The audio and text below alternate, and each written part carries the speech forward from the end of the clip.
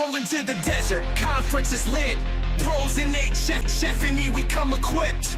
Brains so sharp, minds never quit. Tech and innovation, we making it fit. ASPIRE2024, we level up. Phoenix heat, but we cool and tough. Livestream showing all that stuff. Ergonomic dreams, gonna call your bluff.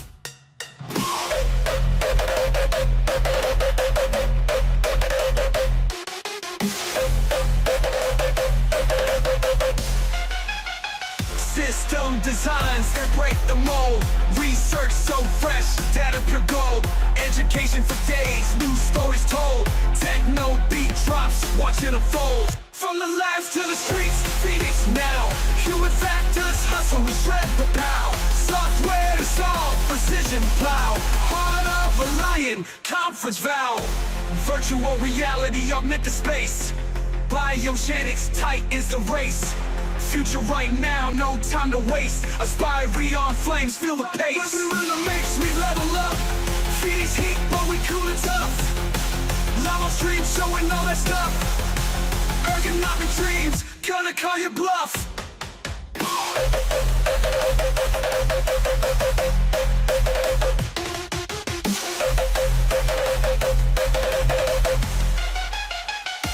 Virtual reality, augmented space. Biogenics, tight is the race. Future right now, no time to waste. Aspire beyond flames, feel the pace. Aspire in the mission, level up. Phoenix heat, but we cool and tough. Livestream showing all that stuff. Ergonomic dreams, gonna call your bluff.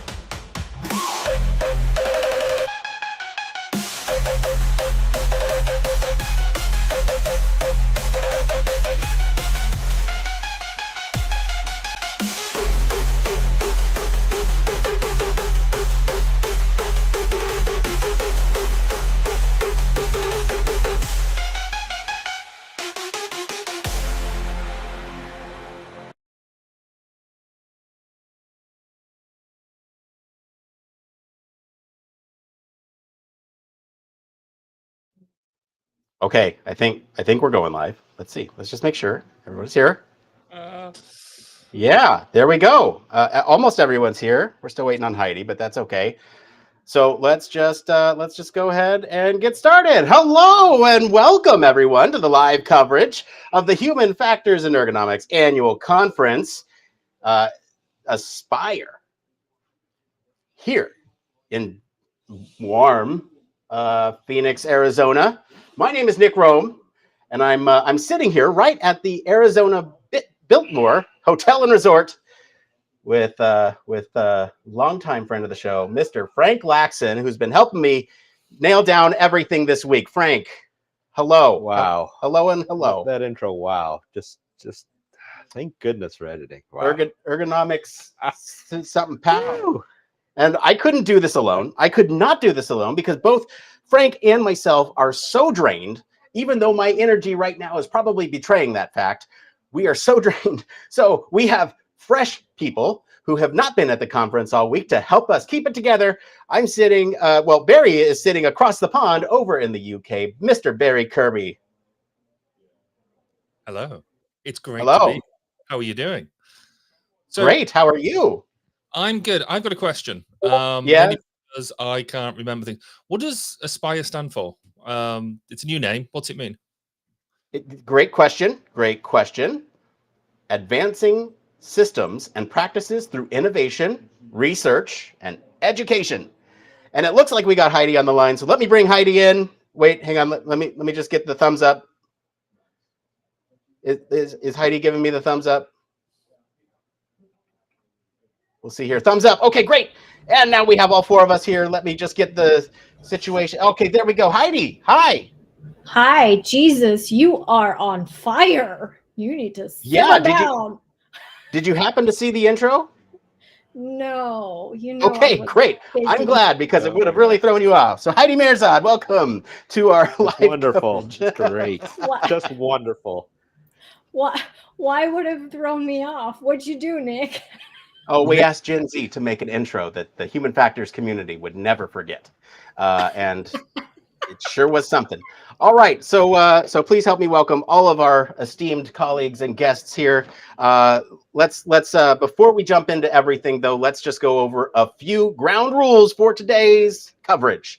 So first off, some thank yous. Thank you to the Human Factors and Ergonomics Society for access to the event, permission to live stream and record. So HFES leadership for encouraging and supporting this idea, HFES staff for assisting us here with any technical and logistical considerations we had, volunteers for helping out here at the booth in person. Of course, our Human Factors Cast Digital Media Lab members, Katie and Vianney, are here. If they want to say hi, they can come in and wave. They have been helping us out all week. Court everybody and make sure that we're all good to go on interviews and logistics. And of course, our Patreon supporters for their continued support to keep the lights on over here at the show and at the lab. IBR for supporting our attendance here. Our listeners, you are the reason we are here. And I've heard so many stories this week about the importance that what we do here and the impact it has on your life. That is not lost on me. So thank you for coming up and thank you for telling us about that, because those stories are truly what make this worth it for us. So social media, let's talk about it really quick. If you're here at the event and want to share something, that's ASPIRE2024, hashtag ASPIRE2024. Please do go and put out your thoughts on there. You can also tag it with HFC Social Thoughts. Now, one more thing before we get started, and I hate doing this because it seems like such a, I don't know, money grab, because it really is. So let's talk about this. So you can tag us at Human Factors Podcast and HFES at HFES. Where you can search all over for us. Now the money thing. Let's talk about this just really quick. This is a standalone podcast. We're separate from HFES. And literally there are lights here that need to be kept on. With that, there's some ways to support us. Patreon is the best way to help us to support us. You can support us for $1. You can do one-time donations. I'm just going to ask for it this one time. I'm going to keep the support the show right up here in the top right corner, just throughout the entire thing. If you'd like to support us, you can. And that's it for me for money. That's all. Enjoy the rest of the stuff because we got a lot of great, fun things for you today. Like I said, we do have an awesome team supporting us. So really quick, before we actually even get into any segments or anything, I'd like to go around the room because there's an interesting dynamic here that I don't think we've ever had before. In the past, I have had full awareness of every single thing that was going to be on the live stream. I produced and recorded every single piece that went on, and I produced behind the scenes the stuff that was being talked about in the live segments. And so this is the first time where I'm actually going in blind to some segments, and I'm really excited about that. And also, this is the first time that we've had a full 4-person panel supporting our event here. So let's just go around the room. Barry, what are you excited for? What are you interested in? What are you looking forward to today? What are you hoping to see? I'm hoping to get some really good reactions from people about what they've found out about Aspire, what the new things are that they've learned, and really, I mean, I've got a real big thing around human-machine teaming. So if there's people talking about that today, then I'll be really keen to hear what their thoughts are around the new bits on that. But yeah, just really keen to hear what people's reactions are to the conference. Excellent. Heidi, what are you looking forward today? Sorry, I muted myself because I'm clunking around. I just want to hear what's going on. Like, I'm kind of excited to hear like what you all discovered and what kind of conversations and what topics are kind of trending. I mean, texted a little bit, but like, I'd be interested to know what the hot topic is at the conference. Awesome. Frank, what are you looking forward to? Well, I'm looking forward to sharing some of the experiences of the conference. It's my first time back in a while. I'm glad to be here and just wanted to share some of the energy. And it's in a beautiful place as well. So I hope some of the viewers can see some of that today. For me, I'm most looking forward to seeing the stuff that I haven't seen yet. And honestly, I'm looking forward to seeing your all reaction. There's actually a couple other things that we're going to be doing today that are going to be brand new and fresh for us. We actually have some props here. We'll have a live unboxing later. So there's some unique things that we haven't done in the past that I'm really looking forward to. So with that, I think, you know, that with the expectations for today's stream, I think maybe we should see what some folks think about their first time here at Aspire.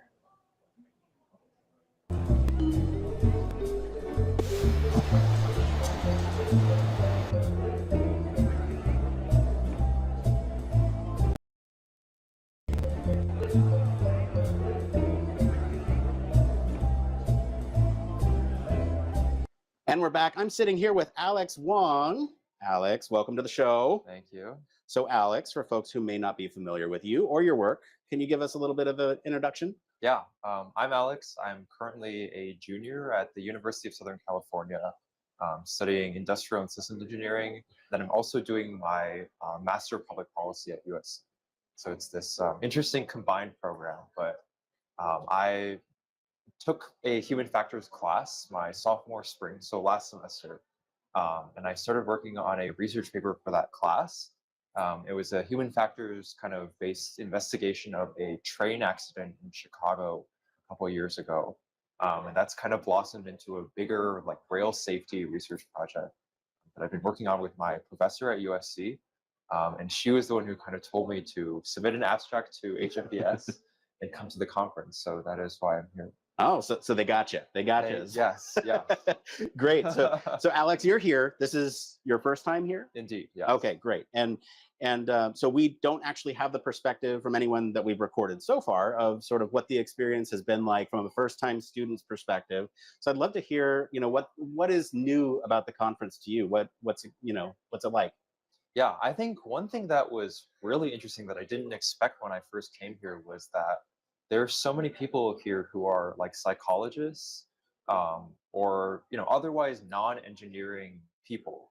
Because my exposure to human factors is through industrial engineering, and all of the human factors like work and things that I've done before are in an industrial engineering role. So it is fascinating to see the like interdisciplinary perspectives available here.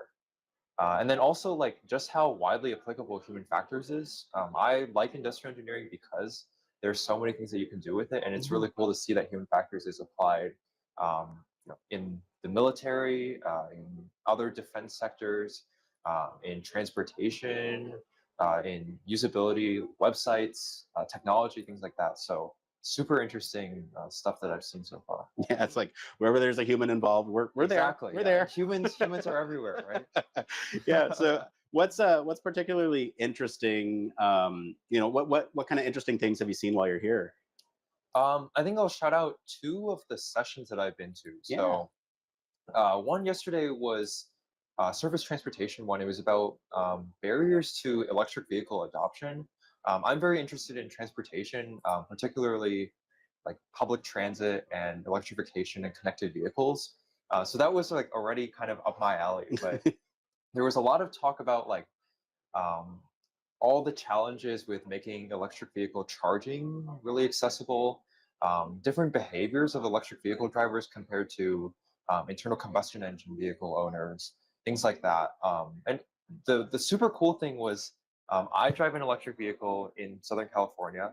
So a lot of the things that were talked about were things that I saw on an everyday basis when I'm driving and existing in Southern California, right?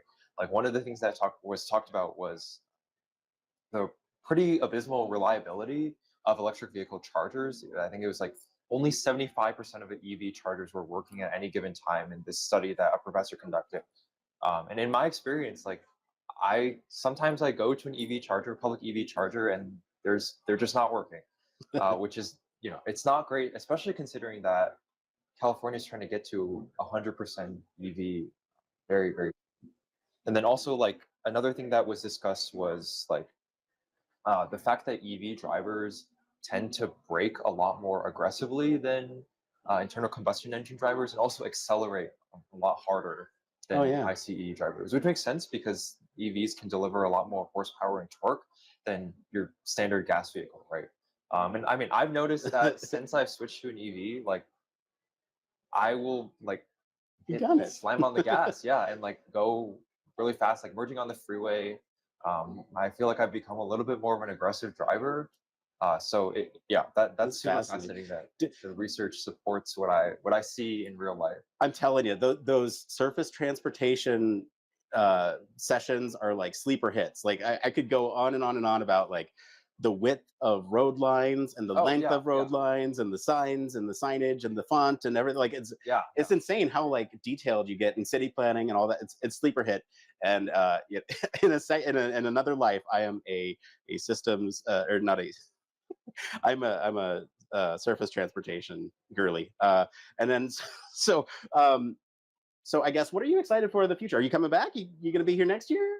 I mean, if I get the funding again, but I mean, I think I've learned a lot here, like, and seeing all these different things that I was talking about, as well as like meeting professionals in this field that I haven't had a ton of exposure to in the past. So like, I would definitely be excited to come back. And if my research project progresses as well, like I would love to present a more fleshed out version at a future HFES. So. Awesome. Well, we'll spread the word about human factors. I think it's really important. We don't do the best job of marketing ourselves, but where can folks find out about you, or if they want to connect with you, maybe chat about your experience here? Yeah, I'm on LinkedIn. If you look up Alex Wong, there are many people with the same name as me, but if you put USC after that, you should be able to find me. Okay. You can also check out my website, alexwong.net. I have some interesting like projects and stuff on there. I also work on like web development stuff, as well as like urbanism and like city planning types of things. So there's a mishmash of random content on there. Super cool. Alex, thank you for telling us about your experience. So glad you're here. We'll be back with more right after this. Stay tuned.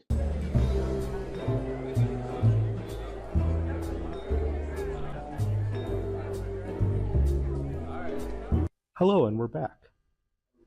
Over here at the HFES Aspire Student Lounge, joined with Lilia from Embry-Riddle University. Lilia, do you want to talk a little bit about yourself? Yes, so I am a master's student studying human factors at Embry-Riddle University in Daytona Beach, Florida.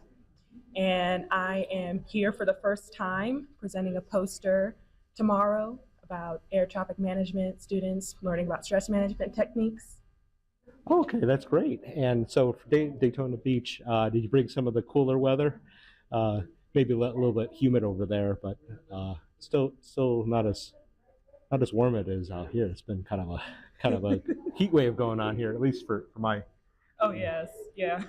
Arizona feels like a blow dryer pretty much. Yeah, but they say it's a dry heat, right? Yes. I don't know whatever that means. So in terms of was it stress and air traffic control? Yes. What is one kind of key finding that you want to tell folks about how air traffic controllers deal with stress, or kind of one specific thing that you're looking at in terms of stress? Well, we're specifically teaching air traffic management students at Embry-Riddle, so college students studying for their bachelor's in air traffic management, and seeing if having a class about stress management will be effective for how they control traffic, simulated traffic in classes. Okay, so by getting started in some of these human factors-based techniques and methods can help them when they start moving on to the career. So it may be in traffic management and maybe in other things, professional life. These kind of things can be applied throughout. So sure, it's a great learning experience for them. Oh yes, it definitely is. Yeah, even during the studies when they're learning about stress management techniques, they're really enjoying it and really saying that it's very helpful for them, not only in their classes, but also in real life. Yeah, that's a lot of those things when you take the class and you wonder, hey, is this going to be helpful later on? Some things that you find years after you take the class, it's like, oh gosh, it was a little bit difficult or a little bit different. I didn't like it at the time, but hey, now it's kind of cool. So let's think about some of your experiences here at HFES. You mentioned it's the first time doing a poster. Is your first time at HFES in general? Yes, it's my very first time doing the conference or attending the conference. Oh, sounds great. So there are a lot of things at the opening reception in terms of having the different groups across the wall. I remember that happening on Monday night. Were you able to attend some of that? Unfortunately not, because I just got here. Oh, you just got here. Yes. Okay. Well, thank you for taking the time to talk to us. I know that you got a lot going on, and especially with your poster later on this week. Okay. So, well, in terms of other kinds of students and other attendees from your specific school, do you know how many folks roughly that are attending? I didn't get a number, but I'm sure. Okay, I'm sure you'll run into them and Yes, other professors and things. Well, hey, glad to be there. I know coming from the East Coast, the travel can be a little bit much. So in terms of something exciting in both in your career and other kinds of things, what is one thing that you look forward to this week? Just learning more about human factors and how it has an impact not only in aviation but in other fields as well. Okay, that's great. Well, hey, thank you for taking the time. Yes. And back over to you, Nick.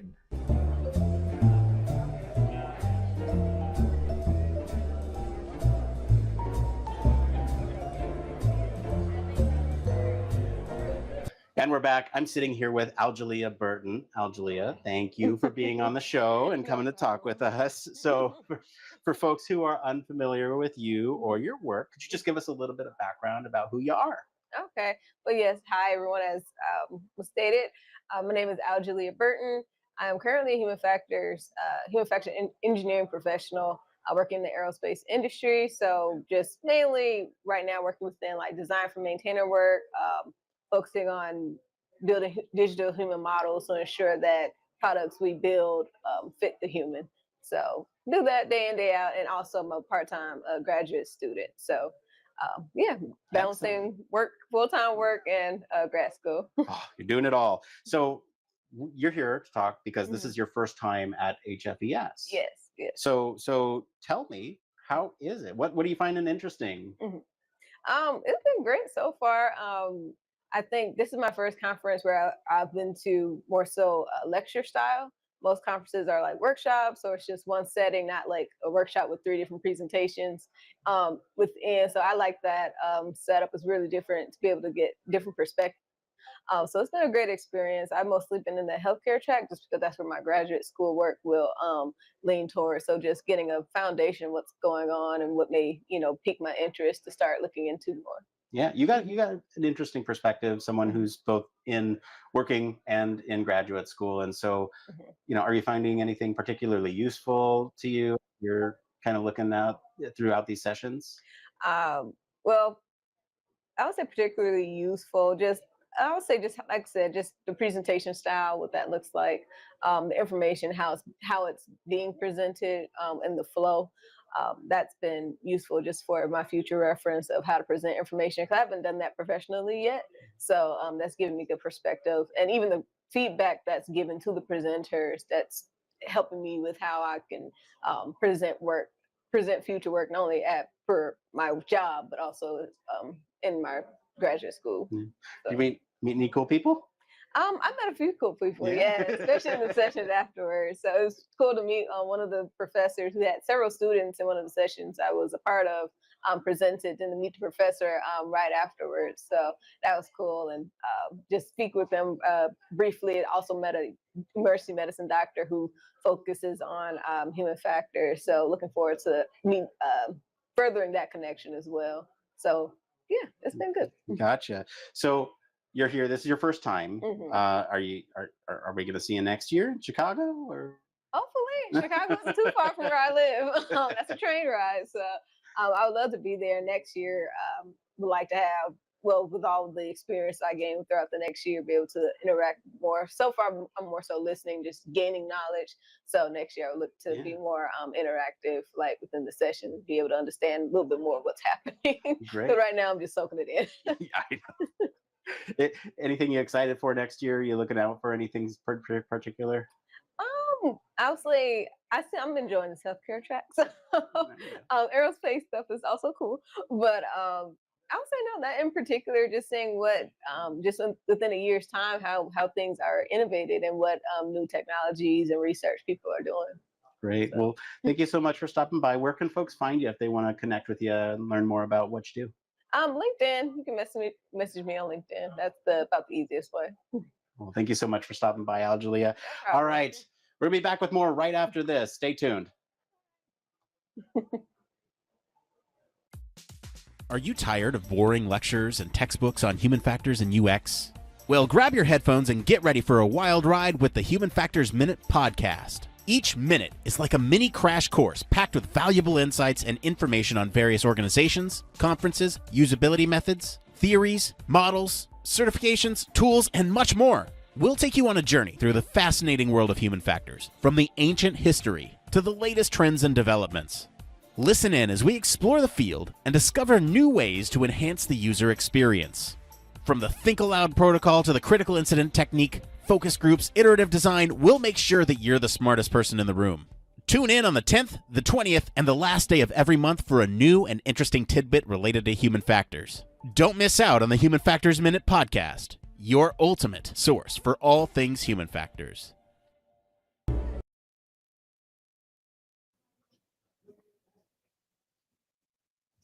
Okay, we'll bring us all back. I'm probably a disembodied voice because we're already having technical difficulties.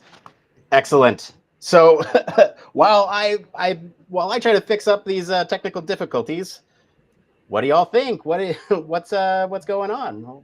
How's your experience been so far, Frank? Oh, this one is a little bit interesting. A lot of the past human factors, they've been in bigger hotels. So a lot of the spaces, folks had to take escalators and elevators and kind of navigate a larger hotel. This one is a lot more spread out, Nick. There were villas and other kinds of things. It almost felt like being in a condo complex with all the things going on. A lot of outside walking.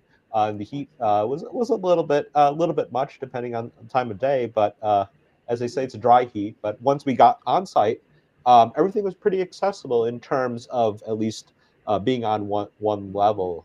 So not many stairs or any kinds of things, and it was actually pretty easy to get around. So that was one of my biggest observations for this one. Really something like an outside mall kind of feeling. Yeah, I mean I hear that. There's been, so it's interesting because some of the stuff that the students said verbally was here, and maybe what we could do is just swivel this around. I was going to say, Nick, why don't speaking. you share the screen? There we go. Because the screen doesn't have anything on it. It has production stuff on it. So from what we see on throughout those interviews, they're fairly positive. And I think there are a lot of voices that maybe they're afraid to say it, but some things that we've heard, the accessibility is there once you're on site, but the location of the venue itself, I think some folks might have some trouble getting to. It's not sort of central downtown, like you have a lot of, not as urban as some of the other ones, right? Yeah. Like DC is right there in the middle of everything. Chicago is right there in the middle of everything. So I think, and Atlanta was right in the center of Atlanta. So it's kind of, you just have a little bit of more difficulty getting access to it. And all the folks that I talked to that were kind of those first-time students, had funding. And I think that's sort of a recurring theme that we've heard throughout our time doing this, is that there are challenges for students getting the funding to be here. And so I just wanted to echo some of those. Those are sort of anonymized, but that is some of the sentiment that I am hearing here on the field. Yeah, and I wonder if it's also a case where, since we're kind of at least a couple of years past the initial COVID bump, I know there's still stuff going on with that, where there's a lot more demand, a lot more students getting back into things. Maybe some of the research they were doing the last couple of years are starting to become a more presentable format. Right. And I know that the HFES National, they've tried, and also the different various technical groups, to have travel grants to help ease some of those things. So that could be a challenge that, to bring up to some of the organizers, to maybe bring some of those visibility of those kind of support programs forward to everyone to make things equitable. Yeah. What about you, Barry, Heidi? You have questions for us? Well, I mean, I was just going to echo some of those sentiments because I was on the task force to, kind of analyze HFES and as an organization and kind of look at the weaknesses, the strengths, the things that, HFES does really, really good, and things that are not so great, and things that could use improving. And one of the things that came up was definitely this. And, I can echo the sentiment that they try. I just think that there is a huge divide between what the vision is, and, it feels a little bit like the truck is moving a little too slow at times, because this year definitely kind of really kind of hit the location, the hotel, the setup, the prices. And then, you do have to consider, if you're a student, you also have student member fees. If you're not a student, you have a membership fee, and that is, on top of this. So like, you are looking at a financial commitment to the organization that has started to look a lot more, I don't know how to say it really nicely, but it is just a financial investment that most people can't afford anymore, because companies have cut funding for people to go to conferences, and it's now a selection process. Not everybody on an HF team can necessarily go to the HF conference, and so it does feel a little it's starting to feel, there's the word that I was looking for, exclusive. And I'd like HFES to be more inclusive again, opposed to being so exclusive, if that makes sense. Barry, what are your thoughts? I guess, I mean, on the ground, how many people are actually there? Does it feel busy to you folks on the ground, or is there plenty of people there? Yeah, that's a good question. I heard, was it 1,200? 1,200 is the attendance. Yeah, 1,200 is That's about. quite a few. I mean, in the grand scheme of things, having had bits of experience of seeing under the under the covers of these things, I mean, they're not cheap to put on. And actually, by the sounds of it, yes, it might not be in the center. I mean, I don't know what the travel time actually is to get there from an urban center, as it were. But we've had quite a few conferences now that are not, so the last two have not been bang in the center of the city. And actually, it's been quite nice to see some fields, to see some to go and have a walk and things like that, rather than being rammed in the center of a city. Unless you try these things, you don't know. And I guess you've also got a bigger challenge in the States as well, as you want to be around the country. So you don't, just because you find one place that works here, Washington or whatever, you still want to pan it around the country. And some are going to work and some aren't. I mean, 1,200 people going to a conference, that sounds like a pretty good turnout to me. I'm going to say no, because it could be a lot more. I know that because I go to both. I go to the healthcare version of it as well. And I'm definitely, maybe it's because I just have a little bit more insight from the back. Like I know a little bit more as far as like setup and organization, and a lot of prices, and a lot of sponsorships and stuff like that, and it just feels sometimes I don't want to repeat it too much. I don't want to make that mistake again, because ADHD here, I'll find a hook and I'll keep going with it, but like it started to feel more exclusive over the last years, definitely, because even if you select hotels that are like, Barry, to your sentiment, I actually like what you said. Sometimes you want to go for a walk, sometimes you don't want to be in the center, right? You want to have that, right? But the problem we go up against in the States is more that those are going to be resorts, so and that brings a different challenge with it, right? And to be fair, these 1,000 to 1,200 or 1,400 people, a lot of times 70% of that is the usual clientele. So, well, for those folks who are on site, there is some things that you can do. So I'm going to go step aside and talk to Sylvain Bruni, and we'll see what you can do. We'll be back.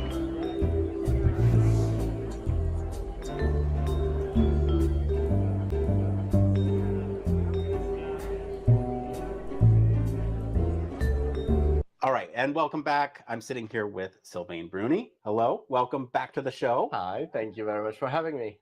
Last time we talked on the show, I think, was back in, what, 2018? Was that Philadelphia? Something like that. It's been a long Feels time. like a long time ago, very long time ago. Well, welcome back. So for those of you unfamiliar with Sylvain, could you just give folks a little bit of an overview of who you are? All right, so I'm Sylvain. I'm a principal human systems engineer at Aptima. I've been with the company for 16 years, so it's been a long time. I've been a member of HFES for even longer, since 2005, when my advisor took me and our lab to the San Francisco conference, which was amazing. And I've been a member since then. I've been involved in a number of initiatives and groups within the organization. So the CEDMTG was one of them. I was the founding chair of the LGBTQ affinity group. And then I became the chair of the COAG, which is the Council of Affinity Groups. As of yesterday, I am the incoming program committee chair, so technical program committee chair, which basically is the conference chair. And it's a 3-year term starting for the conference next year, so ASPIRE2024 in Chicago. So I said this ironically to you off screen before we had talked, but if anybody has any problems, you're the guy. That is correct. I am very open and willing to hear feedback, positive, negative, constructive, everything that people have to say about how we can make the society better, the conference better, any gaps that need to be filled, all of that. I am a willing partner, and I really want to have discussions with people and good one-on-ones to understand what's happening and how we can be doing better for our members. Yeah. So what's new? Ombuds, is that? So the Ombuds program has actually existed for a while, and I am currently the Ombuds person. And this is a program meant to provide support, assistance to members if they encounter any issue with the conference that is at a personal level, and for which there needs to be a private outlet to discuss whatever issue arose. It is also a mechanism to hold the organization accountable to dealing with whatever may happen to our members on site. And so the information is available in the app. It's available on the HFES website as well. And people are welcome to contact me to share any issue or anything that they really want to communicate organizationally for something that may have happened to them. Or so examples of that are bad experiences, whether that's relationship with other people, or I was looking for X, Y, or Z resource to be available and it's not available, therefore I feel a bit excluded of this, or my experience at HFES or at Aspire is not optimal. Those are the kinds of things that we want to have conversations about and figure out. The mechanism then is, those obviously are anonymous conversation. The gist of things is reported back to the organization. And as the Ombuds person, it is my job to make sure that the organization follows through in addressing whatever came up. And the goal of that is one more mechanism within the society to deliver the best experience possible to every member and every visitor to our Aspire conference. Right. So sort of a follow-on question to that. You can't do anything if you don't get any feedback. So this is a two-parter. One, what are you doing to make sure that folks are aware of the Ombuds program? And two, what is the scope of sort of the problems that people can report? Because I feel like there might be some hesitancy if there's like a minor inconvenience or something. Great question. So how we are advertising that, I know this is part of the email announcements that are done to every registrant, but also on a regular basis through the bulletin and the emails from the conference that are sent to the membership. I know it is on the website, it is on the app. And we make announcements at different committee meetings, particularly with the affinity groups, because that's where the idea of having an ombuds person actually came from. So all of the members in those groups in particular know that this is an active program of the organization. On the scope of grievances or feedback, it literally anything, right? It really can be anything, from what someone may consider to be very trivial, like, oh, there was no non-dairy milk alternative at that coffee break. Perfectly fine. Like, we need to hear that because it is part of the organization's goal to be inclusive of everyone. So we need to have options. Two things that may be really, really horrible that may happen, and I don't know, I hope nothing bad happens, but you never know when you have, you know, over 1,000 people in the same location for an extended period of time. So really anything is worth the time spent actually hearing about it and figuring it out. Great. Just a personal question, like how does that information or those conversations get processed? Great question. So people can contact me on my cell phone directly. The number is 617-417-0359. Wow. And this is my real cell phone, so you feel free to use it and contact me.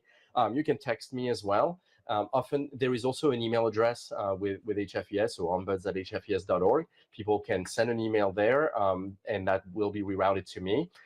Typically what happens is that we set up a conversation, a face-to-face conversation. If folks don't feel comfortable being face-to-face, then it happens on the phone. And from my end, so I maintain a confidential file so that I have notes minimized that are with respect to the situation or whatever issue happened. And then I have a reporting mechanism to the executive committee of HFES. I'm glad you're on the case, because that all sounds great. So where is this going? Like, so what does the future look like? Is the Ombuds program going to expand, evolve? Like, what is the future for it?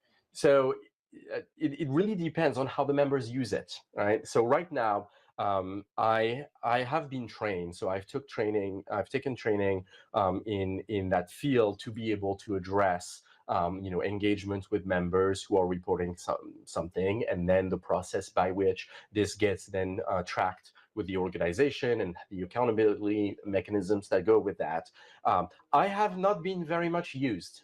I will be frank, there hasn't been that much communication, which is both a good thing, maybe that is because there is no problem, or it is because people don't know about it or don't want to report or things like that. So to me, it is an essential to have, regardless of the volume, right, of interventions or discussions that need to happen.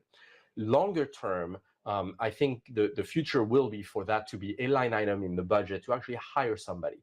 There is an actual international professional society of ombuds people, and we've interacted with them to understand how they work and how people can be part of our events. And that's where I see the future of that program being, is that we actually do have a paid person for the duration of the various events that we have. So not just ASPIRE, but also the Healthcare Symposium and all the events we may have happening throughout the year, where they would be present and an available resource for that purpose. Yeah, and would they be sort of independent of HFES? So exactly. So as an ombuds person, you are accountable to the membership.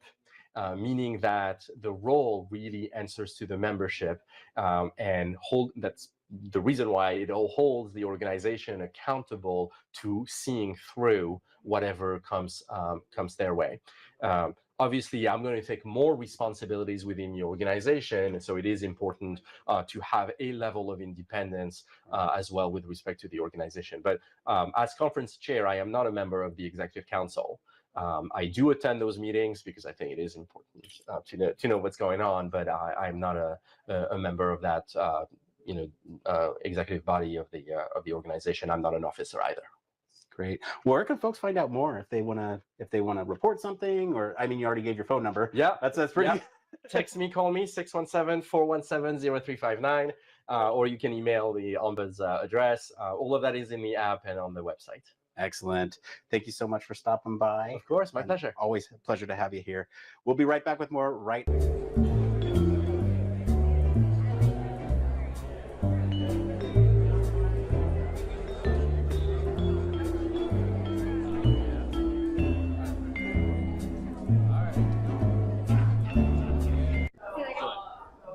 Welcome back. I'm here with Dory and Vianney here doing the guerrilla testing of the HFES website. So it's a new website that has been recently redesigned. Dory, can you tell us a little bit more about it? Of course. So around on Thursday morning, HFES posted a new website, and we wanted to just do some usability testing regarding if the new website is better, if we made improvements in certain areas, if there's certain areas that we need to improve on. on behalf of Akil and the Digital Communications Committee, he just needed some members from the HFES to help with guerrilla usability testing. I'm a member too. Student member. Oh, that's great. How many folks have come by so far this week? It seems like we've gotten quite a few amounts so far. I think we're around 30, 35 participants as of now. Oh, great. Do you mind if we go ahead and give it a shot? Of course. Okay, sounds good. And we're going to go ahead and start with the guerrilla usability testing of the new HFS website. Hello, thank you for participating today. We'll be explaining the new HFES website. The goal of this conversation today is to understand how members both far and wide use our website and how we can help make it better for you. Please note that in our conversation there are absolutely no right or wrong answers. We just want to know how you use the website and your initial thoughts on this new website. The conversation should take around 10 minutes or so, but please feel free to talk more if you would want. The more you talk, the better we can help with your experience. Do you have any initial questions? No, not for now. Yeah. Sounds good. I guess to initially just get your background, what sector do you currently work in? Are you a student? Are you in industry? Currently I'm a student, and yeah, I'm a student, PhD student of human factors.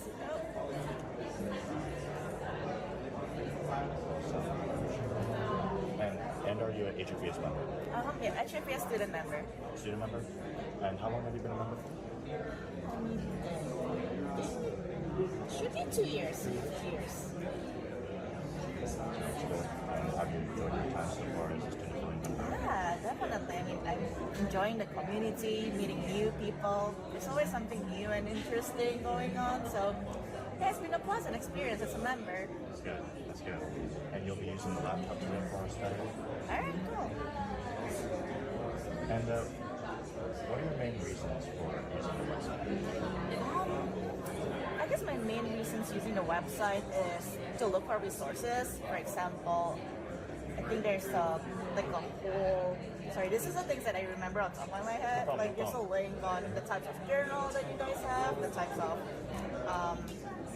other information. For example, sometimes I'm kind of nosy. I want to know who's the leadership and things like that. A little bit of profile.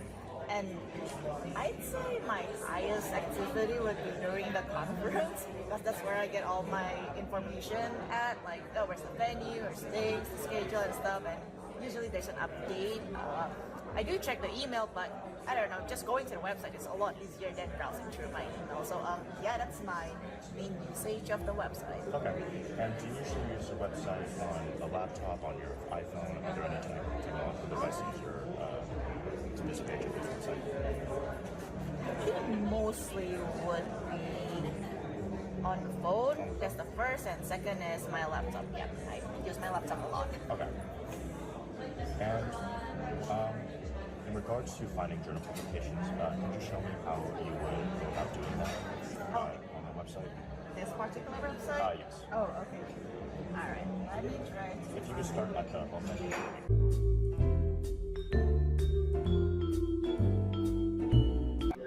Oh, okay. Should be publication. Well, this is pretty nice because I just hover my mouse on it, I mean the cursor on it, and it shows me what inside. So I know that, okay, not the education careers resources, but it's publication. Okay, journals, proceedings, neat. And I get to see all the journals that the HFES is publishing. So it's not just the human factors journals. There are other journals too. Nice. Oh, okay. This is new. Never. Oh, okay. So yeah, it's nice to know all the journals that are under HFES and knowing the links and stuff. So yeah, this is great. This is nice. At least it, whenever my friends or someone who's not a student or people in the industry and they don't really know HFES and they want to know what journals are under HFES, this is a good resource. You just this is a link, and even the URL itself, it's so obvious. So even if I give people the link, like hfes.org/publications, they know it's the link that says it's a list of journals, and so this is nice. Yeah. So it seems like you found the overall flow regarding finding the journals and proceedings very easy. Okay. Yep, I do think so. Did you find that initially that it made sense for the journals to be under publications rather than education resources? I think it's just my view as a student. So I see, okay, education and resources. I view journals and papers as resources, but I know it's not really the right term, and I think publication is a better term for that instead of resources. Mm-hmm. Then I think the category is fine. It's good, yeah. So for what type of resources would you expect under education and career resources? So without peeking what's inside, I would think, let me think. Okay, education resources first is all the accredited universities that's affiliated with the Human Factors and Economic Society. That is one. Resources, I don't know. So will be something that I'd like to explore because resources. There's a lot of things that could be inside, and it will be one of the page that I might be curious in. I just want to explore what's inside. Career resources would be job portals. Yeah, like companies that are hiring, or maybe a little bit guides of interview or things from human factors. So that's what I'm expecting. Okay. And so then, can I take a look what's inside? Of course. I'm just curious. Okay. Oh, nice. There's a dedicated student resource and award. Academic programs. I assume this is like the list of institutions that are affiliated. Cool. Job boards pretty obvious. I am curious about what is career resources. Do you mind if I take a look? Of course. I am not so sure about HFES Learning Center, but I'll try to take a look at it. It's pretty intriguing. Career resources. Oh, okay. Nice. Seems like a short directory with all the details. Members, cool. I would know people who I want to look for. Oh, mentorship program. This is new. Huh. This is nice. And things that are most interesting to me learning. are like Learning. The program outline for sure. Oh, wait, is this from the Learning Center? Oh yeah, HFES Learning Center. Huh. This is cool. I could spend hours on this. There's a lot of things that I've never seen before. And in regards to finding those resources, did the labeling of those resources under education and career resources make sense? Yes, I think this is really, really appropriate. Yeah, HFES Learning Center, still the same label, and same colors and everything. So this is nice, yeah. And in regards to finding information regarding the ASPIRE conference, did you find the website to be useful in regards to finding certain specific information regarding the timing of certain lectures that you were interested in finding, etc.? Okay, let me try now. Let me go back to the home page, and well, I guess the nice thing is there's this Aspire thing in front, so it's either this or events. Oh, okay, neat. And I'm just gonna do it from this tab. And all right. I got lucky, like Aspire is the first. Oh, cool. Since I'm kind of familiar, like, yeah, I know what Aspire is, things, and I'm interested in the details. I saw the beauty on-site program guide right on top, and this is definitely something that I want to check. That's personal preference. I think it's easy to read. Oh, cool. I don't have any sort of color blindness or anything, but I don't think it would be. I guess this is the whole program. Nice. Oh, there's the map. That's so random. Yeah, it seems like it has everything. Yeah, I'm just curious what's inside more. No problem. All right, there are more details, registration, and I like how smooth it is. So it's just, there's not a lot of, it's, you know, when you have a lot of information, but you manage to package it in a way that doesn't have a lot of information. So this is cool. And yeah, it's nice. I can explore things. No, this is actually really, really good. I'm impressed. Okay, cool. Wait, is this website live yet? Yes. Oh, okay, yes, okay, cool. Yeah, we just uploaded it Thursday morning. I see. Yeah, I haven't checked the website in like a week, so looking at the changes. Oh wow, this is completely different. Do you remember using the previous website? Yes, so I mostly use it on my phone, and for example, let's say I want to look at the conference, I just do a Google search, HFES, Aspire 2024, program outline, and just do that in Google search, because I think last time I had some difficulty trying to figure out where it is, and maybe just I was on my phone as well, so maybe not the best resolution or display to show all the information.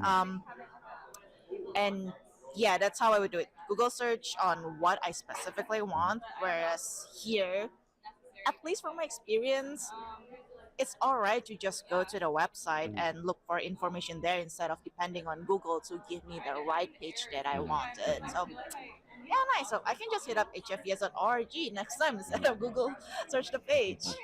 Sounds good. Well, thank you so much for your participation. Your information has been widely appreciated, and it'll be super useful for future iterations. No, thank you so much for letting me be on this usability testing. This is my first usability testing for a website. It's new for me, and it's a new website as well. So yeah, for people who are watching this show, feel free to come to the usability testing booth across, let me see, across Salon F. Yes, please come here and tell us what you think about the new website. Bye. Where does it come from? It's always been there. The fire that burns inside each of us. The passion to serve. To distill complexities into elegant solutions with precision and empathy. To study, design, build, test, and continue to improve systems that help people live better, safer, and more productive lives. Our work is not just a job. It's our calling to elevate lives and empower all humans. And it requires the background and perspective of academics, researchers, students, scientists, engineers, and all human factors and ergonomics practitioners from every industry and in every corner of the globe. We gather to foster collaboration and unlock exponential possibilities. We aspire to inspire others. We are the Human Factors in Ergonomics Society. Together, we are advancing systems and practice through innovation, research, and education.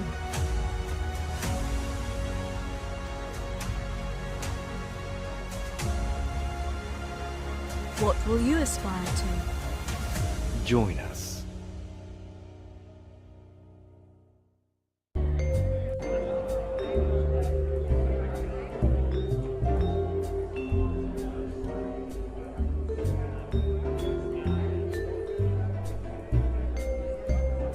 All right, and we're back. I'm sitting here with Philippe Doyon. Right. Welcome back to the show, man. It's been a few years at least. Yeah. You talked to Woodrow at, what was it, HCI? Yeah, way back when? 2018. Is it 2018? I thought it was like 2016. It's been a minute, but you're here representing the Aerospace System TG. Aerospace Systems TG. So what is going on over at the Aerospace Systems TG? Like, right. Seems like you got your stuff together. Right. So since the last few months with the executive committee, so we have Amanda and Arjun, we try to plan to be able to have more visibility to our members so that they know what's going on in the executive committee, and try to give back to our group so that they see that we're active and that they can benefit from our group. So I guess in the last few months, we put together a website to at least have a visible place as to what's going on in our group. And on that website, I think the most useful page is the resource page, where we'll list together a list of website, books, articles, and mind you, podcasts that people can, read, listen to, or consult to be able to learn, what is aviation human factors. And so I think that's our curated list of resources that people can go to. So that's where we started, and then after that we try to organize visibility for the conference. So we did a pre-interview with the chairs of the 2 panels that we're having this week. So that was very helpful. And from there, we're also, trying now to give more visibility to our members. So we have a member spotlight to try to show what's going on in our community. And so what we'll do next is a research spotlight to let them know, what's cool and, trending in our discipline to be done. So that's what we did so far. And I think the feedback we had from members is that, they love it. And they really, when they had an opportunity, they said, thank you to bring back the activity and the energy in the TG. So that sounds very cool. And I guess you're starting back. So September and October, we'll try to have to become a news outlet for our discipline. So that's what we'll be looking into in the next few weeks. Well, that's near and dear to my heart. I mean, like the news piece specifically, but as someone from another TG, I'm looking on enviously going, what's going on over here? Right. Where can we get that? So where do you think this goes? Do you think this proliferates to other TGs? Do you think this is a model for others going forward? Like what's next? I guess we all learn from each other. And I've learned a lot, going around the tables on Monday evening, and I've tried to learn, what the other guys are doing so that we can bring it back to RTG. So I think what I've seen is that everyone is active. And I think the call from, Camille and our previous president is really to be able to have more visibility and to be active, to give value back to our members. And I think this is the call, and the call has been heard by everyone. So so I'm very excited about the future months that will be going for our group and for the other groups. And I think HFES is in a better position than it has ever been before. So that's very exciting for our group. Yeah, where can folks find out more about you or the Aerospace Systems TG? We are on HFES aerospace.org. So we have a cool URL so that you can find out that we can look about. And other than that, it's LinkedIn, for social media. So we're on LinkedIn. We have a LinkedIn page also for people to subscribe and just have timely news outlet. So great. Excellent. Phil, thanks for coming back to the show. Pleasure to have you. So glad to see you again. We meet every HFES. Yes. We'll be right back with more right after this. Stay tuned.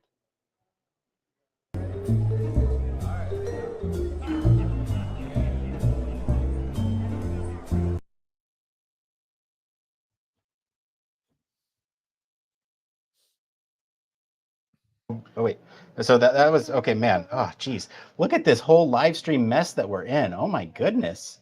Yeah, that music. Who created this? Is looking good. What? That live music that you have going on. Put that as one of my on Slack or something. Say again, Barry. If only we had some experience as a team of doing this, that we won't come across. Hey, you know what would make this really easy is if everyone was here in person. Okay. Barry, I'm looking at you. I'm looking right at you. That's fine. I mean, I was clearly missing the plane ticket. I mean, over there.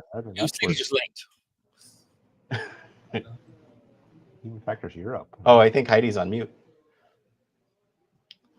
Heidi's doing the mute battle. I'm doing the mute battle again. Yeah, sorry. I said that is a low blow. I literally just had back surgery last week. Thanks. Hey, I said I was looking at Barry. You have an excuse. I was not about to put you on blast for that, okay? And I stood up. I want to go where Barry's at. He's got some great sites over there. I defended Barry, but I was muted. Well, I appreciate the defense anyway. It's not like you need it. I mean, rebuttal and all. But my first question here: what did you guys think of the website? I've got to say, just on the first instance before they give the reaction, I think it's very brave to launch a website and then put in front of a whole bunch of human factors practitioners to then test it, rather than I'd have kind of done it the other way round personally. But yeah, as Heidi said, what do you guys think of it? I mean, I can't, Barry, echo over here. I'm like, I cannot believe they did this. They have an organization that has thousands of members that literally are experts in this. Like, they could have asked us to volunteer. They could have had a better group up. They could have done all these things. And you know damn well everybody was going to be happy to participate. Like, I would have even helped. Like, that is some brave stuff to put a new website out that is completely untested on the actual user. I'm like, wow. I mean, in medical, we would never get away with something like this, but yeah, you know, I don't know whether to say kudos or like, you know, thumbs up or like, I don't know how I feel about this one. Did they ever say explicitly that the website wasn't tested internally? I think this might just be a way to kind of promote it and get some eyes on it. I think it absolutely might be. I think it feels like it would be a very brave person not to go through the usual channels that we would. But even so, I think still having a lab there saying come and do some usability testing on our website is still a brave thing to do. I mean, by all means, come and look at the website, come and have a troll through and see what you think of it. But to invite a proper, you know, to invite usability testers to come to usability testing on your product that represents you as an organization, that's bold. But having looked at the site while the interview was going on and listening to what was going on, I've got to say it's quite crisp, it's quite clean. There seems to be, having not dived into it massively, but there seems to be the big things that you need, where you know right up front. So so far, and I like the color palette so far. So I mean, but you guys have looked at it a bit more than me. What do you think? I don't know. I'm split because I'm not going to call out specific things because this is not the place. But I did do like a little, you know, drive over, and I found one of the things that bugged me in the old site is still on the new site, and so I was like, dang it! Like, I was like, I wish that would have been like, I don't know. Yeah, there's still some hiccups for sure. I mean, like, I had an experience where I was trying to check my membership. Like, we were in the car and I was trying to check some details about my membership, and because they're handled by two separate portals, right? There's the HFES website, and then I go to check my membership. It was linking to maybe a new one or something, and my stuff wasn't connecting. So sounds like maybe there are still some issues to work itself out. As with the other interviews, what did you guys think about the Ombuds program? I know we're kind of going hard on it, but you mentioned. I mean, I don't know, Barry. You want to go for? I don't know. I feel odd about it because I haven't tried it. Obviously, you know, it does remind me of what we have in the aviation industry when I was, you know, working when I was a pilot or training to be a pilot or any of the above. You know, all the above. That's definitely something, you know, we're shown and taught in, you know, in flight school.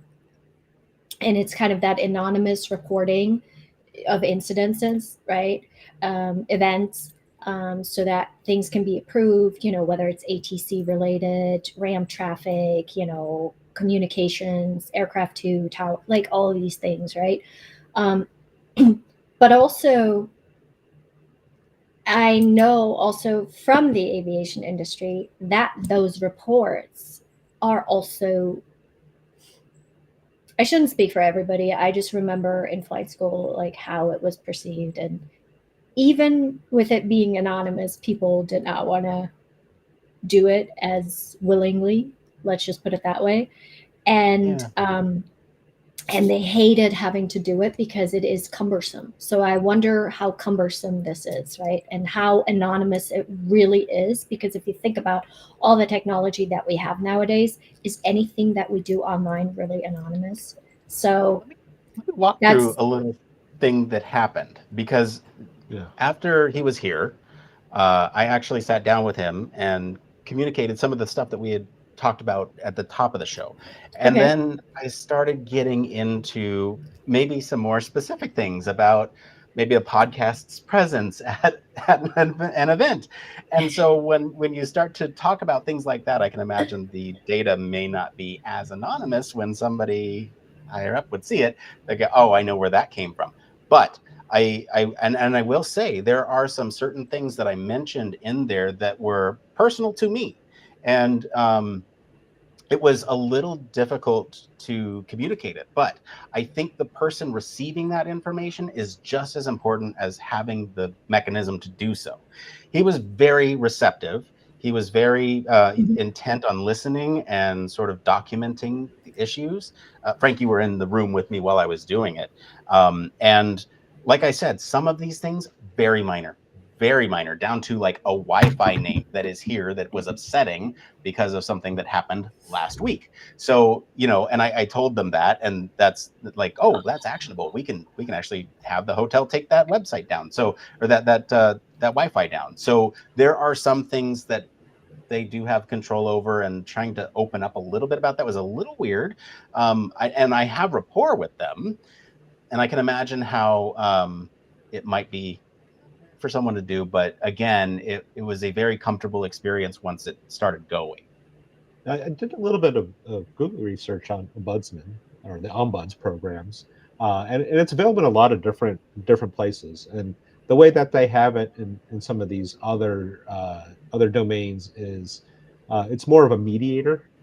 So if there's any conflict between parties or even personal conflict, they're well trained to be able to mediate those things. And I think you probably experienced some of that, of just receiving the compliment, not being judgmental about it, but just kind of accepting the comment and then seeing what can be done from an action standpoint, or for just noting it so that to reduce your conflict on those particular issues. I mean, I think from almost an external perspective, having this type of program is not only really good, but I think vital to these type of organizations going forward. Because it's a membership-based organization, so we are talking about people. People have come in many different sizes, and with lots of different opinions and needs and wants. So not everyone's going to be all of the time. So you need the ability to highlight a way with confidence, and what you've described there feels like it's a good route. It's a route you can have confidence in reporting.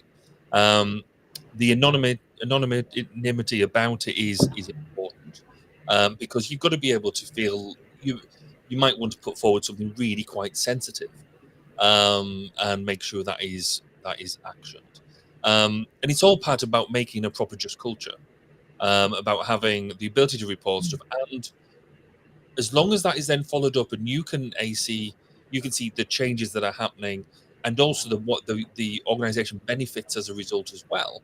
So it either becomes more robust in what it's doing, or it becomes better because normally if you report something, it's actually not just you that's got the problem.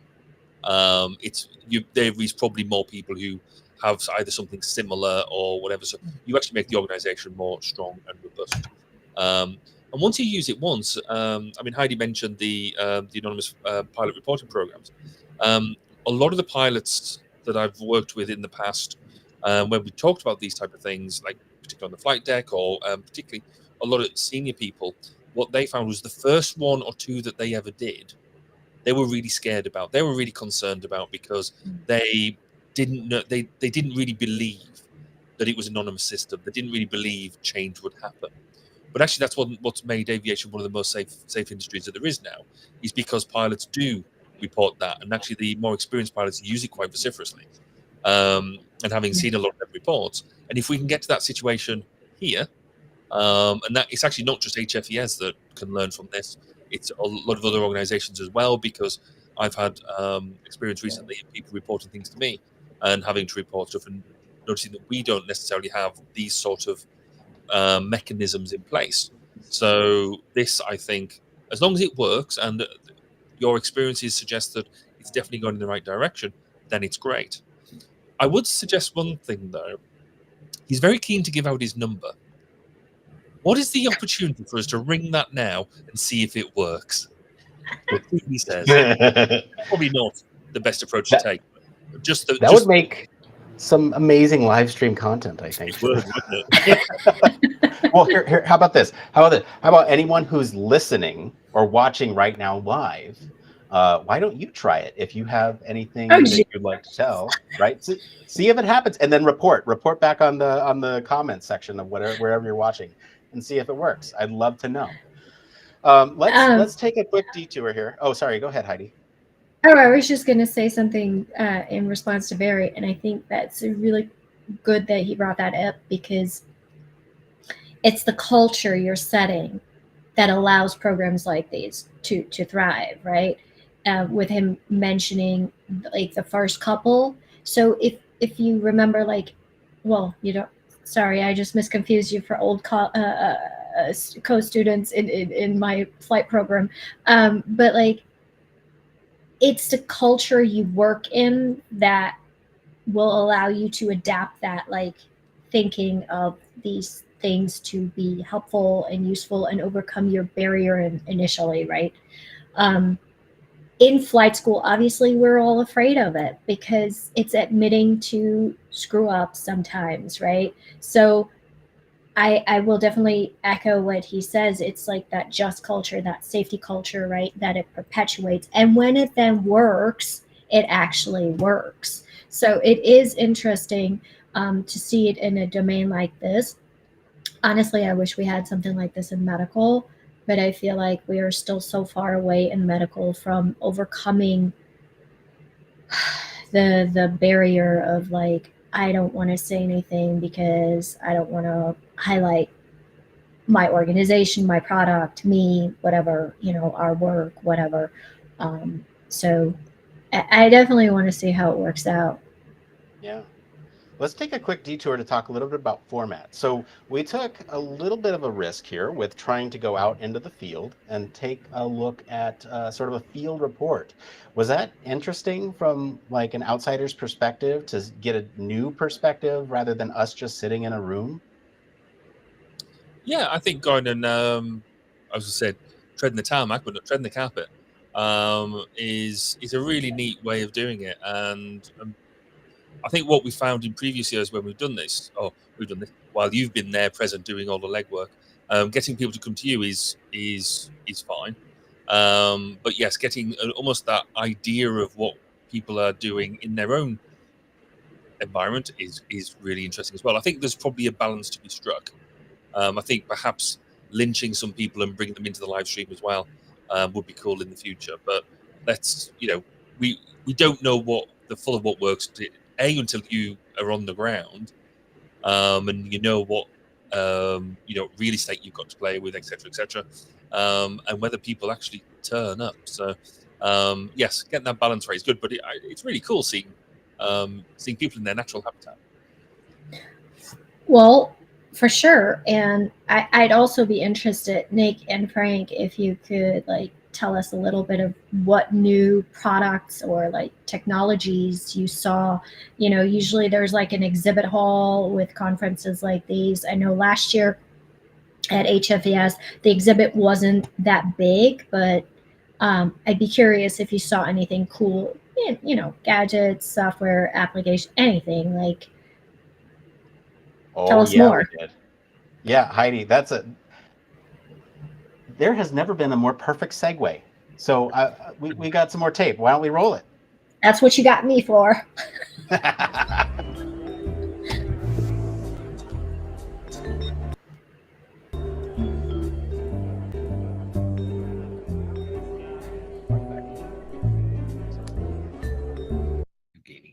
All right, and we're back. I'm sitting here with Ian Smith. Oh, that was Ian, perfect, Heidi. Thank you. Yeah, nice. wow. Nice job. So glad to have you. So, Ian, for those of those folks who are listening or watching who may not be familiar with you Yeah, or there's your this work, little. could you This just is give a like a little short overview Boeing of interview, and what you do? then Frank Sure. goes on the So floor and I'm a talks to human some folks engineer at about Boeing. We technologies. what we call human So it's factors, pretty cool. and mostly I do We had vehicle ergonomics a training knocker for at the shop door, floor so mechanics. let me go see So what to that's help them about, out and in then terms for we'll be right back. I'm how gonna they try feel to to get make the sure camera they feel situation better figured out too. ergonomic posture wise.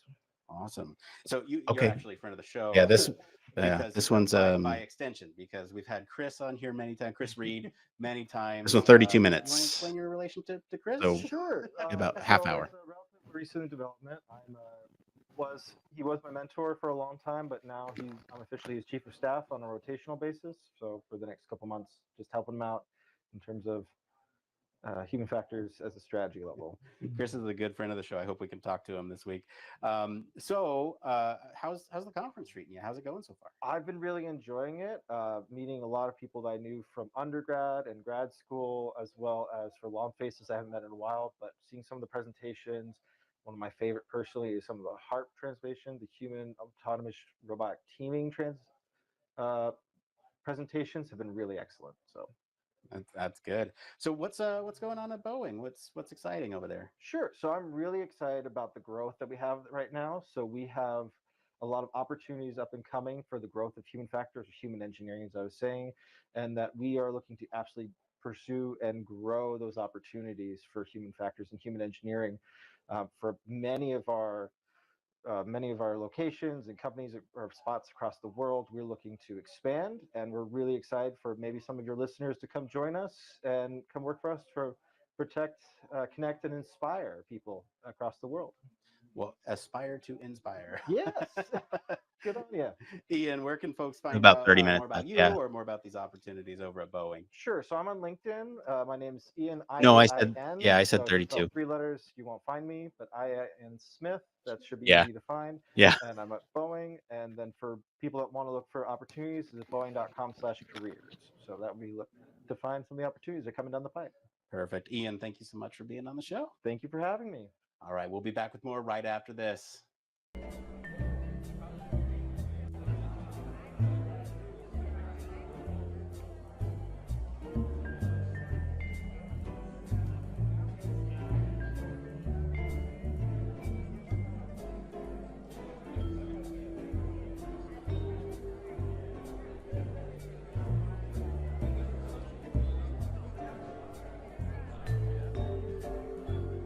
Welcome back.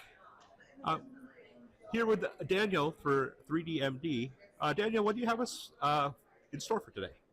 So 3DMD, we sell and manufacture systems that capture the human form down to a sub-millimeter level of accuracy. So authentic, near ground truth 3D data sets of the hands, heads, up to full bodies in motion as well, up to 120 frames per second. Oh, sounds good. And in terms of specificity or accuracy, how close can you get in terms of the modeling? So each one of the models per se, they whether it's a head or a full body or a hand, they have down to 0.2 millimeters of linear distance accuracy. So if you were to place a point on the surface and another point and measured that distance, it would have an accuracy down to 0.2 millimeters, which is key for any kind of authentic recreation of the human form. Oh, that's great. Well, let's walk over and take a look here.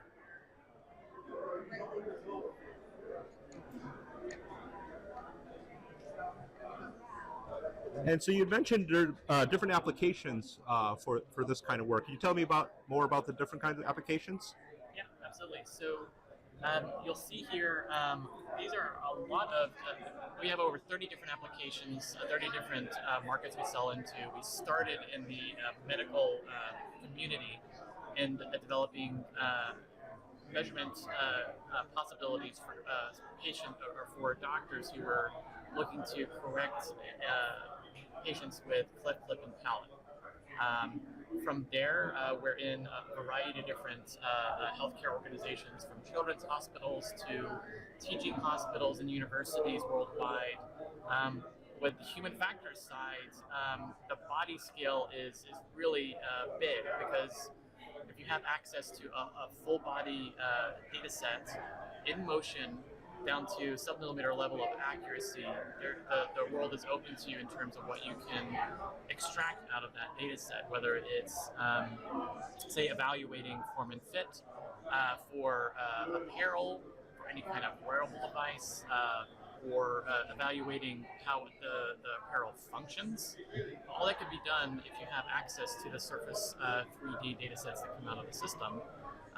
Further from that, how do you train your devices or your algorithms to understand how humans act and interact and behave? You need authentic 3D data to be able to inform those algorithms. And without that authentic first generation near ground truth data sets, we like to call it, you're basically starting with lower quality data, and any kind of training pipeline requires the best possible quality data at the beginning, because at the end of it, you're going to start degrading it to kind of extract information out of it. So start with the best, you get great results from that. Oh, that's great. Great description of your technology. In terms of applications and other kinds of tools, how does the 3DMD tool work with those other applications? So you can see in this screen, you might not be able to see it on the video, but in any case, we developed downstream applications that enable us to take the first generation images, the data sets that come out of the system, and then we deform, it's a form of non-registration using template models. So template body data sets, template heads, which are homologous meshes that have rigging, so they have bones, and they're watertight structures. So we're able to deform those models into the shapes, approximate shapes of our real subjects, because we have access to the first generation data sets. So with access to that first generation data set, our second generation data sets with all the rigging, the animation possibilities from there is more realistic, it's more authentic. So that's the key for what we're able to do with all of our downstream applications, is providing that level of authenticity to the research that can be done with animation, with motion analysis, all of that. Oh, that's great news. So where can folks find a little bit more about this technology? So best place to go is our website, 3dmd.com. I always like to push people to our customer research tab, because it is where you're going to find hundreds and hundreds of peer-reviewed papers from our customers who've been utilizing our software and our hardware to further their research goals, whether it's in the healthcare sector, human factors, all over, just a wide variety of papers. Awesome. Yeah, so it sounds like a great way to see some of the use cases for the technology to learn more. Well, hey, Daniel, thank you very much for your time. Over to you, Nick.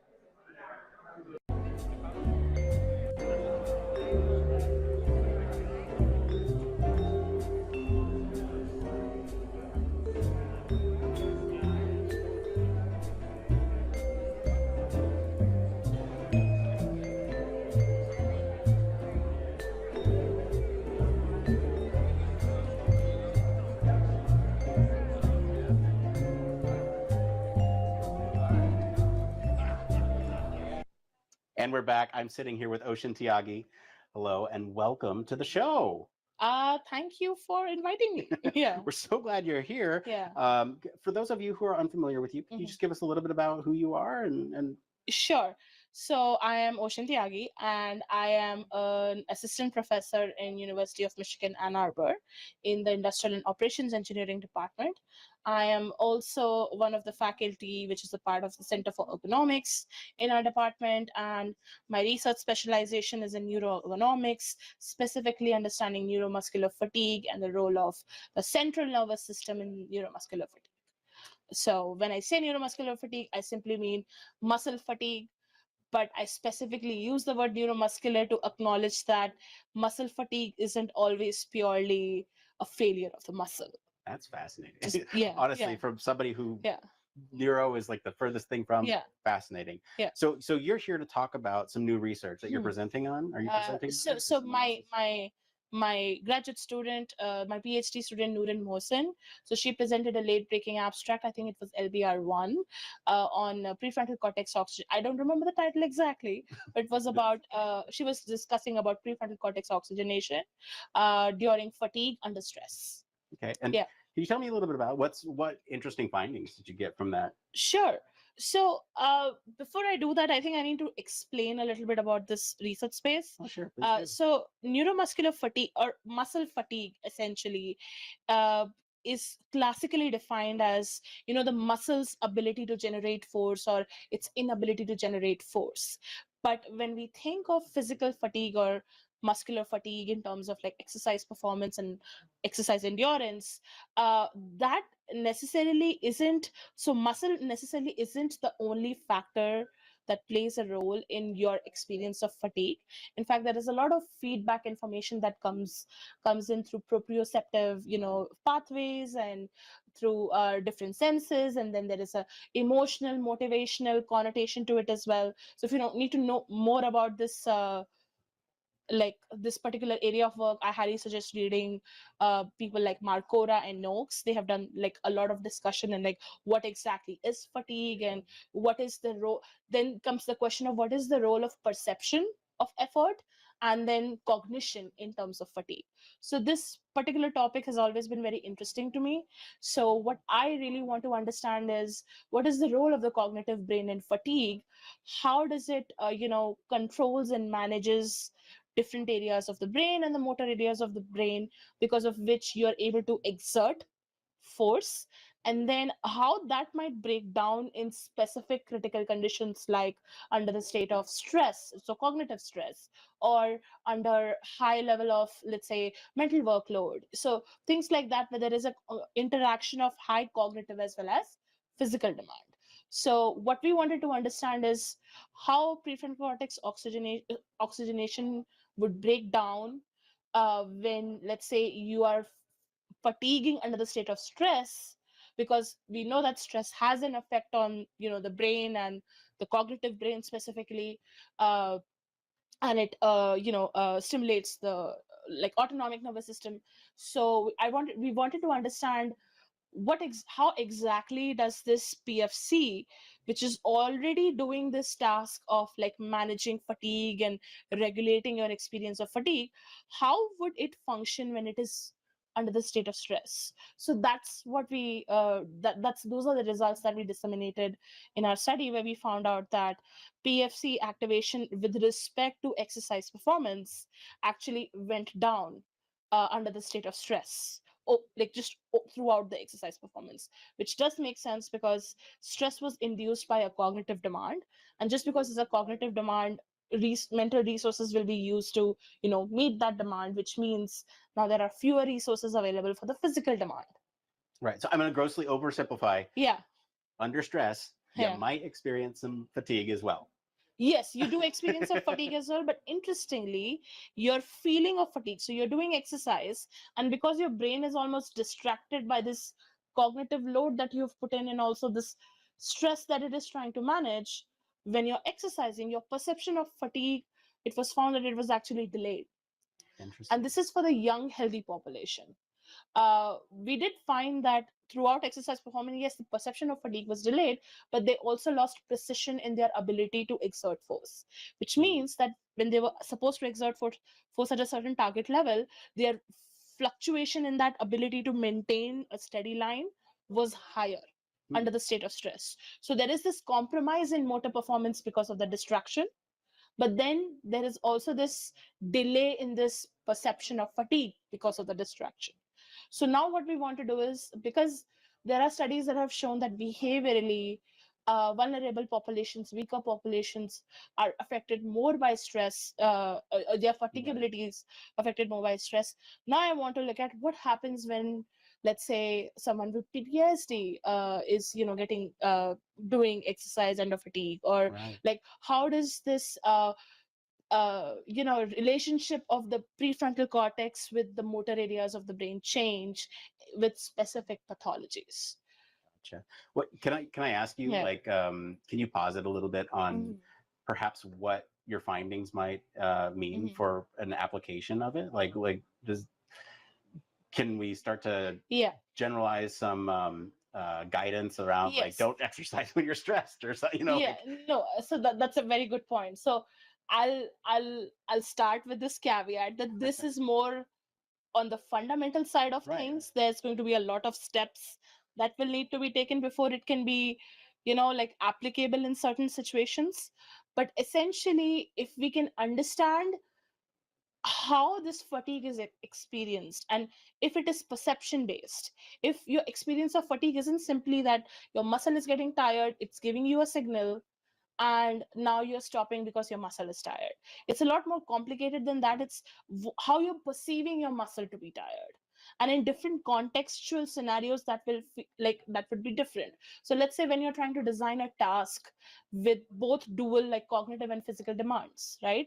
Let's say for an industry work, it's a repetitive kind of a work, you need to take into account that perception of effort might not exactly be the same in both conditions, which means some people might get fatigued faster, some people actually might get fatigued later, but precision control might be a problem, like their ability to maintain the amount of force. So in industry these things is important with respect to understanding what are the demands any kind of job is putting on a person. Then on the clinical side of things, if we can understand, let's say if we realize that, oh, prefrontal cortex is the one which is giving you the experience of fatigue. Now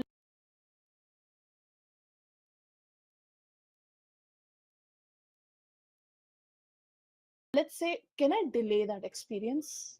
Let's say by some sort of a stimulation technique or an inhibition technique, but then there needs to be a lot of work in terms of ethics and in terms of maintaining safety. And so you see what I mean? So this is like very, I would say, this is not right now at a stage where we can, iceberg. It cannot not be directly applied, but I'm hoping that this work in the future will be able to lead to some really cool applications. Yeah, I fully believe it will. I mean, I'm a practitioner by nature, but it's always this foundational research that really does sort of kick open the door for some of those applications. It's just that it is so slow that you cannot always find the exciting thing to catch on to, like when there is, but it still should be done, I think. Yeah, absolutely.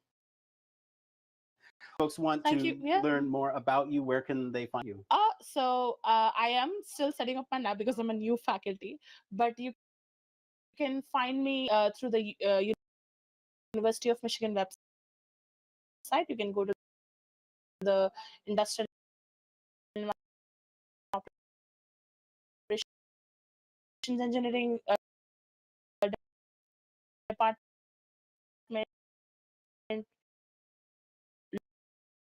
Look at their roster. I'm there in their like faculty list. Feel free to email me as well. At my professional email, it's publicly available to people. And if you have any questions, just send me an email. And if I don't respond, I'm sorry, but sometimes if you ask a very interesting, even if I'm... Are you tired of boring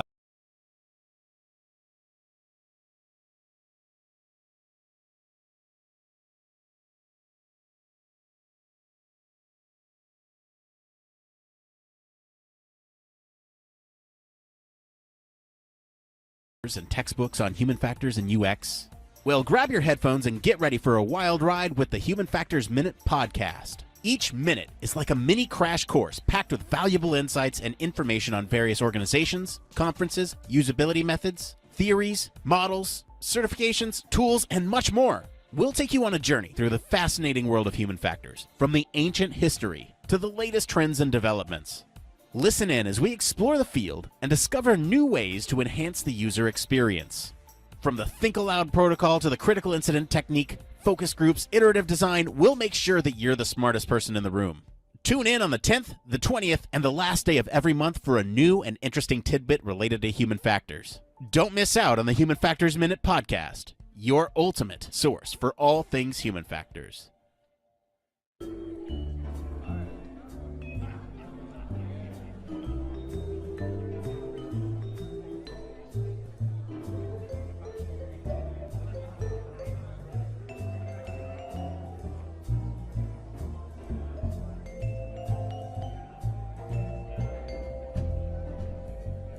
welcome back. Joined here with Rob over here at Smart Eye. He's got a lot of great things to show us today. Rob, what are some things that that you're showcasing today for today's participants? Sure. Thanks, Frank. So what we're showing here today is our 3D remote multi-camera head and eye tracking system, along with our biometric platform that allows you to tie together eye tracking together with other biometric sensors, such as galvanic skin response, ECG, EEG. We can do voice analysis and even emotion recognition. So I have a system here that's set up. This is a very simple system set up on my laptop. Just to show you what that makes the Smart Eye Pro system unique is the usage of a 3D model. Here you can see a very simple model of my laptop. In a typical automotive setting or an aviation setting, we would have the whole cockpit modeled. Now, what makes this so beneficial is a lot of eye tracking systems will tell you where the eyes are, and they will tell you where the gaze vectors are, but they don't tell you what the gaze is intersecting. It makes it a post-processing nightmare to every time the head moves or the eyes move to figure out where that gaze is intersecting in the environment. So the advantage with the 3D model is you can name all of your objects. So you can see here I have the screen labeled, I have the keyboard, the touchpad, and you can see here as I'm tracking, you can see my head. I can move very comfortably side to side. I can move forward and backward, and we maintain robust tracking. So that's pretty and that's a very large head box, and that's one of the things that Smart Eye specializes in. But the true advantage with that 3D model is that you can see here in your data that we're capturing.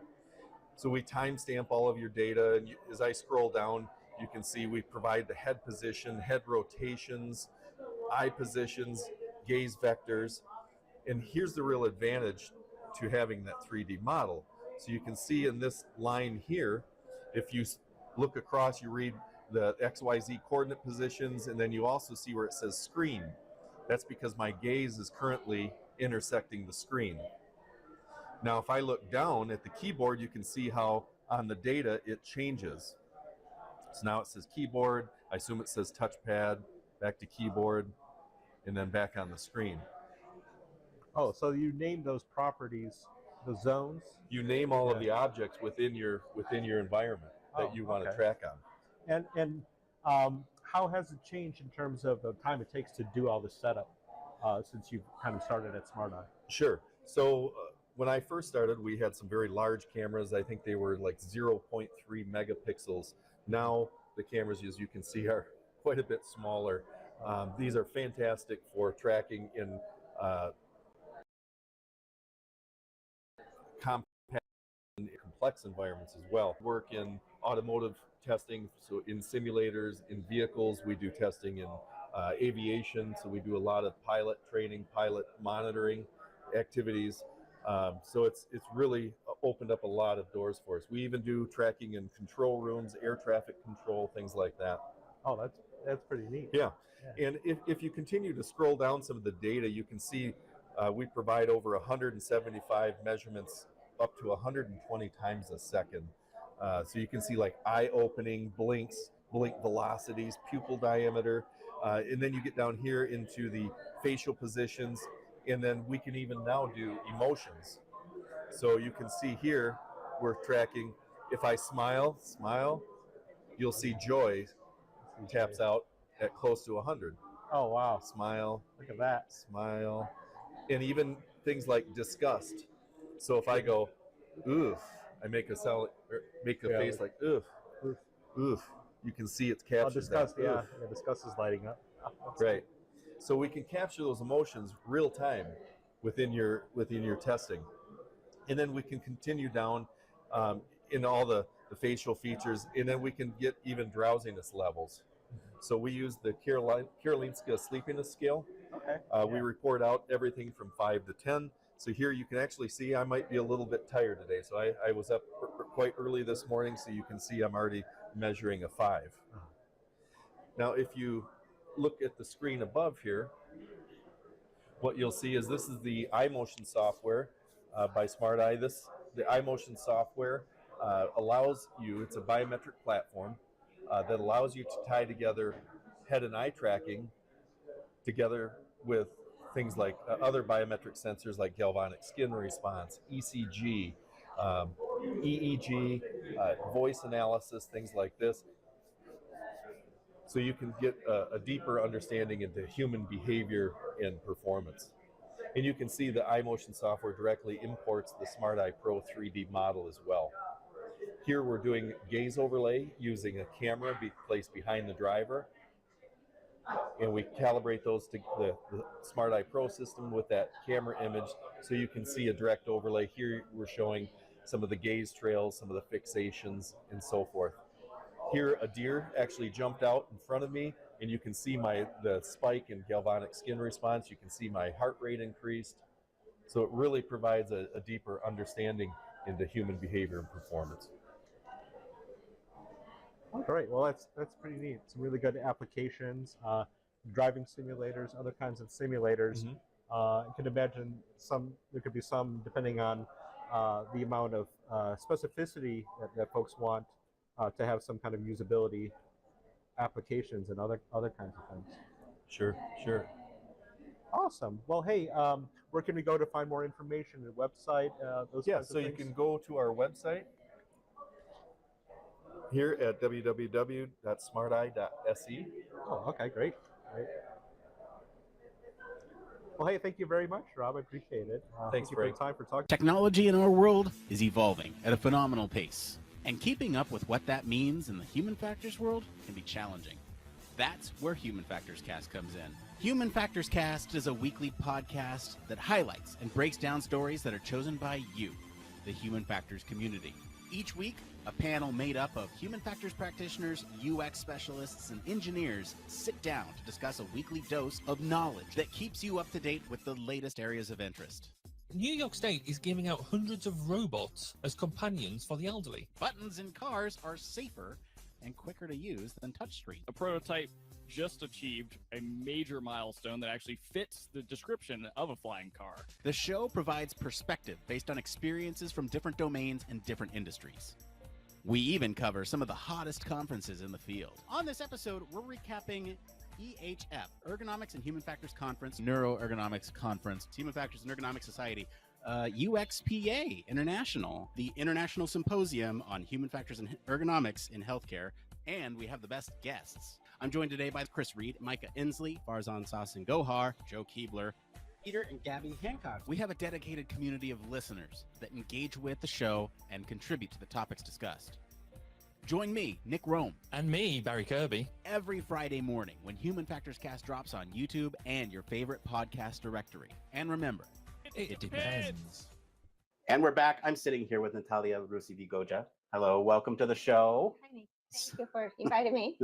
So glad to have you here. So Natalia, for folks who are unfamiliar with you and your work, can you just give us a little bit about you and sort of what your experience is in human factors? Yeah, sounds great. So I am right now a user researcher lead for software networking at IBM, IT automation. Prior experience, I worked 4 to 5 years at KBR NASA Johnson Space Center. For that, HP, and I graduated with a PhD in industrial engineering with focus on human factors and ergonomics from Texas Tech University. Couple of internships at Medtronic, Denison Industries. So that's a quick summary about my experience. That's a good way to summarize a lot of stuff. So what are you here to talk to us about today? You're here to talk to us about something new? Yeah. So there are definitely many things happening at IBM right now. As a lead, I had the opportunity to work in different products that are coming. There are many different ways that software networking happens right now. People have different tools that allow the applications to be like for you to watch Netflix at home, or for the emergency situations to be like the information that you need at the right time.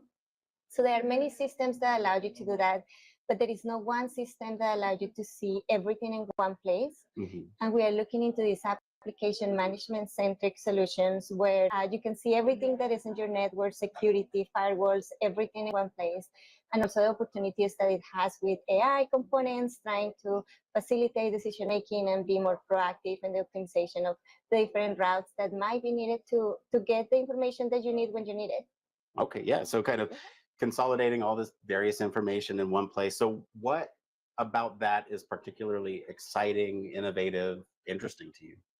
It's very exciting because when we look at the future, we see that things work kind of like when you watch a movie, it comes to your house and you don't know what's happening in the back end, right? When there is an emergency situation, you don't know how the information is coming, but if there is an opportunity to bring things the fastest way, the most optimum way, with the higher fidelity possible and the more secure way that you know that your information is not being affected, I think that is very, very interesting. And it affects many different businesses, from hospitals, banks, schools. So it's affecting our lives and our family and our friends' life. And I think that is super interesting. It's a new way to see how software networking is going, and we are like often trying to figure out what is a better way to do things and exploring different ways to not make just things useful, but things that people can use, people that have a value for them, some things that people can say, you know, I love this because it makes difference in my life and in the life that I am trying to serve, which is a business at the enterprise level. Right. So what's the future? What does that look like? The future is right now having very user-centric solutions where even if you get to autonomous networks, that you have the human involved and that you know that it's adding value to the human in many different aspects. So it's exciting because human factors, user researchers are there and are being part of this. And we are trying to identify this solution with things that are actually valuable for the human. Not just designing technologies for designing a new technology, but a technology that is actually serving the user. You know, the most exciting thing for me, especially with like AI and it's going to take our job, that there's job security for us human factors engineers out there. There's always going to be a human somewhere in all of that. So thank you so much. Where can folks find out more about you or any of the efforts going on about at IBM? Yeah, I will be happy to connect on LinkedIn. There is also user research opportunities. If there is anyone who wants to participate in our studies, there is a site that I can share later. There's user research at IBM. And this is an opportunity for you to drive and provide feedback on future technologies where they are going to be tailored to you and to better serve you. So that will be a great place to learn more about that. And yeah. Excellent. Natalia, thank you so much for being on the show. We'll be back with more right after this. Thank you for inviting me.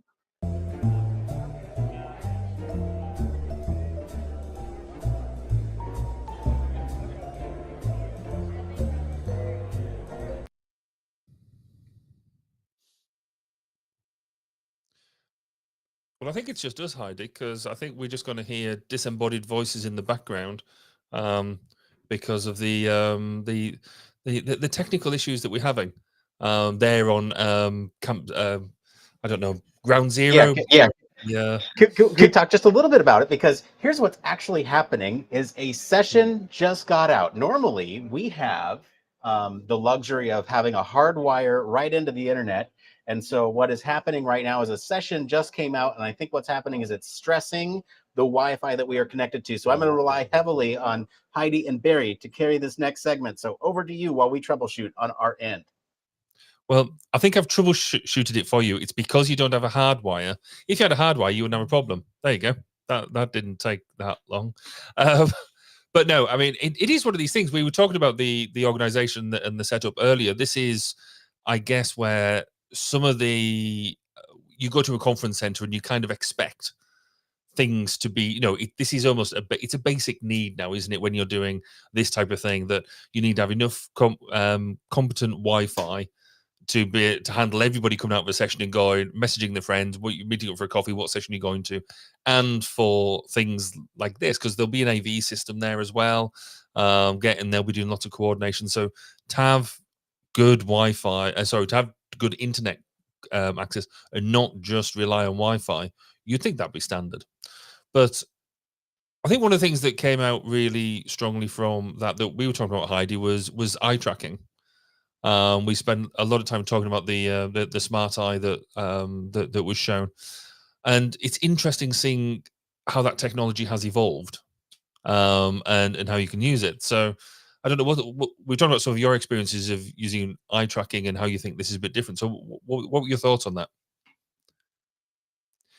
How about you try that without mute being on, and do that? So, am I the only competent person in the room?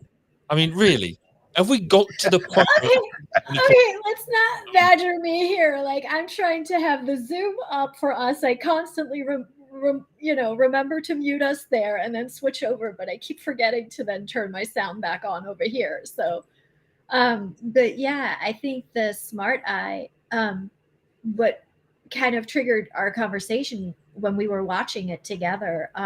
Barry and I were talking in the background for the viewers listening and watching. And I said to Barry, I wonder if it's like that other thing that was in 2017 that I tried to integrate into medical usability testing.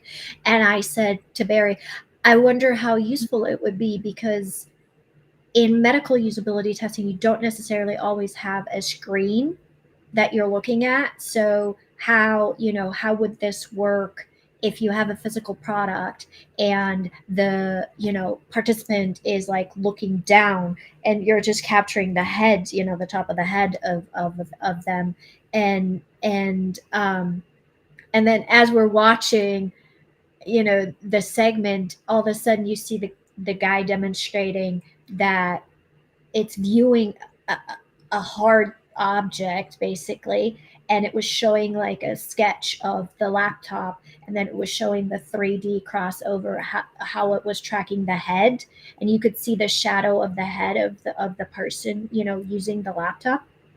And I said, this would be really cool to see if we could integrate it into medical usability testing, because if I could hone in on what they're really occupied with looking at on a product, especially a medical device, right, then it would really hone in on what kind of design changes I need to make on it in order for the not just the usability to increase, but also the safety and effectiveness.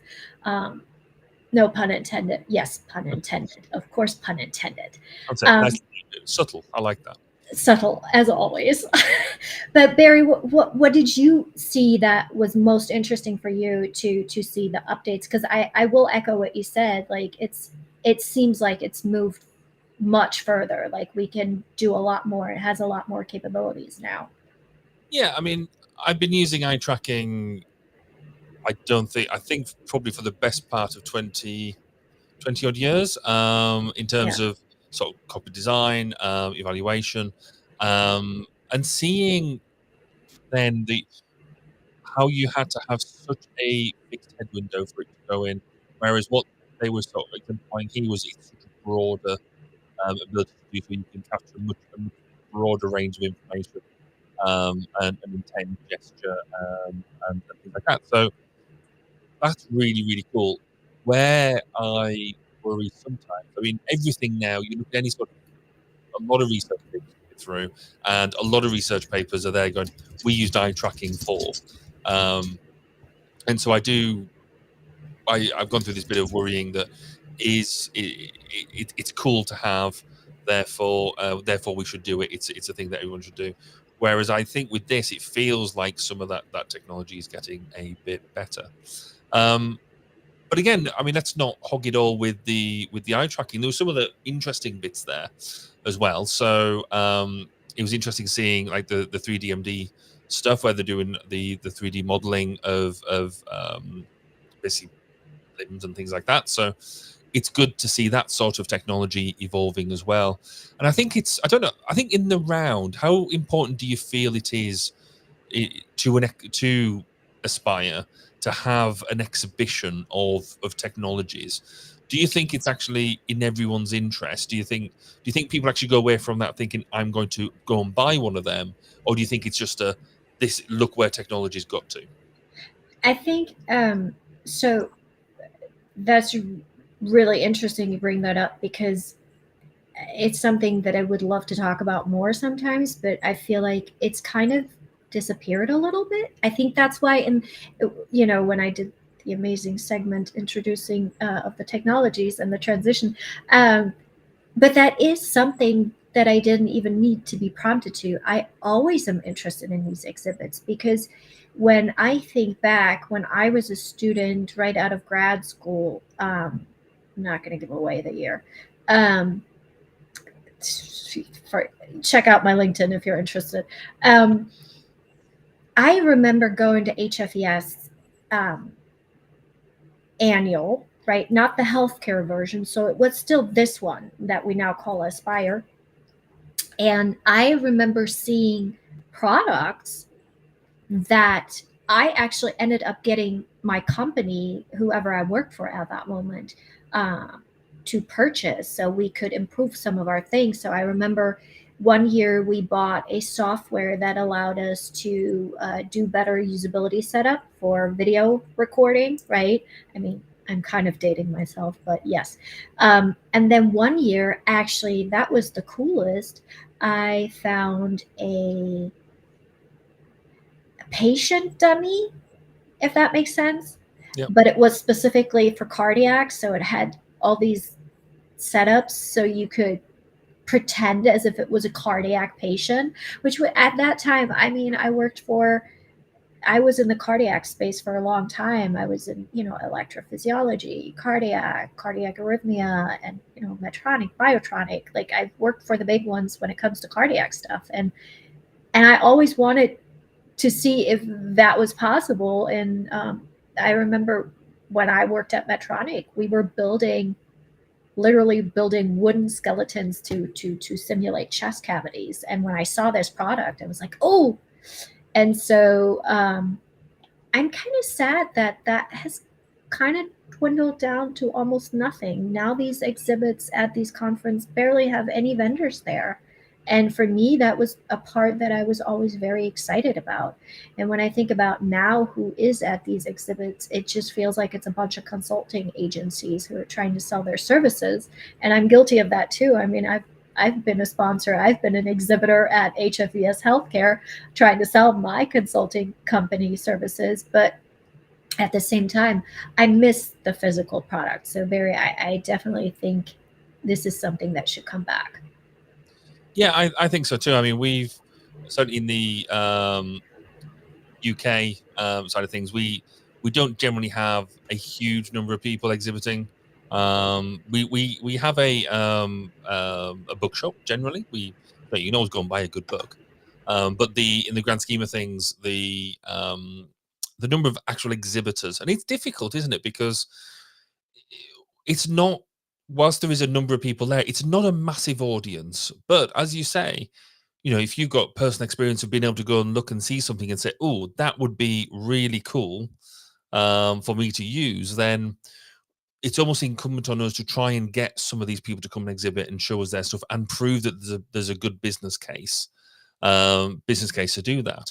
So, yeah, I would like to see there be more of this stuff going on. I mean, we had at a previous one some different exoskeletons. Oh, you're flipping around there. Hello. You did that cleverly. Without. I have no idea what just happened. I think I was trying to type and I accidentally hit a shortcut on the screen. Magic happens. But it means we can read your the safe and effective thing in the background. Oh, now you've gone back. Yeah, because I exited the window.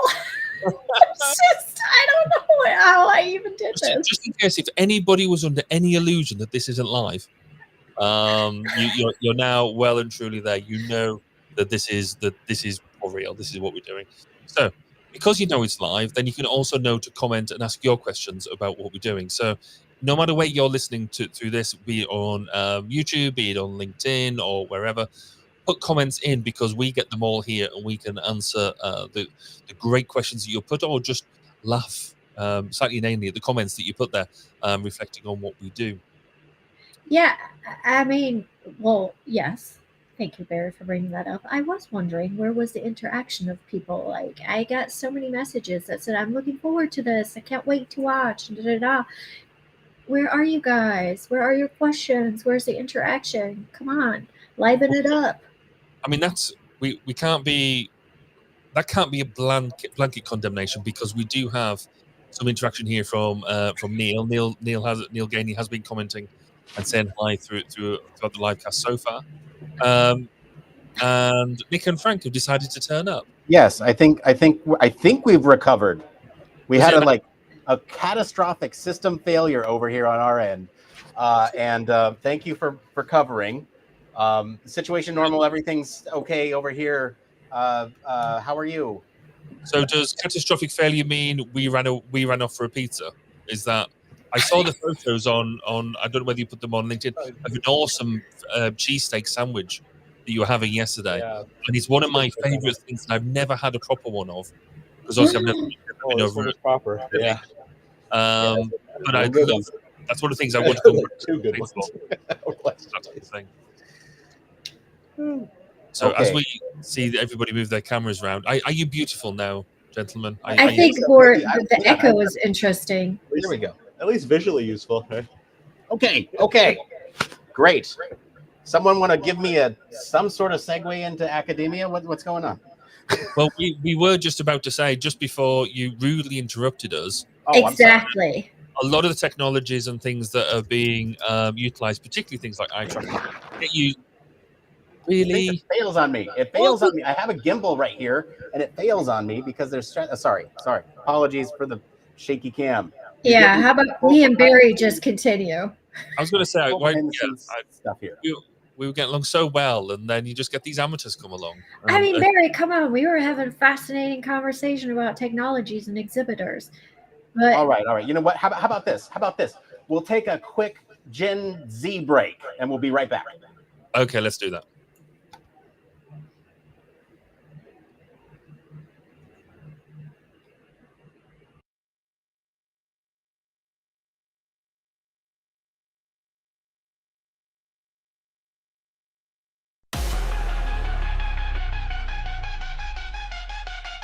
Rolling to the desert, conference is lit.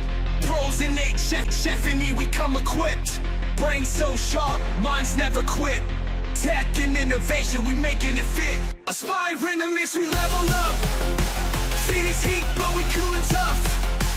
Livestream showing all that stuff. Ergonomic dreams, gonna call you bluff.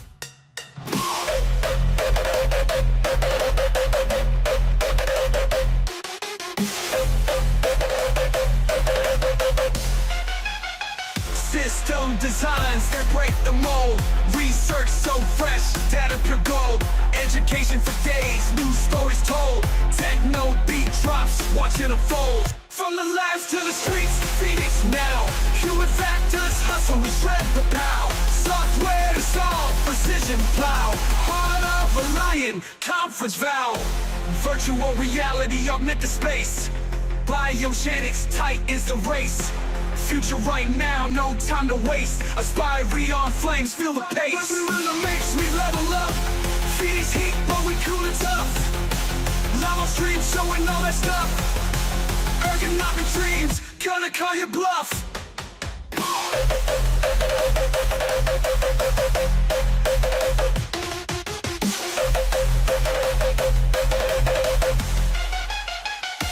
Virtual reality, augmented space.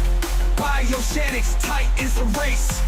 Future right now, no time to waste. Aspire on flames, feel the pace. Aspire in the mission, level up. Phoenix heat, but we cool and tough. Livestream showing all that stuff. Ergonomic dreams, gonna call you bluff.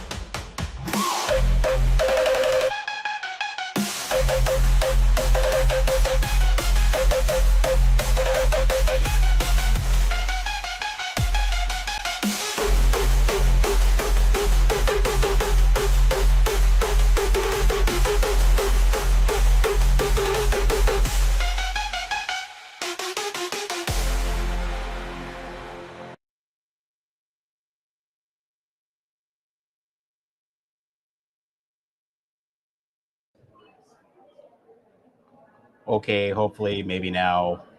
Okay, yeah, all right. Some sort of transition to academia. Let's get to it quick. Okay, Yeah. that's Heidi. That's what you missed. Before I didn't miss anything. Oh no, you missed everything. No, I did not miss anything. I'm sorry. I love the younger generation, but that is not for me, not for autistic Heidi. I could not listen to it. The sound was disturbing to me. I think the content was disturbing to me. I couldn't focus on the content because the sound was like disabling me. The dance was particularly great. Barry and I, we were talking in the background about the raves that we went to when we were younger, and that new generation thinks it's their thing, and it's like, no, kids, no. We went to the raves way before you even were a thought. Like, I remember going to clubs from, the night until the morning hours, like 6, 7 o'clock in the morning. And then we go and get breakfast. And then we go to a different club that opened at 10 a.m. to go to the after rave. So, and that's literally what that just sounded like. See, I was never that hardcore. But I think in the grand scheme, because I was really good studying, and because I was a good academic, and therefore I think we should probably transition to the academic piece of this and understand how academia is being represented at the conference, shouldn't we, Nick? I'm going to not take that as a dig as that I was not studying. But Nick, Frank, what's the situation with the academic representation at the conference? Yeah, well, hang on. I think before we talk about that, maybe we talk about labs, local chapters, panels, and posters. I think maybe in our notes there was a weird transition. So how about we focus on that? Let's see what's going on with sure with labs. Yeah, that's a better transition. That sounds this great. Is all live. This is all live. We're here. We're live. This is it. I'm gonna go do some interviews. Frank, why don't you get up and go do some interviews, and we'll get it going on here. Let's see here. I gotta stretch your legs, Frank, because you're gonna be running. I'm gonna be run VT, running around. If this is not evidence that we are 100% live at this moment, then I do not know what is. It just looks. Well, I don't know what you're talking about. It's fantastic. Yeah. We are fantastic. Thank goodness for editing. For editing.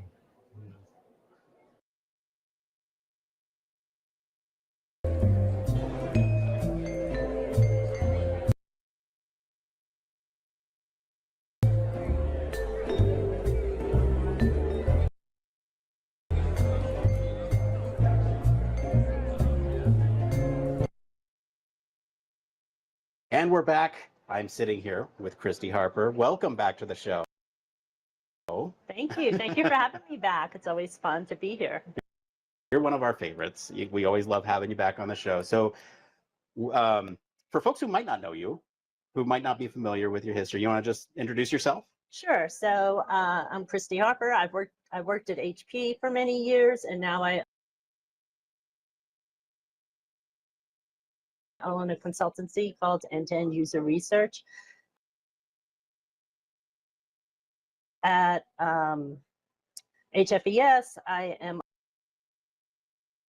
on the executive committee. I'm an executive at large. I am the chairperson of the local chapters committee, and I'm on many other committees. And I just became fellow today. Well, congratulations on fellowship. That's amazing.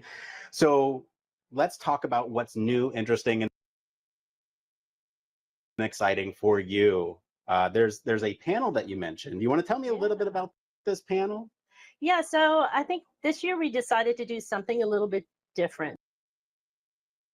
So many of the times the panels I'm on, we're sharing information. We're telling you all about something we've learned, a best practice, a new method, and things like that. But what we decided is many times there's not enough time for questions, and a lot of times the questions that come up in the audience are related, and then there's some questions that are not at all related to the panel discussion that we put forth.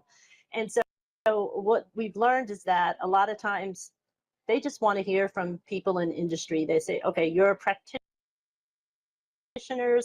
so we want to ask a lot of questions. So what we've done is we're basically sharing our bios, and we're going from there, and we're just opening it up and saying, ask us anything, and we're turning it over to the audience. That's really interesting, unique approach. I mean, like, has this been done at a conference at a Human Factors and Ergonomics? I don't know, but I kind of like it because it was very little preparation. It is kind of nice, right? Like, yeah, like, what here's is my bio. Woo. what does the makeup look like on the panel? Like, is it folks from across different industries, different professions? Well, no, it's more tech-based. So it's Michael Bartha, who is currently at YouTube/Google. I'm Retta McGuire, who is at Dell. Melissa Meingast, who is at Hewlett Packard Enterprise, and myself. And then our moderator is going to be Angie Avra, who is at Peloton. Okay, excellent. And what would you say is the most exciting part of this new approach? That, you know, where does it go from here? Is this like a transformative way in which, you know, Aspire is now going to approach these panels? Are we going to do this one of these every year? Well, we could, but I'm going to see how it goes. I really think that people want to be able to ask questions because people stop us all the time and ask us questions. So this is just giving them the opportunity. We have an hour. So our slides to introduce ourselves are not going to take that long. They're going to have plenty of time to ask anything. We truly are, because we don't have a prescribed topic, we truly are open to answering any question. So we may do it again if it goes really well, but we're going to see. It's a little bit different from presenting your research.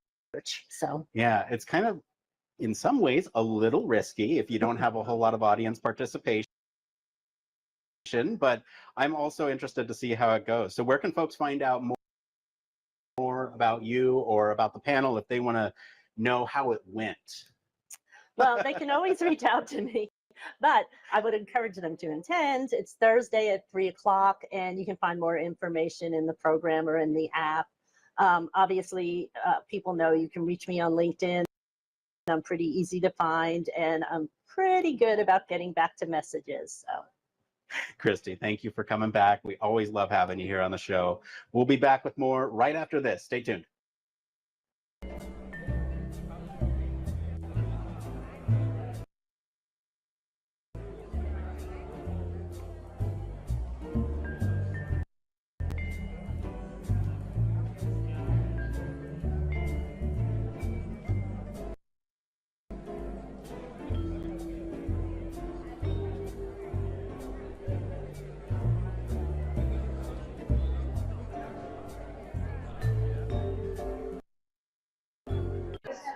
Hey, and welcome back.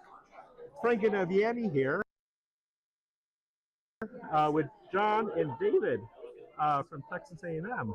It's glad to see everyone. Can you tell us just a little bit about yourself today? Okay, so I'm David, fourth year PhD student at the Industrial and Systems Engineering in Texas A&M. I work in the Ergonomics lab and ACE lab. And I do research in fatigue, forecasting fatigue, and that's what I really focus on. My name is John Hayes. I'm a PhD student at A&M as well, also a fourth year. I am in the SAFE lab, and my research focuses around looking at neurovestibular challenges that astronauts face during and after spaceflight, both looking at how those interact with things like fatigue and also looking at whether we can train people to adapt more quickly to altered gravity levels. Awesome. Well, that's great news. And I hear that the human factors presence over at A&M is split into three main areas. I believe one of them is industrial engineering. What are the other two? So there's one in public health as well, and then compared to what we see here, you have the IO psychology as well. So we have those three spread across, so it's not concentrated in just one department. Oh, wow, that's really great. There's a lot of variety, a lot of interesting research happening in Texas A&M. Well, I bet you guys are working on one or two researches. So, Heather, do you mind sharing what are the cool stuff that you guys are doing behind the scene? Sure, yeah. So I recently received funding from NASA to start a study looking at developing a ground-based analog to simulate the effects of microgravity on the vestibular system. So we're going to combine a platform system with VR and also a form of brain stimulation that's been shown. It's been validated with astronauts to actually mimic those vestibular dysfunctions that astronauts experience. We're going to try to see if we can mimic the way that they feel on Earth, so that we can train them and prepare them before they get to space. Because right now when astronauts get to space, they take about 1 to 3 days before they're actually able to function and do any critical tasks. Sometimes they get up there and they're just throwing up or feeling very motion sick.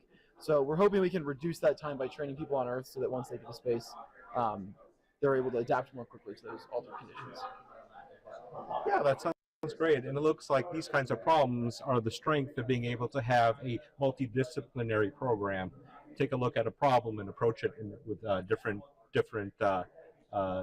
angles and different mindsets. So here at the table, it looks like we have got a lot of talk about the graduate program, and curious about the different opportunities that are available for folks. So we have really great programs in general for our industrial engineering program. We split into manufacturing, data science, systems engineering, and health and human systems engineering. And and for health and systems engineering, we have people that do focus on biomechanics, on the cognitive side, and both as well.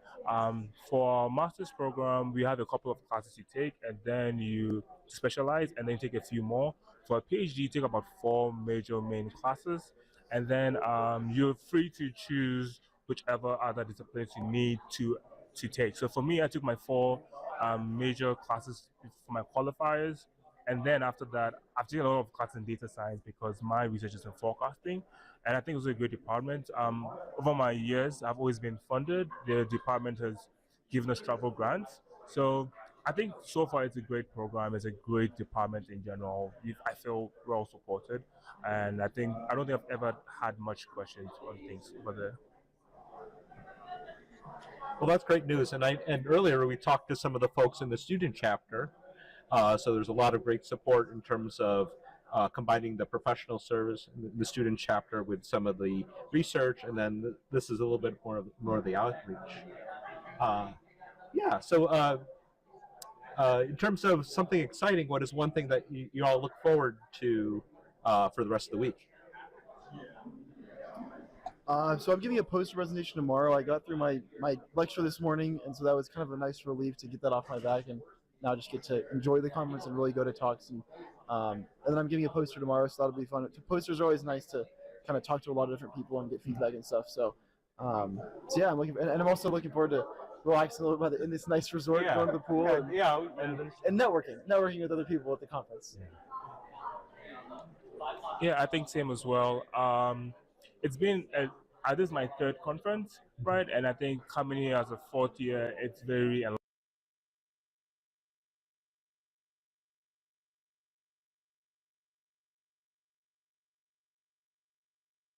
enlightening, talking to like the first years as well, seeing how much we've changed. So I think I'm looking towards the week. I was first intimidated a little bit, but now I'm like, okay, I do have some knowledge. So I'm looking forward to sharing that with like other people, getting knowledge from them, networking. Some people want to talk to me about internship opportunities after here, and just talk about research in general. So I think, yeah, and explore Arizona, or if we get a chance as well. So that's what I'm looking for the rest of the week.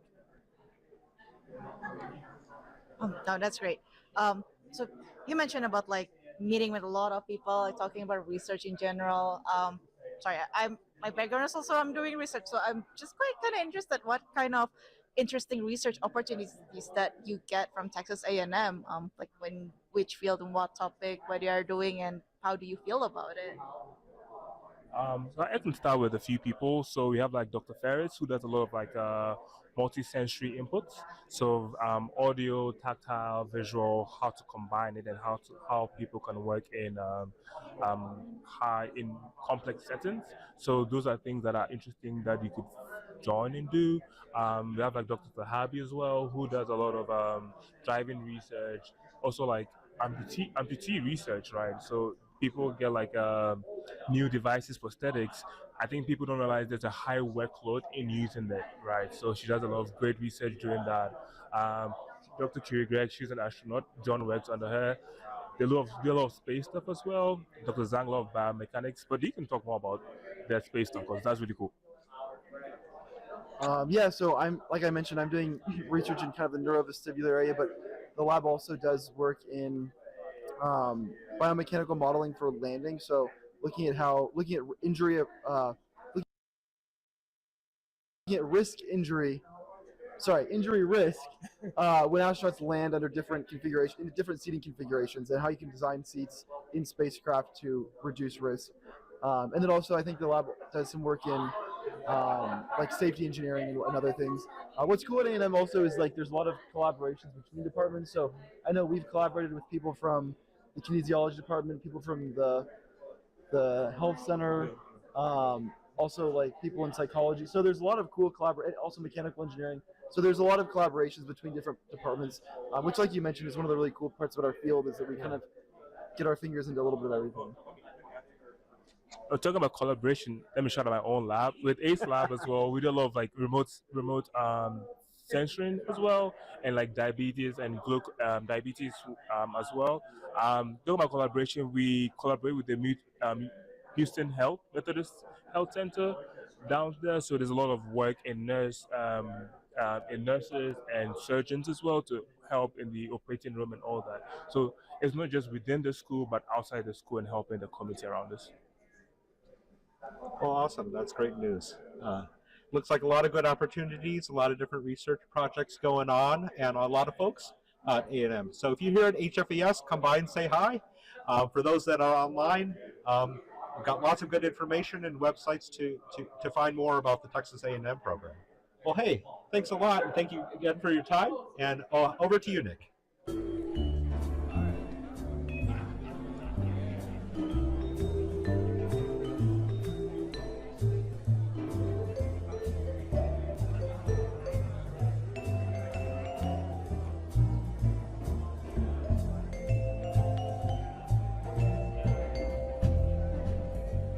And we're back. I'm sitting here with Hannah Bowman. Hannah, welcome to the show. Thanks for having me. I'm so happy to have you. So for folks who might not be familiar with you or your work, can you just give us a little bit about who you are? Yeah, so my name's Hannah, as you mentioned.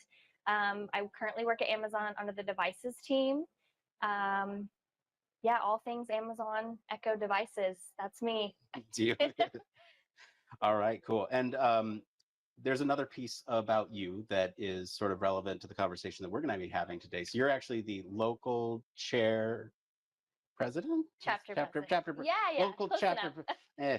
Brains, like clearly I'm just all befuddled because I have this thing here. And anyway, so you're the local chapter president of Houston in Texas. And I think you're starting to notice a trend, maybe? Yeah, the big buzzword I would say is networking. Networking. Yeah.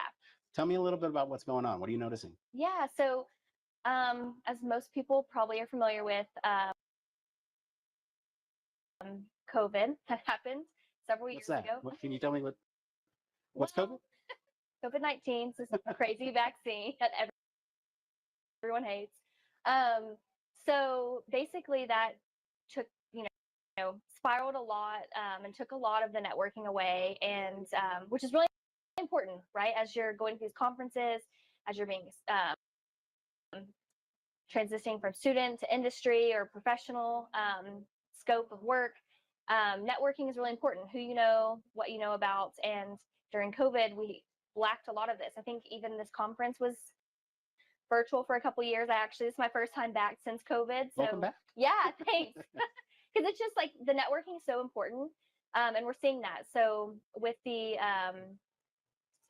I was actually the chapter president when I was in school as well. So we stick really closely with, as alumni, to the students. And that's one thing that we've really heard a lot about, like myself and other committee members, is networking. They really, really miss the networking, being around people, talking to other professionals, understanding what's out there, what's popular, what opportunities that there are. So like networking is just really, really big right now. So as a local chapter president, are you making any effort to sort of provide opportunities to network, at least at the local level? Yeah, we are. So every year we have a symposium in April, which we just had. We had 101 people attend, which is a lot. They come all over the southern part of Texas. So we had A&M, Texas Tech, the Houston area folks as well. So that was a great place to show off your work. There were some networking pockets in there. We did a happy hour after. We actually have, if you're local to Houston, next Wednesday, I need to fact check that. It's on LinkedIn, but at Ion in Houston, off Main Street, there is a happy hour event. And then, yeah, I'm sure we'll have another one before the career panel, which is in the fall. So yeah, we're really taking it serious, listening, trying to do all we can just to bring people together and, yeah, put names to faces and conversation and, yeah, networking. So what's the importance behind might be obvious to some people. What is the benefit to networking, and why is it so important? Why are people asking for it? Yeah, I think it's really like, maybe this is wrong to say, but I truly believe it's a lot about who you know and not everything that you know. Like, it's a combination of both. You have to have the connections out there to say, you know, make that connection with people of like, okay, Nick, you're interested in podcasts. So when when a podcasting opportunity comes up, I would remember to reach out to you, right? So I'm your guy. Right over here. It's me. Yeah. So it's like, okay, Nick, well, maybe we don't have to say podcast. We can just be more comms in general. Yeah, comms, zookeeping, who knows? That's a hobby of yours. So if I knew something about it, then I could, you know, that connection I made with you to know like, oh my gosh, this person would be perfect. And then it's that easy kind of reach out. And honestly, people love to talk to you. Like if you reach out and say like, hey, can we do a 15-minute like coffee chat? Do it. People love, like people, I mean, maybe it's just me, but people love that. It's like, yes, I want to tell you more about myself. So it's actually kind of a benefit for both people. But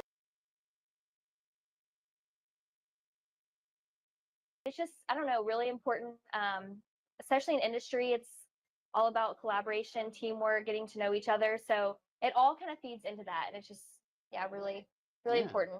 So what happens, what are you excited for in the future if more networking events start happening at the local level? Like, what does that mean? What are you excited for? Yeah, I think I was in a chapter president, not chapter president, a president's lunch yesterday, and they mentioned this new initiative regionally. Don't know if I'm allowed to say a bunch of details about it. I don't think it's a secret, but it's more to just expand. So I think what's really interesting to me is a lot of people, our chapters thriving. I didn't really know, like, I feel like we do a lot, but we're not doing like, it's not like burnout a lot for the committee members. So I thought, you know, oh my gosh, I had this expectation, like we're not doing enough, and we're actually doing a lot. So I think just as time goes and more people hear about it, we can have more local chapters, more awareness. I know I had 3 of my coworkers here this week who are all first-time members of HFES, knew very little about it. So I feel like maybe there'll be a Cupertino chapter or San Francisco chapter, you know, like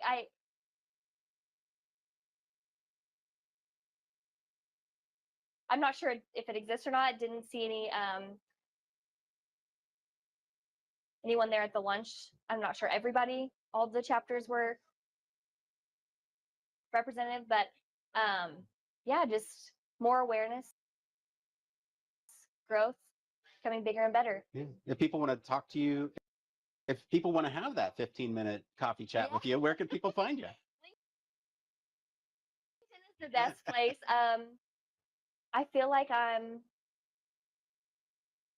sometimes really good about responding and sometimes I'm not, so don't feel like I'm ignoring you. I try to keep up with it, but yeah. All right. Well, LinkedIn. please, thank you so much for being here. Please come back and let me know if you ever need anything zookeeping related. I will. If I hear anything about zookeeping, I will be asking. I'm your guy. Yes, that's it. All right. Well, thank you for being on the show. And we'll be right back with more right after this.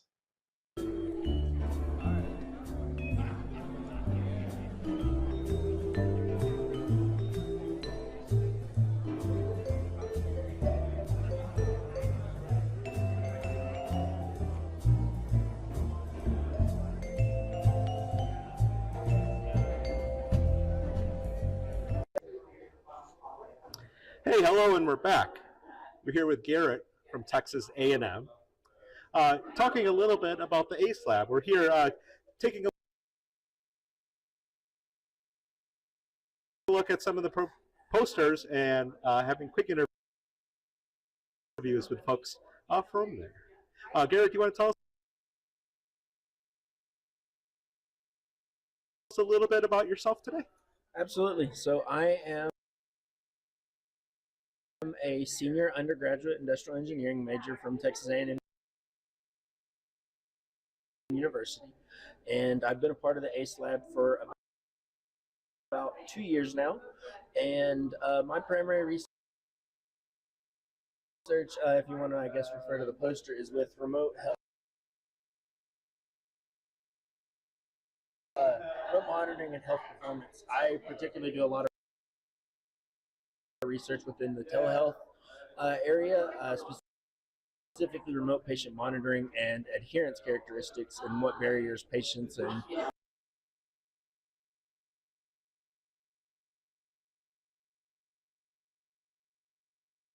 medical providers perceive that patients are experiencing.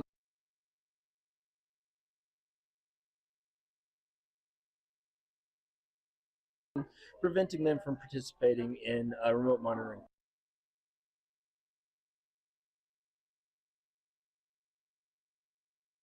programs. So that's specifically what I do. I know that that is very small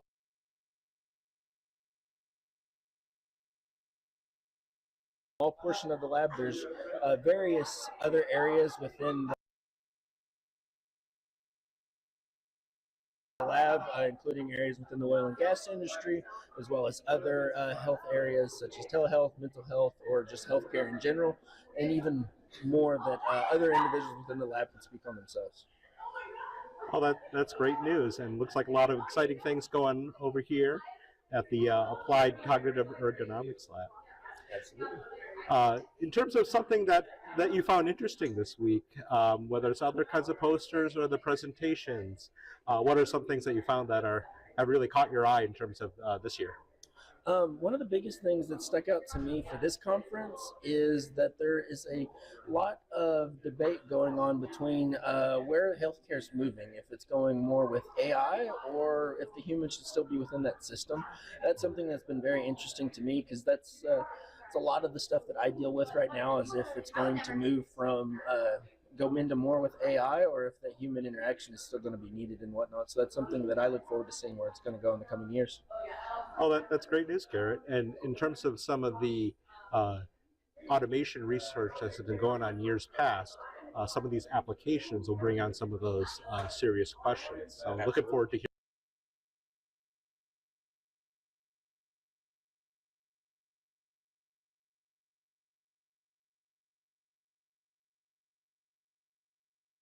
hearing more about, I think it was a debate that was started about it. That's a pretty cool format for it. In terms of things that are exciting, what's one thing that you're looking forward to this week? This week, I'm very excited about actually presenting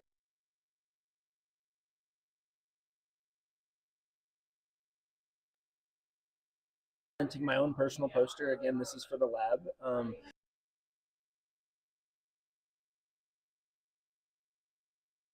I get to present for the first time myself at the conference this year, so I'm very excited about that, as well as all my other lab mates and their presentations. Oh, that's great. Always first-time presentation, and I'm sure that you're really working hard on it, and looking forward to hearing some of the things you have to share for us. Absolutely. In terms of LinkedIn, websites, and other kinds of things, what's the best way to find you and learn about some of your work? Okay. You can find me at the ACE Lab at tmu.edu webpage, or the ACE Lab webpage. And then on LinkedIn, I believe it is Dave.Mitchell is how you can find me on LinkedIn as well. Okay, sounds great. Well, hey, thank you, Garrett, and I appreciate it.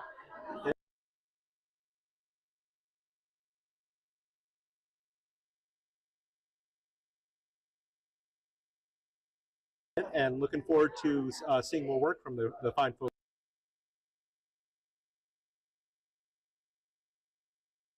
over at Texas A&M.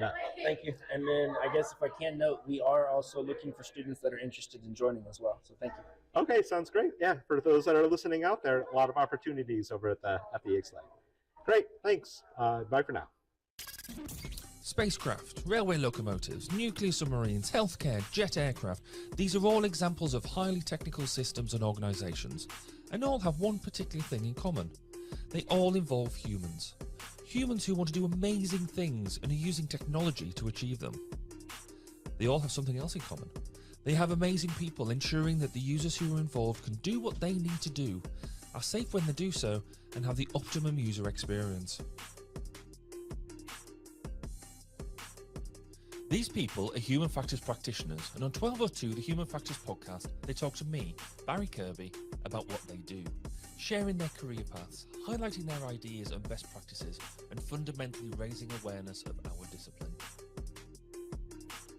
Find us on 1202podcast.com, on social media, and on your favourite podcast directory, because it's more than just common sense.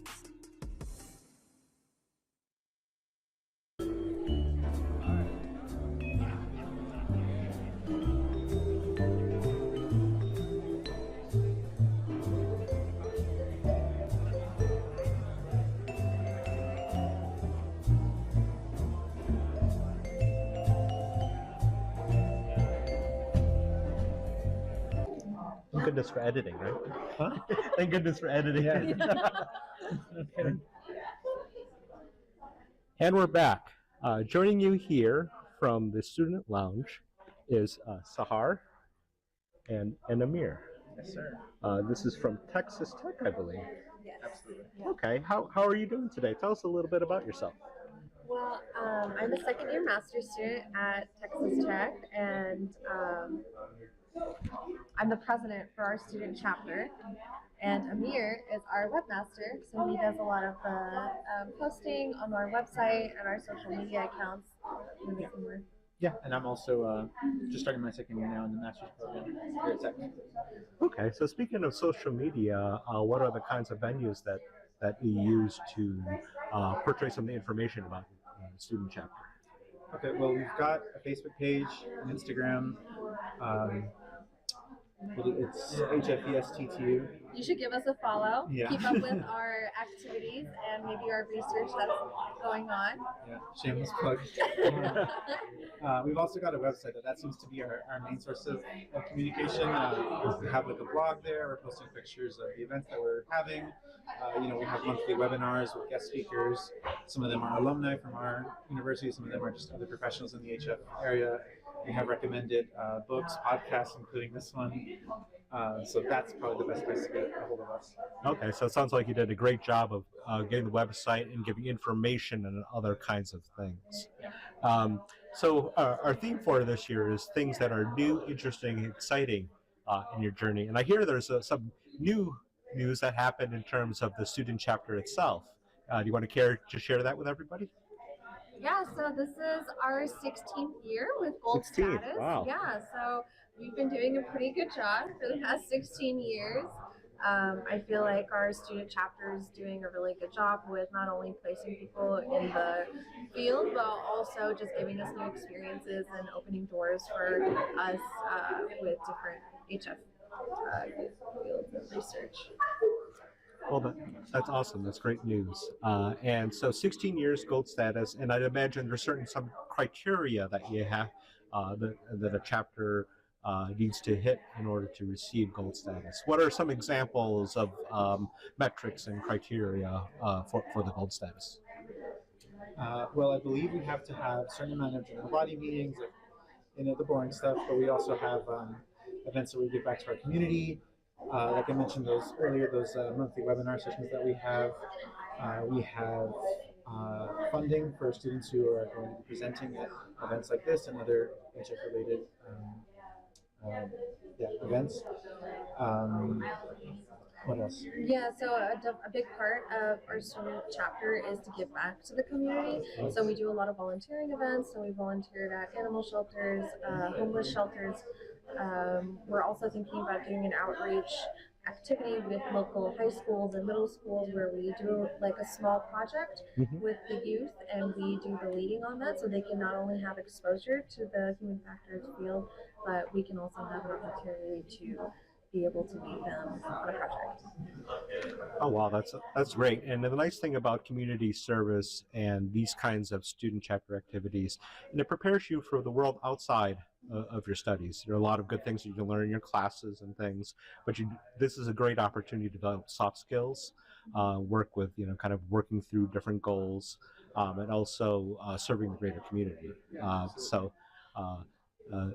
It's great that another great year of tradition, and that you two have kind of helped, and the rest of the board and the chapter have carried that on. So in terms of things that are exciting, what's something that you're looking forward to this week? I'm sure you got to meet a lot of different groups and have a lot of different activities. So I'm kind of curious what's on your plate for this week. Yeah, we're here at the at ASPIRE2024, and that's been great so far. We're looking forward. We've got a bunch of students here that are presenting themselves or giving lectures. We have one of our professors is giving a lecture, in fact. So we're super excited to see them, show to the world what we've been working on and all the hard work they've been putting into their research. We also have upcoming an alumni dinner that we do. Oh, that's so great. We get to meet with some of our predecessors and people who helped to keep that gold status, with our chapter, and see what our school and what the chapter kind of did for them and how they've evolved in their career and stuff. So that's super exciting. Yeah, I think I'm most excited to learn more about the other research going on in HF field. I do mostly research on robotic exoskeletons, so it's been exciting to be more exposed to other people who are doing the same kind of work. It's kind of different when you're in your own little lab the whole time. Well, that's great news, and it's always great to meet alumni folks, like you said, have won the gold award before, share some lessons learned, and I'm sure they'll be proud of you too for kind of carrying on that tradition. Well, hey, before we go, what's the best place to find more information about yourselves and also about the student chapter itself? You mentioned some social media websites, but where are other places to find you? So definitely our website, hfestexastech.com. Our Instagram is hfesttu, and our Facebook, I believe, is HFES Texas Tech. Yeah, I think as long as you look up anything Texas Tech University and HFES, you will definitely find this. Yeah. Okay, sounds great. And then in the video, we'll also have a little bit more information too, so people can find that as well. Well, hey, thanks for taking the time to chat today, and looking forward to having a great week. So again, this is Frank with Sahar and Amir from Texas Tech. Over to you, Nick.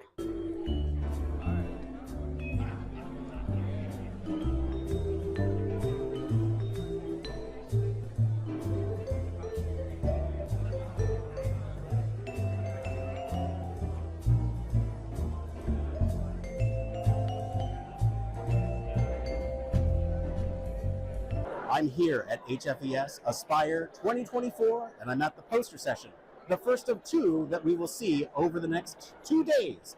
There are over 200 posters that you will find across a variety of different universities, organizations, and various parts and players of the human factors community. So you can see there's quite a lot of knowledge and information being shared among peers.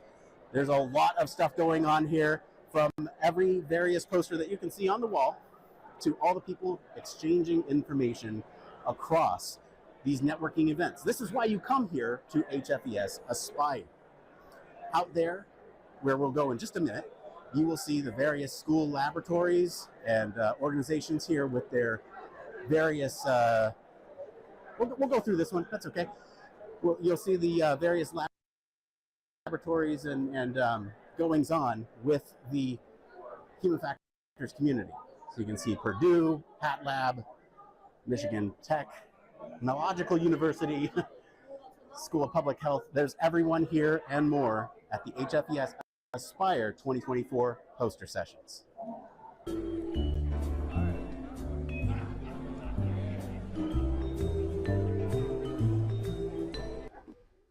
Welcome back. This is Frank here over at the Student Lounge. I'm joined here with Basoma. Hello, everyone. And Killian. Hello, everyone. Can you tell us a little bit about yourself? You're joining us here from Texas Tech University, I believe. Yes. I'm Basoma. I'm a second-year PhD student. I just started an accelerated master's program at Texas Tech, so just started that this semester. Yeah, that's great. Well, hey, thanks for taking the time to join us today. I know we had some other folks from Texas Tech, Sahar and Amir, that talked a little bit about your program, but we'll have an opportunity to talk a little bit about your research. And I believe the two of you, although you both are at Texas Tech, are in separate labs. Can you tell me a little bit about the lab and your research? Yes. So my lab focuses on laparoscopic devices. So we look at perceptual, motor, and also workload and stress on surgeons that use the laparoscopic device, which are used in minimally invasive surgeries. Mm-hmm. Okay, sounds great. So I'm a part of two labs at Texas Tech. The first one in the Industrial Systems and Engineering department, and we focus on safety, human factors, and resilience engineering. And like what I focus on is human AI, robot teaming, or virtual reality, which is what I'm here to present here. Yeah, great. So like each of you are on a different but yet complementary journey over at Texas Tech. Awesome. Well, let's talk a little bit about some of the interesting things that are going on. So things that maybe that you've experienced, whether it was some of the opening reception things or some kind of neat talks and panels that you noticed that you would like to tell folks about today. So we'll start with you, Basoma, about that. I would say something that was really interesting and also new was the HF in architecture, especially focusing on healthcare, where like you have to design something to kind of like meet like the patient safety. So that was like very new to me, and since like my interest evolves around healthcare, it was a very interesting like topic to cover. Okay. How about you, Killian? So actually, it was a lecture or a panel session that we just went to, but it was on EV adoption and the charging stations that are all around the nation now, and it's just right along the line of technology and new and emerging technologies, or just all that. It's just one other topic that I'm really interested in. Yeah. So there's a lot of different benefits of going to these different sessions. So in your case with Soma, that maybe you're working on a certain research topic, and you saw something that was interesting you that can help further that or have something related to that. And you, Killian, you focused on EV adoption, which is something that is big, kind of one of these big issues. So you get a good mix of some of these large issues and then these more local issues that will help you. So we got a long week ahead. I know we just started. What is one thing that you're excited about? I'm excited to present my poster at the poster session on Wednesday, and just be able to talk to everyone about my research and kind of everything with that topic. Yeah. Okay, sounds good. And was this going to be your first poster presentation at HFES? Yes, at HFES. Yeah. Oh, wonderful. Poster, yeah. Wonderful. That's a great way to talk to people, and it's a great venue to kind of learn about different ideas based on the research you've done so far. How about you, Basoma? What's something that excites you? I'm excited to see his poster. Oh, yeah? He worked so hard for it, so I'm excited to see it and see like other people at Tech, their posters too. Yeah, so you're kind of excited to support everybody, both the student chapter and also other people's work. Well, hey, thank you for taking the time today. Where can we find you in terms of social media or any other kind of presence? On LinkedIn for sure. Other social media, I will say I don't keep up with. So LinkedIn is probably the place. sounds Yeah. great. Yeah. Also on LinkedIn. Okay, sounds great. And then I imagine there's also other ways people can find you once they get to LinkedIn to talk a little bit more about and connect to you there. Well, hey, thanks again for your time, and have a great week. Thank you so much. Thank you, everyone. Back to you.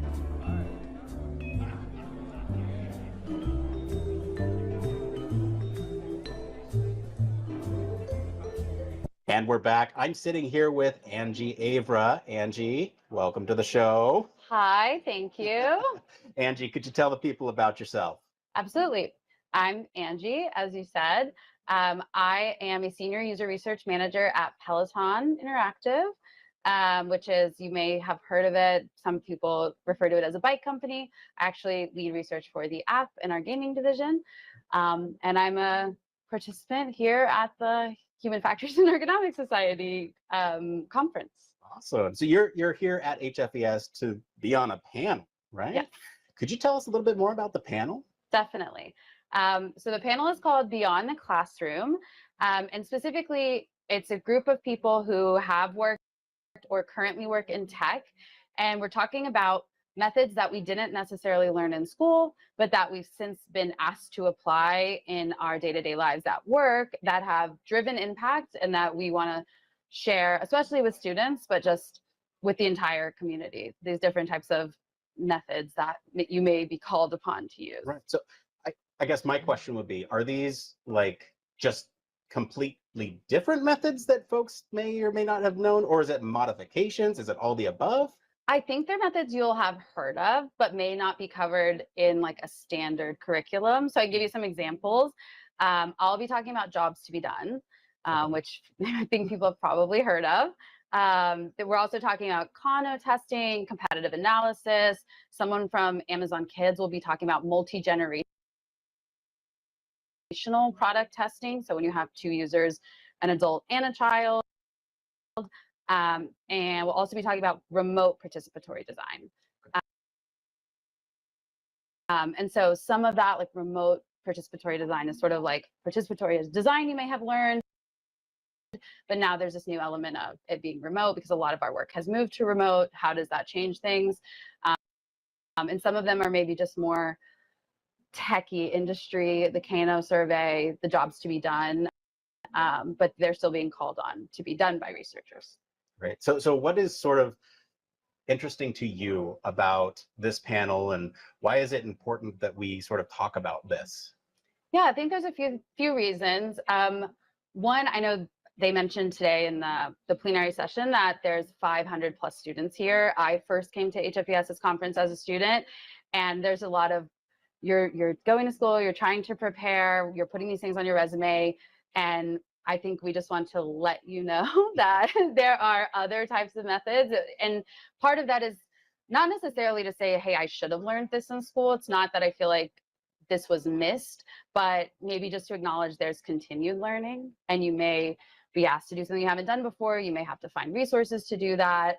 And we want to give people some insight. Okay, if you've not heard of this and someone comes to you asking for this, or you have a problem that might be suitable for a method you've not heard of, help you build that confidence to go after a method you haven't heard of, get the right resources, maybe be able to say no, like just because maybe it's a shiny method, like everyone wants you to do the jobs to be done, like, does it make sense in this context? And be willing to say, here's some resources you can get more information. Yeah. Very cool. So what excites you about? Are you tired of boring lectures and textbooks on human factors and UX? Well, grab your headphones and get ready for a wild ride with the Human Factors Minute podcast. Each minute is like a mini crash course packed with valuable insights and information on various organizations, conferences, usability methods, theories, models, certifications, tools, and much more. We'll take you on a journey through the fascinating world of human factors, from the ancient history to the latest trends and developments. Listen in as we explore the field and discover new ways to enhance the user experience. From the Think Aloud protocol to the critical incident technique, focus groups, iterative design, we'll make sure that you're the smartest person in the room. Tune in on the 10th, the 20th, and the last day of every month for a new and interesting tidbit related to human factors. Don't miss out on the Human Factors Minute podcast, your ultimate source for all things human factors.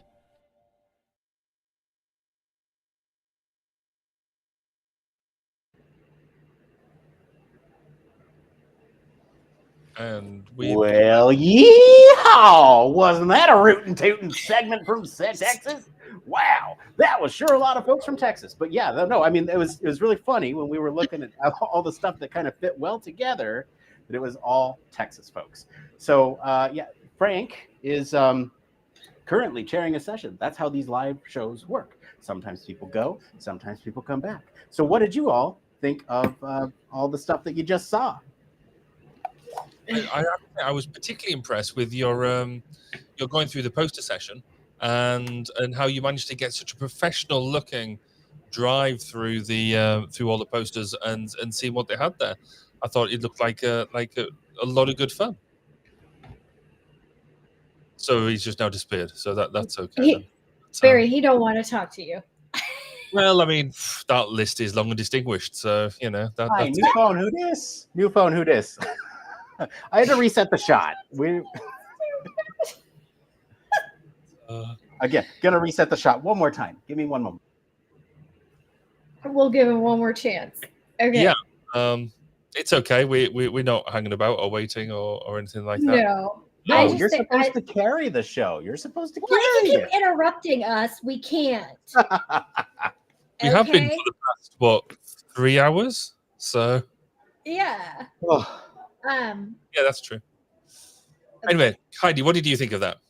Well, I mean, you again, sorry, watchers. Like Barry and I keep babbling in the background when we watch these segments, so we get carried away. But like, I really like the conversation about the last one, the talking about approaches and things that are not taught in the classroom, because that is true. Like, so many things could be offered at university programs, just specifically, honestly, grad programs that are very specialized. Like, for instance, if you go to a human factors program that has a medical track, or aviation track, or I know, is it University of Illinois, Chicago has a I think they have gender studies department in the HF group, right? They look a lot at gender differences. And so there's a lot of stuff that I think would be very helpful if we could think more about the practical approach and application of your program later on. Nick, if you keep doing that, I'm going to ignore it. Like, I'm just going to ignore this. You keep switching us. And it does make me think that I've been trying to get universities to offer medical. Stop it now. Okay. I've been trying to get medical universities to offer medical usability and medical human factors courses, and I think that just usability testing. When the student was talking about it, I just thought of. I never even read a book about usability testing prior to actually using it hands-on, in industry or in a job per se, in practical application. So I remember doing the first couple of usability tests in my grad program, but it wasn't a part of a class or a course or an approach workshop or any methods workshop or anything. So I had to go out and research a book and read it, and, learn, kind of teach myself from the book. And then obviously through years of industry experience, I've perfected it. But that would have been cool to have a class on. What do you think, Barry? Do you think we're still kind of lagging on that? I think I sort of got mixed feelings on it. One, yes, it would be lovely to be able to go on a course and get all of the stuff. But I think whilst the fundamentals don't change, and it still grieves me we don't, I think, push the basics of task analysis, of doing things like that, which for me is such a fundamental tool, no matter how you're doing it. But anyway, that's a different bag that I have. A lot of the stuff that we have, there is bags of other resources out there now that we can utilize, but we're just not very good at signposting them. I mean, there's some really good podcasts out there, like which give you bits of information that could give you good insights. There's good health podcasts out there looking at medical and safety devices, for example. Like the Safe and Effective podcast. But I was trying to be subtle, but yeah, no, exactly. You know what I mean? There's them sort of things. There's the CIHF is now starting to develop online learning modules and things like that. I think we were discussing through one of the sets around the fact that the traditional graduate course doesn't really exist anymore for HF here in the UK, and actually good chunks from around the world.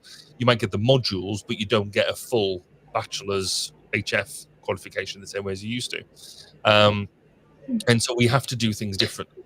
And the amount of times that you do something almost exactly as you've described is you'll go and do a new job and it'll have a nuance in it that means actually the methods I normally use don't fit this. So you go to your methods book and you find something that fits what you're doing. And really the skill is understanding when what you've got doesn't work and it's not appropriate, and where to go to find the appropriate stuff and when to shout for help. Because I've seen so many people just pick up the book and go, "Oh, I can do this. It's all written down." And actually, yes, you can, but there's a bit of nuance of the experience of doing it. I remember. So my wife is doing her human factors masters at the moment, and she. How cool! Well, it sort of is, because we can have real intimate discussions over things like NASA TLA, and it's them sort of conversations no other couples can really have. But it's really quite cool, because she was trying to do one bit of methodology, and she was like, "Well, I like this." I was like, "No. Really, in the real world, this is how you do it. It's a real more of a dynamic exercise. This is how you deploy the questionnaire. This is how you do it." So, oh, that makes sense, and that all worked. Having the book is, I would say, 2/3 about what you got, but you still need that bit of extra thing in some cases to make it make sense. So, yeah, I can sort of see how this we need to be doing a lot more signposting as professional bodies about all the different resources that are available. Well, speaking of resources, so this year what they have done is for the panels themselves, right? We're kind of you heard about a couple panels in the last segment. Nick, you're breaking up and you're gone. But I like the way it's paused. It's an attractive place to have stopped. I think it's interesting, Barry. You brought up task analysis. I'm not kidding. I just had a 2-hour texting sesh with a friend in the industry about task analysis and how where did that go? Why do we have so many junior, entry level, HF people coming in that haven't even been confronted really with the concept, not just knowing how to do a task analysis, but also how fundamental task analysis knowledge is to human factors work, especially in medical. Honestly, aviation and medical, I just think of those two domains. You need to understand how task analysis influences most of your human factors work. And if you don't have a good task analysis done in the beginning of your development, you're kind of almost screwed. We were sort of having this discussion about where's task analysis gone, because and I think it boils down to, so we sort of come up with two things. One is it's about the application of HF in a consultancy basis generally comes too late. Yeah. So you're I don't know about you, but I sort of go into a lot. You're right. And I'm firefighting, so you don't have the time to then go back to basics. But I've done some quite large jobs where I've turned around. We've been midway through, and I've been like, look, I get we're midway through, but unless we do the basics right, the rest of it is not going to work. So simple things like without a task analysis, your testing and proving side of things, your testing evaluation and acceptance is really difficult. Well, verification also becomes extremely different, because how do you verify not just validation and evaluation, but verification? Like, how do you verify if you don't know what the initial pathway was? So there's that problem, and then there's the other problem where I've sort of seen some people say, "Oh well, you know, I don't need this. We've done it before. It's a well-known thing, and it's so simple. We don't need it, or whatever. You know, variations on a theme." But then the other big tool I think a task analysis does, it's a great grounding exercise of turning around and saying, "Is my understanding of what this is, or person A's understanding the same as person B's, the same as stakeholder C?"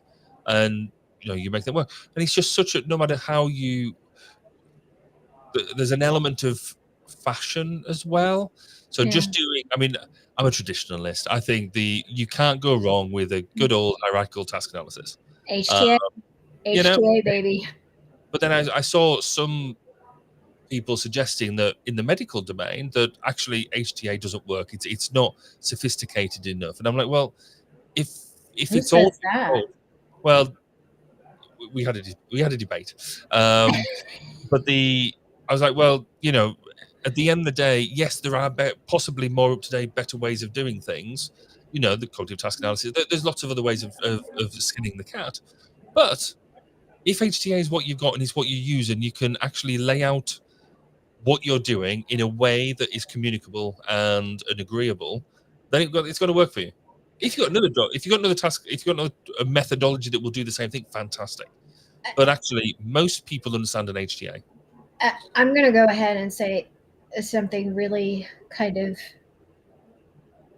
maybe it sounds very arrogant, but I find it very gutsy for people to discuss whether HTA applies really to medical when task analysis itself is barely done in medical, because you always come in as the firefighter in the end. And I think one of the things that when I was having this session with, you know, this chat, kind of topic chat, is that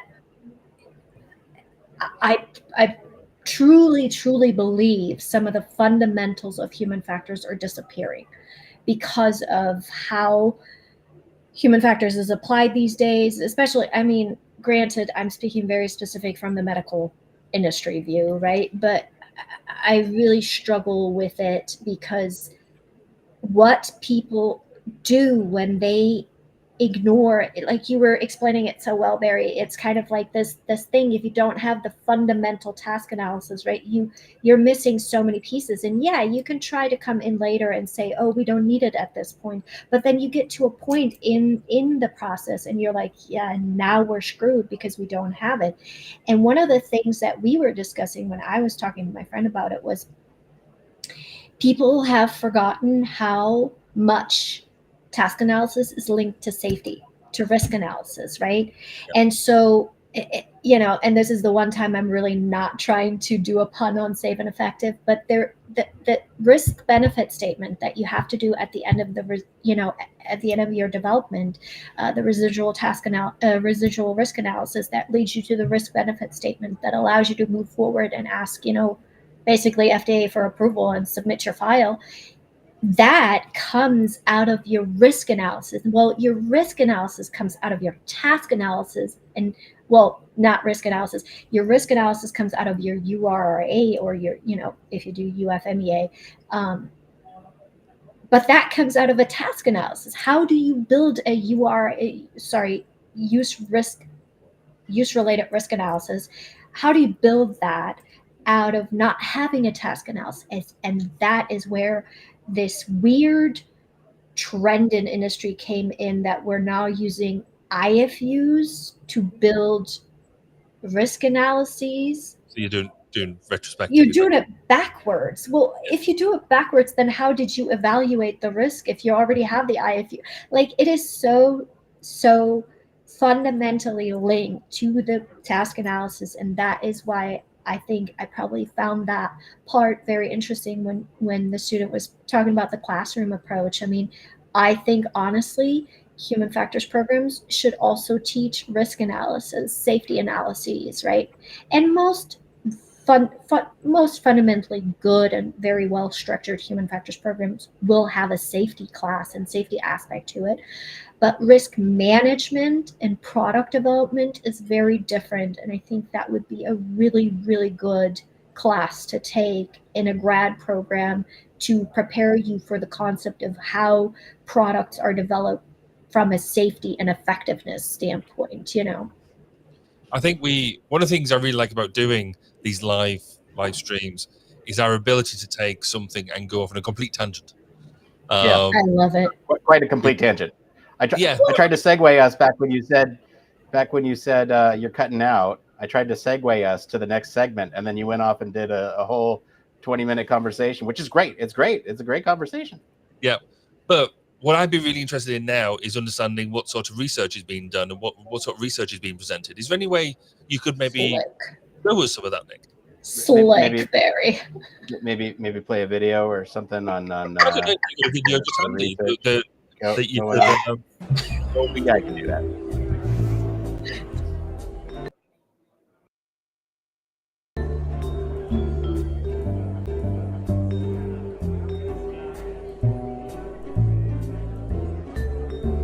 All right, and we're back. I'm sitting here with Patrick Craven. Patrick, welcome to the show. Thanks for having me.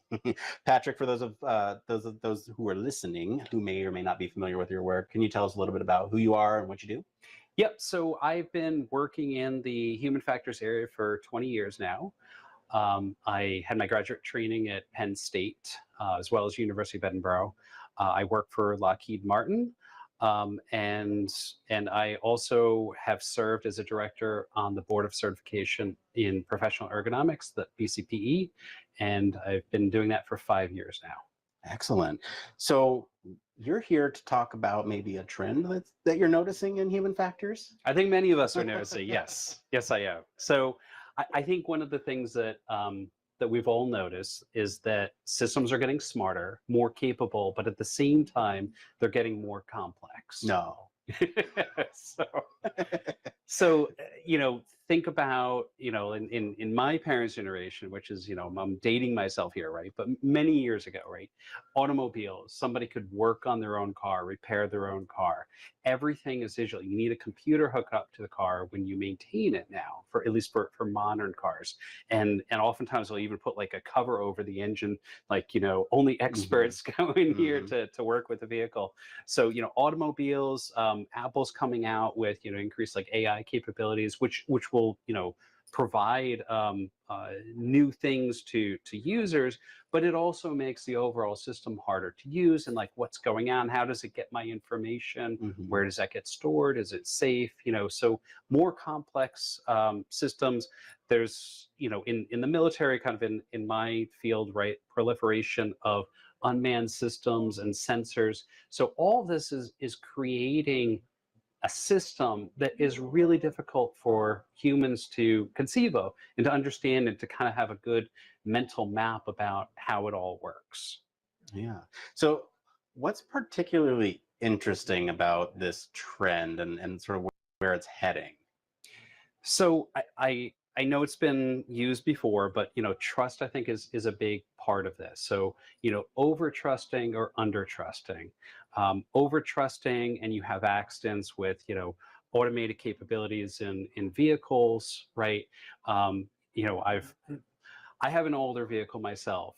When I go and get like a rental car, I'm always surprised at kind of like, you know, the various different technologies that are incorporated in the vehicles now, and caught off guard oftentimes when they kind of take over, decide that I'm too close to the vehicle in front of me. They start braking for me. So you kind of develop this dependency on it, but we don't know if it's always going to be there, right? So that's kind of, you know, I might be under trusting, right, that it can actually step in and help. But I think that there's, you know, a balance between the two. And I think that comes from, you know, understanding how these systems work. And I think, you know, the two other things that I want to hit on there too are, you know, it takes a bit to do training to work with these systems. You know, I mentioned renting of you know, an automobile, stepping into it. I'm not going to break out the manual. I'm just on a trip, right? I just need to get from point A to point B. So, you know, I want to get in the car and go, and then that's why I'm caught off guard by these things. So how, you know, I think one of the challenges and or opportunities for folks in our field is how do we help people be aware about how to use these complex systems? So training, I think, is a big part of this. And, you know, my third T here, you know, trust, training, turnover. There's a lot of turnover and changes in these capabilities. There's a V3, a V4, a V5, right? And with it, you effectively have to retrain and learn these capabilities anew. Yeah. Can I tell you a funny story? So absolutely. We have a rental car, and you know, all the cars nowadays have the touch screens, and this one has a screen that looks like it's a touch screen, and it's not. And then we had to like figure out how to navigate it, and there's like a physical knob in the middle, and we're like, oh yes, we wanted physical buttons, but not like this. So given this trend, given everything going on, where do you think it's going? Like, are we getting more complex? Are we still, what's going on? I mean, complexity is not going away. And I think in terms of like looking to the future, it creates opportunity for people in this field, right? I think it will continue to be absolutely essential to keep humans front and center, right? I don't think that we're giving up our decision making anytime soon. If I'm driving an automobile, I need to ultimately be in charge of that and be responsible for what happens with that vehicle, right? So how do we support the human and their ultimate supervisory and or, you know, command authority when performing tasks? And I think that creates opportunities for individuals and human factors in ergonomics, right? Yeah. And these are complex and hard problems. So making sure that the field has the right set of individuals with the right training, right? And have developed the right skill set. And how do we do that? that was a good layup. That was a good layup. How do we set? You know, so BCP plays a part in that, right? But we don't provide training to individuals. So we're incredibly reliant on, you know, the talented pool of practitioners and educators, right, who are training the next generation. You know, so there's a fantastic university system in the US. You know, all the people that I've seen at the conference here, all the various different posters that I've seen, right, are a great testament to the great training that they, you know, receive in these places. On my end, right, I've been volunteering with BCP for the last 5 years. I think it's a great sort of sister organization to HFES. We are IEA, or International Ergonomics Association, recognized as a certification body. And, you know, once you've had your training, it provides sort of the verification, let's say, that, you know, you have the right set of skills. So, you know, we think with it, we serve a valuable function, kind of helping to make sure that, you know, the certification candidates, right, are aware and they're building the right set of skills and serving the, you know, professional community and companies that want to hire individuals with the right set of skills. So, you know, if you're interested in learning more about it, we have a booth here at HFES this year, and you know, bcp.org is another great way to learn about it. Yeah, and I will do a shameless plug too, because I talked to Gene last year about BCPE. I didn't even know I was eligible for the associate memberships or the associate certification. So go check on that, because there's a whole list of schools that'll count for it. So go do it. It'll automatically increase your ability to negotiate a salary. So go do that. If folks want to learn more about you and where they can find more out about BCPE, where can they find both? So LinkedIn is a great way to reach out to me. I've had several folks kind of ask about certification, and I'm always happy to to respond. Chris Reitmeyer is our director of operations. She's a fantastic resource, and she's probably the first point of contact for most individuals. Though I'm happy to advocate for certification and help answer questions where I can. Awesome. Patrick, thank you for being on the show. Really appreciate your time. We'll be right back with more right after this.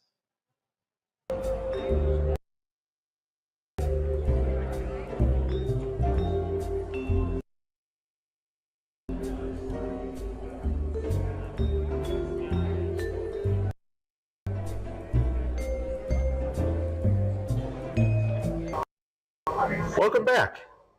I'm here with Patricia Tice from Profound Insights. So Patricia, what is new and exciting this year for you? Well, I've been researching for the last several years the difference between streets and roadways. And we've got about a century of working with roadway design. And all of that time, we really thought about roads in terms of a point mass moving through space, that the driver had some perceptual limitations and we'd adjust some of the features to handle that, right? The thing is, a street is a very different kind of environment. You're not dealing with a point mass moving through space anymore. You're dealing with human interaction. It's face to face, eye to eye, heart to heart.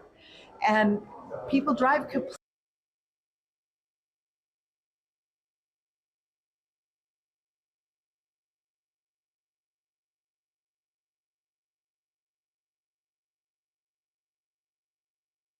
completely differently in those kinds of spaces than they do in a space that's large or fast, where they can't interact with other people. And what we found was that there were some very concrete limitations. There were prioritization things that we didn't expect. I was looking to figure out how to design a place so that people would automatically behave. Turns out you can't do that. But what you can do is you can put people in that space in a way that they will interact with the driver. And when they're at the speed and at the scale that that interaction is natural, the drivers automatically behave completely differently. And so the way that a person drives in a social space is so much more attentive, so much more responsive, careful around the pedestrians that they're interacting with. And it's governed by the social contract. Essentially, you really don't have a social contract when you're driving most of the time. You're manipulating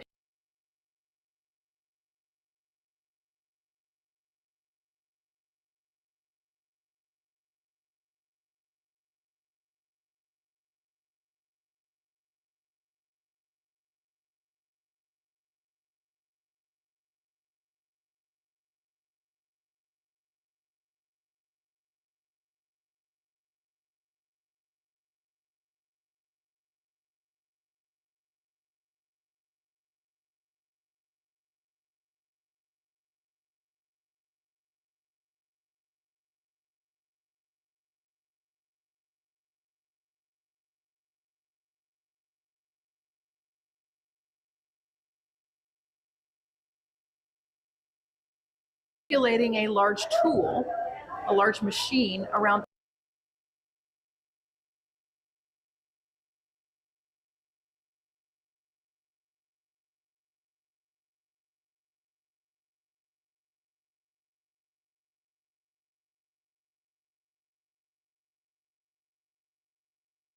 other people that are manipulating their large machine. And it's,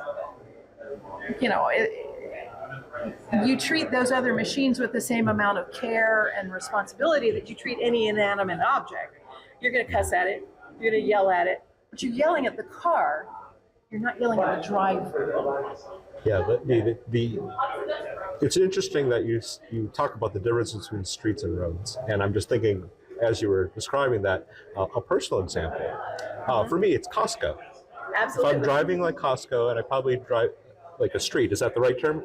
where I'm waving at people, waving people through, being mindful of right in front of the carts store, yeah. and that. And the social contract is when I'm with my cart, I expect drivers to react the same way. Or maybe I get surprised when drivers don't act in that. And that's respective actually manner. where most of our safety problems are coming into play, where we have those interactions working really well, where the driver and the pedestrian both know that they're supposed to be interacting. That's very safe.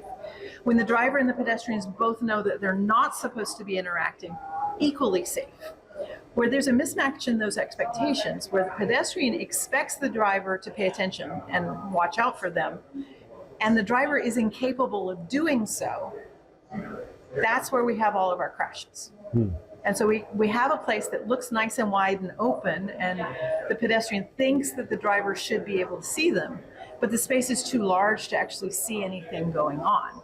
And that's one of the wild things we discovered. It would basically, you have about a 60-foot window that you're looking at any one time. And anything wider than that 60 feet, you're really not paying that much attention to. Yeah. And, then this is what. yeah, and that's what that looks like. You know, you can interact with another person face to face. You can read facial expressions out to about 90 feet. And you really only see about 20 degrees from center. So when you put that 90 feet and the 20 degrees together, you get a corridor that's about 60 feet wide. And that pops up in the arterials in the oldest cities in the world. They're almost all 60 feet wide. We found in our speed studies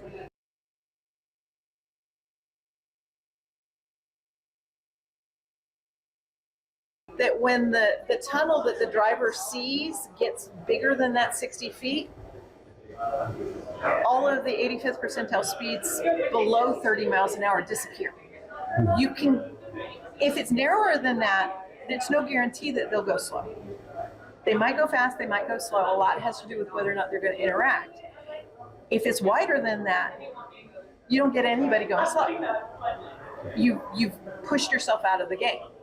And if it's wider than 90 feet, you're not going to see very many below 40 miles an hour, which means that as the roadway gets wider, you're losing all of those low-speed drivers.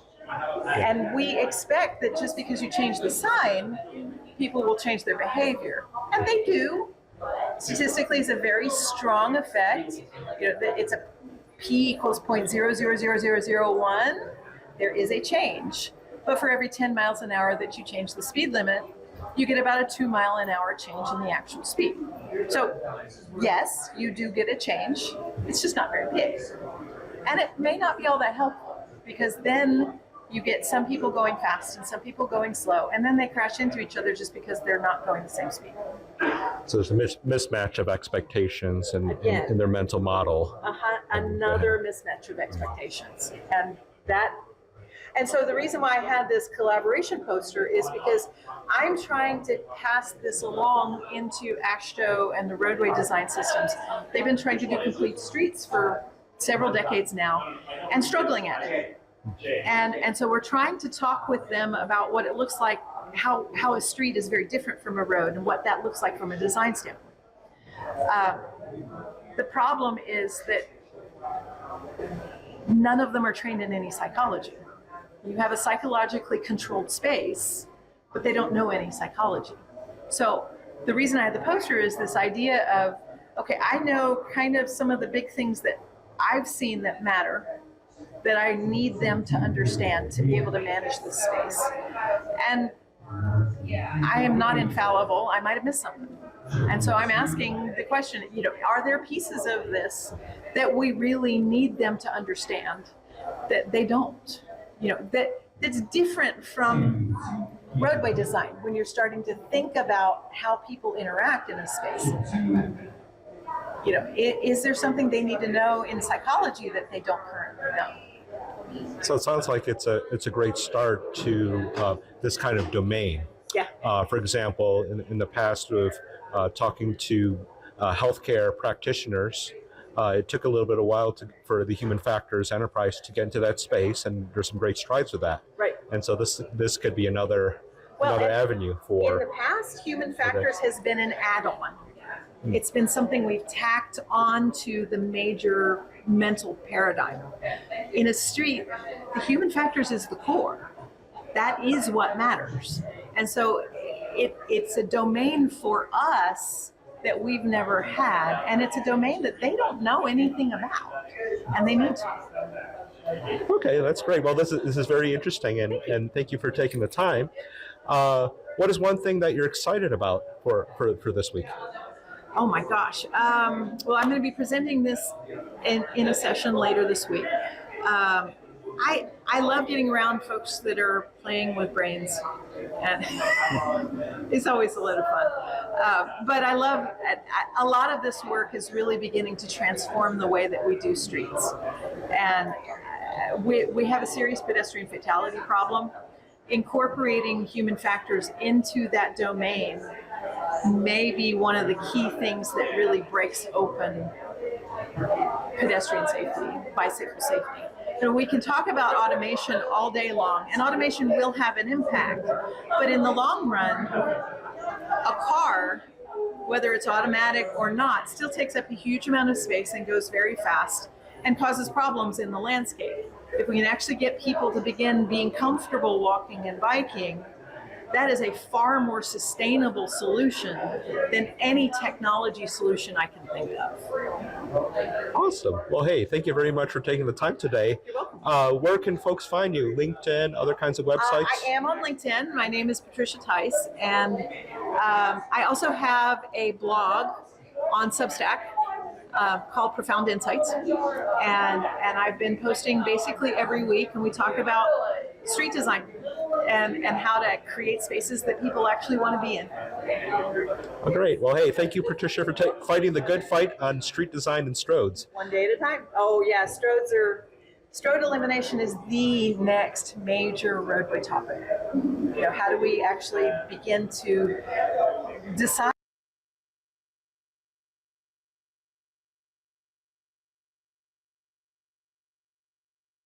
is this a street? Is this a road? What do we do about that?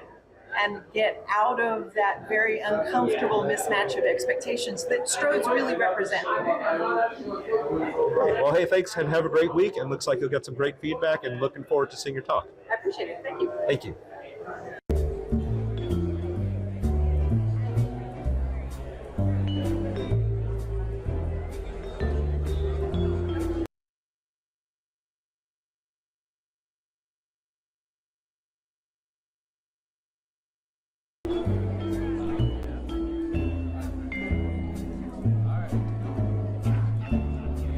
All right, and we're back. And I'm sitting here with Emily Patterson. So welcome to the show, Emily. So glad to have you. Thank you. I'm so glad to be here.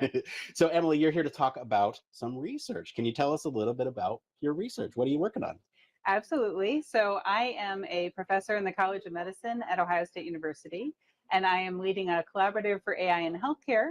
And the biggest project we're working on now is taking large language models into the emergency department, where we are trying to take ambient conversation technology, drag and transcription, into a large language model that drafts a note. And so then the note saves the physician about 28% time by capturing the physician and the patient working together. And then the emergency department is a particularly challenging environment because of the background noise and the interruptive nature. So they tend not to have one patient at a time. And so we're going to do a beta site implementation at University of Jacksonville and look at the challenges and the opportunities provided.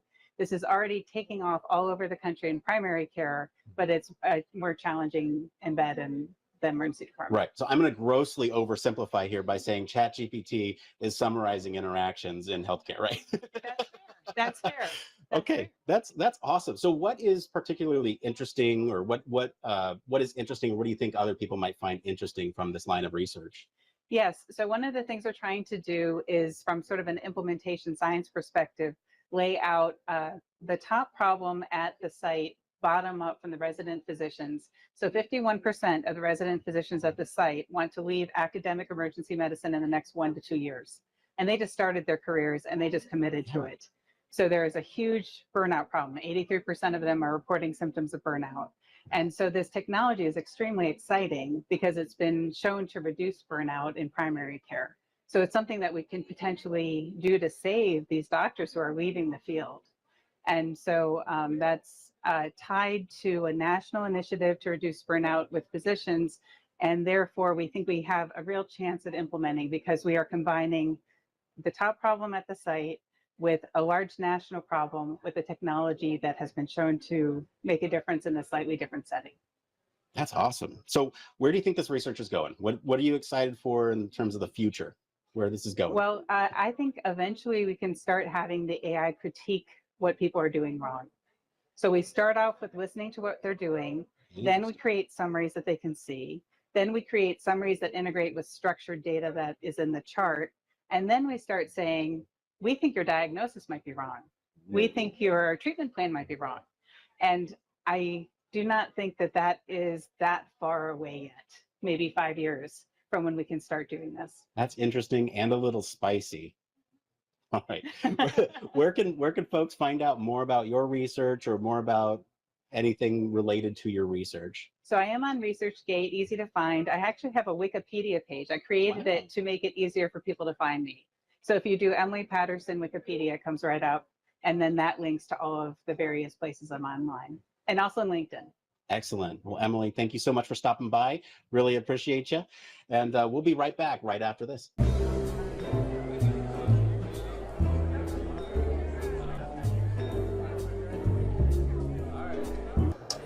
And we're back. It's me, Frank Lacson, here with Matt Nair from Oklahoma State University.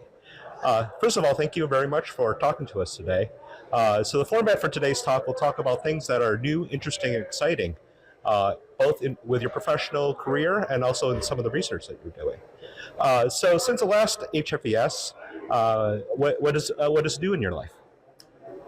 So since the last HFES, I guess the newest thing would be I was able to spend the summer months over with Medical University of South Carolina, basically doing a research internship with them, and basically seeing what embedded healthcare looks like. So working as a human factors practitioner in an embedded healthcare setting, and being able to do observations, interviews with clinical staff and getting their perspectives to help improve patient safety. Oh, that's pretty neat, embedded healthcare. And so you're in the operational environment with the practitioners and the patients. What is one of the biggest insights or lessons learned from working in that environment versus versus research? Yeah, I mean, a lot of it is getting buy-in and integration and kind of ingratiating yourself into that work system. Because the clinicians, they don't necessarily know what human factors is as a field, and they don't necessarily know why you're there. So the way that I've typically described it is you kind of have to cross over the barrier of stranger danger, just because of some of the preconceived notions that clinicians have about people coming to the floor who aren't part of the normal staff. So a lot of it is being able to learn how to talk with them, engage with them, and give them a very kind of quick pitch about human factors, why you're there, what you're looking at, and then, hopefully include the benefit aspect of like, we're really here to help you improve how everything goes for your work. It sounds like some parts of the IRB form, but a lot more marketing and kind of convincing, especially for the time they're kind of valuable time and have operations that they have to work with. Well, that sounds very interesting. In terms of something exciting, what is something exciting for both your research and for this week that you're looking forward to? Yeah, so I mean, from the research standpoint, it's just always understanding what the healthcare work system looks like. What are different ways, methods, tools that you can use to better understand how that work is being completed. And it's a very complex system and a very complex work system. So trying to figure out what is going to be that best tool to answer some of those problems, because there's not really a correct way, depending on what that problem is. A lot of times you kind of have to pick and choose what's going to be like, look at the problem, understand what the problem is, and then try to basically pick how you're going to evaluate it using the best tool that you have available. And obviously there's advantages to that, sometimes limitations, but just remembering that you're there to have a good patient outcome, essentially, and doing whatever you can to support those people who are doing that work.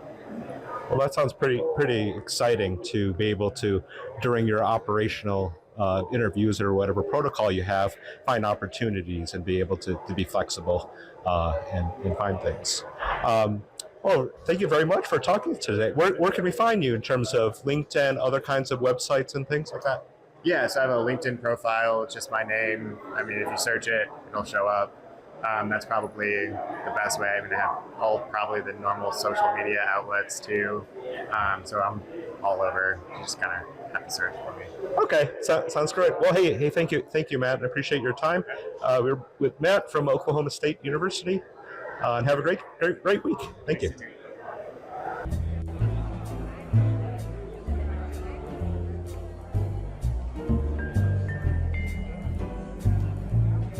All right, and we're back. I'm sitting here with Spencer Kahn.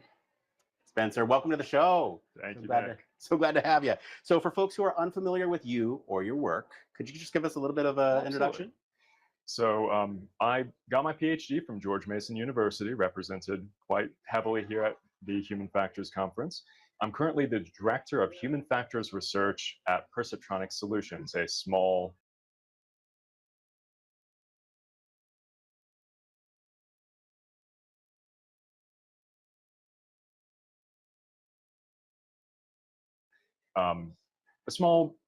research and development company based out of Los Angeles and Washington, D.C.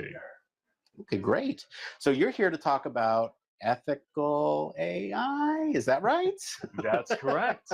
So what is new in ethical AI? AI is a big trend. What's going on?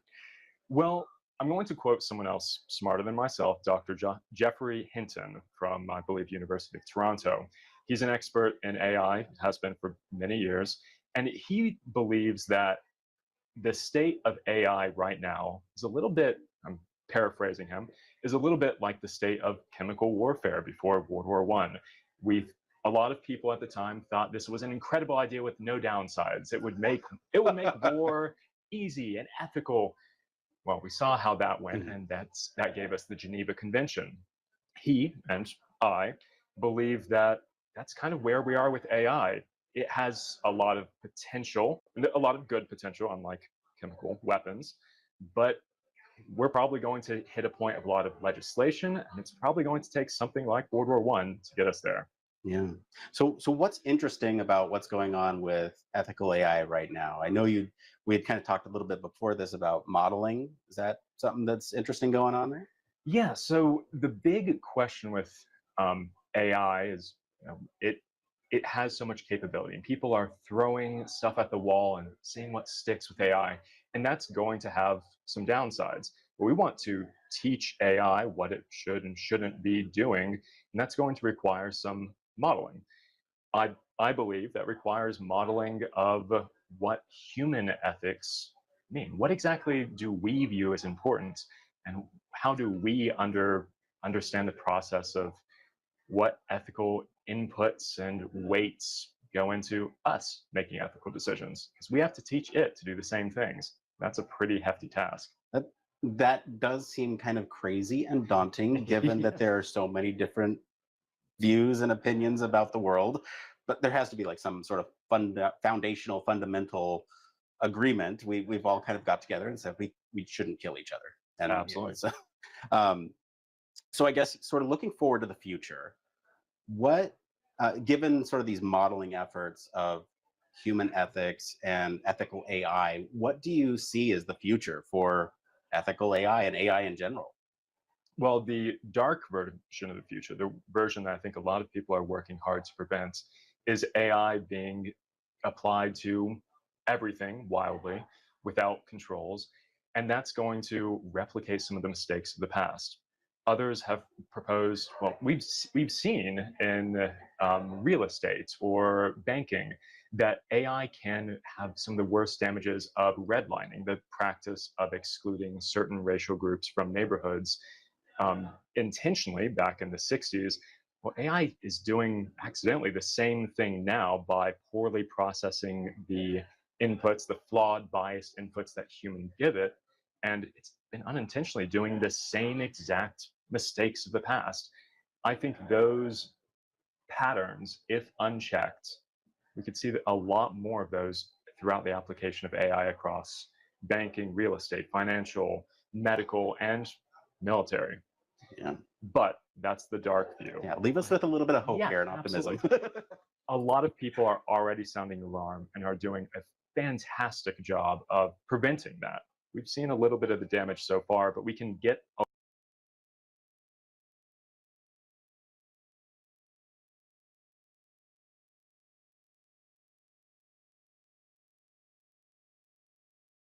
away. We can avoid the mistakes of chemical warfare and World War I by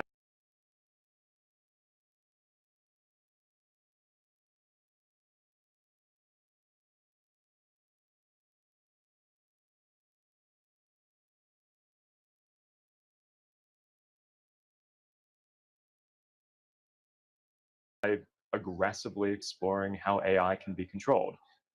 For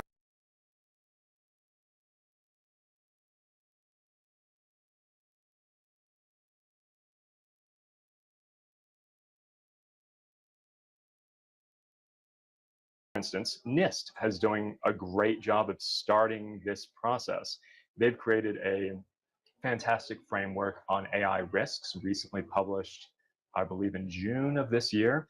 That's one of the rule sets that I believe will start to informally regulate how AI is applied. I think people doing that work, they're going to largely prevent some of these downsides. So in other words, a Geneva Convention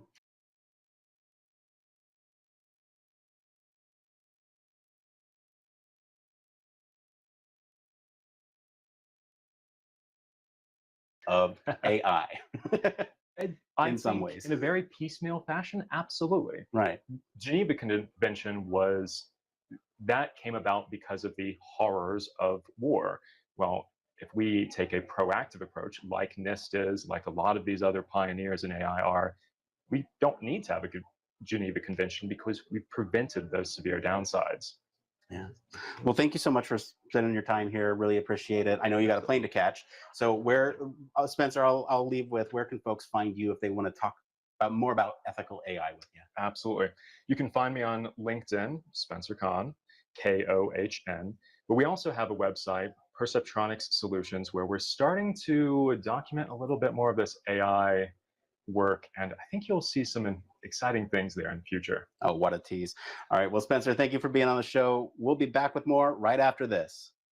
Technology in our world is evolving at a phenomenal pace, and keeping up with what that means in the human factors world can be challenging. That's where Human Factors Cast comes in.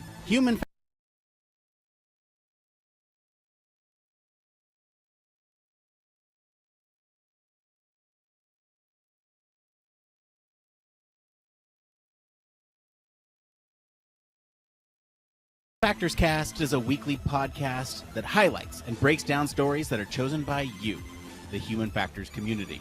Each week, a panel made up of human factors practitioners, UX specialists, and engineers sit down to discuss a weekly dose of knowledge that keeps you up to date with the latest areas of interest. New York State is giving out hundreds of robots as companions for the elderly. Buttons in cars are safer and quicker to use than touchscreen. A prototype just achieved a major milestone that actually fits the description of a flying car. The show provides perspective based on experiences from different domains and different industries. We even cover some of the hottest conferences in the field. On this episode, we're recapping EHF, Ergonomics and Human Factors Conference, Neuroergonomics Conference, Human Factors and Ergonomics Society, UXPA International, the International Symposium on Human Factors and Ergonomics in Healthcare, and we have the best guests. I'm joined today by Chris Reed, Micah Inslee, Farzan Sassin Gohar, Joe Keebler, Peter and Gabby Hancock. We have a dedicated community of listeners that engage with the show and contribute to the topics discussed. Join me, Nick Roome. And me, Barry Kirby. Every Friday morning when Human Factors Cast drops on YouTube and your favorite podcast directory. And remember, it depends.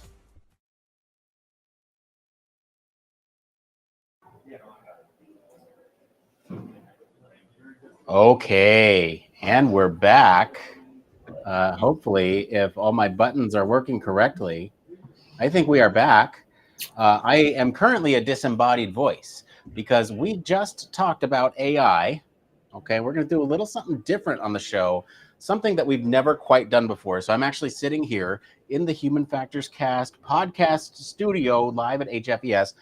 And by the miracle of networking, we got our hands on this bad boy right here.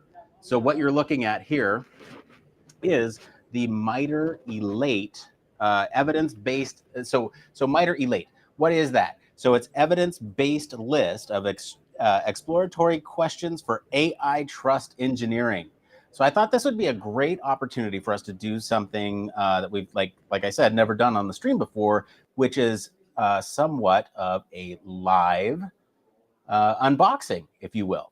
So the idea here behind this product, at least as I understand it from MITRE, it empowers their promotional materials here say it empowers teams to ensure trustworthy artificial intelligence products throughout their development cycle.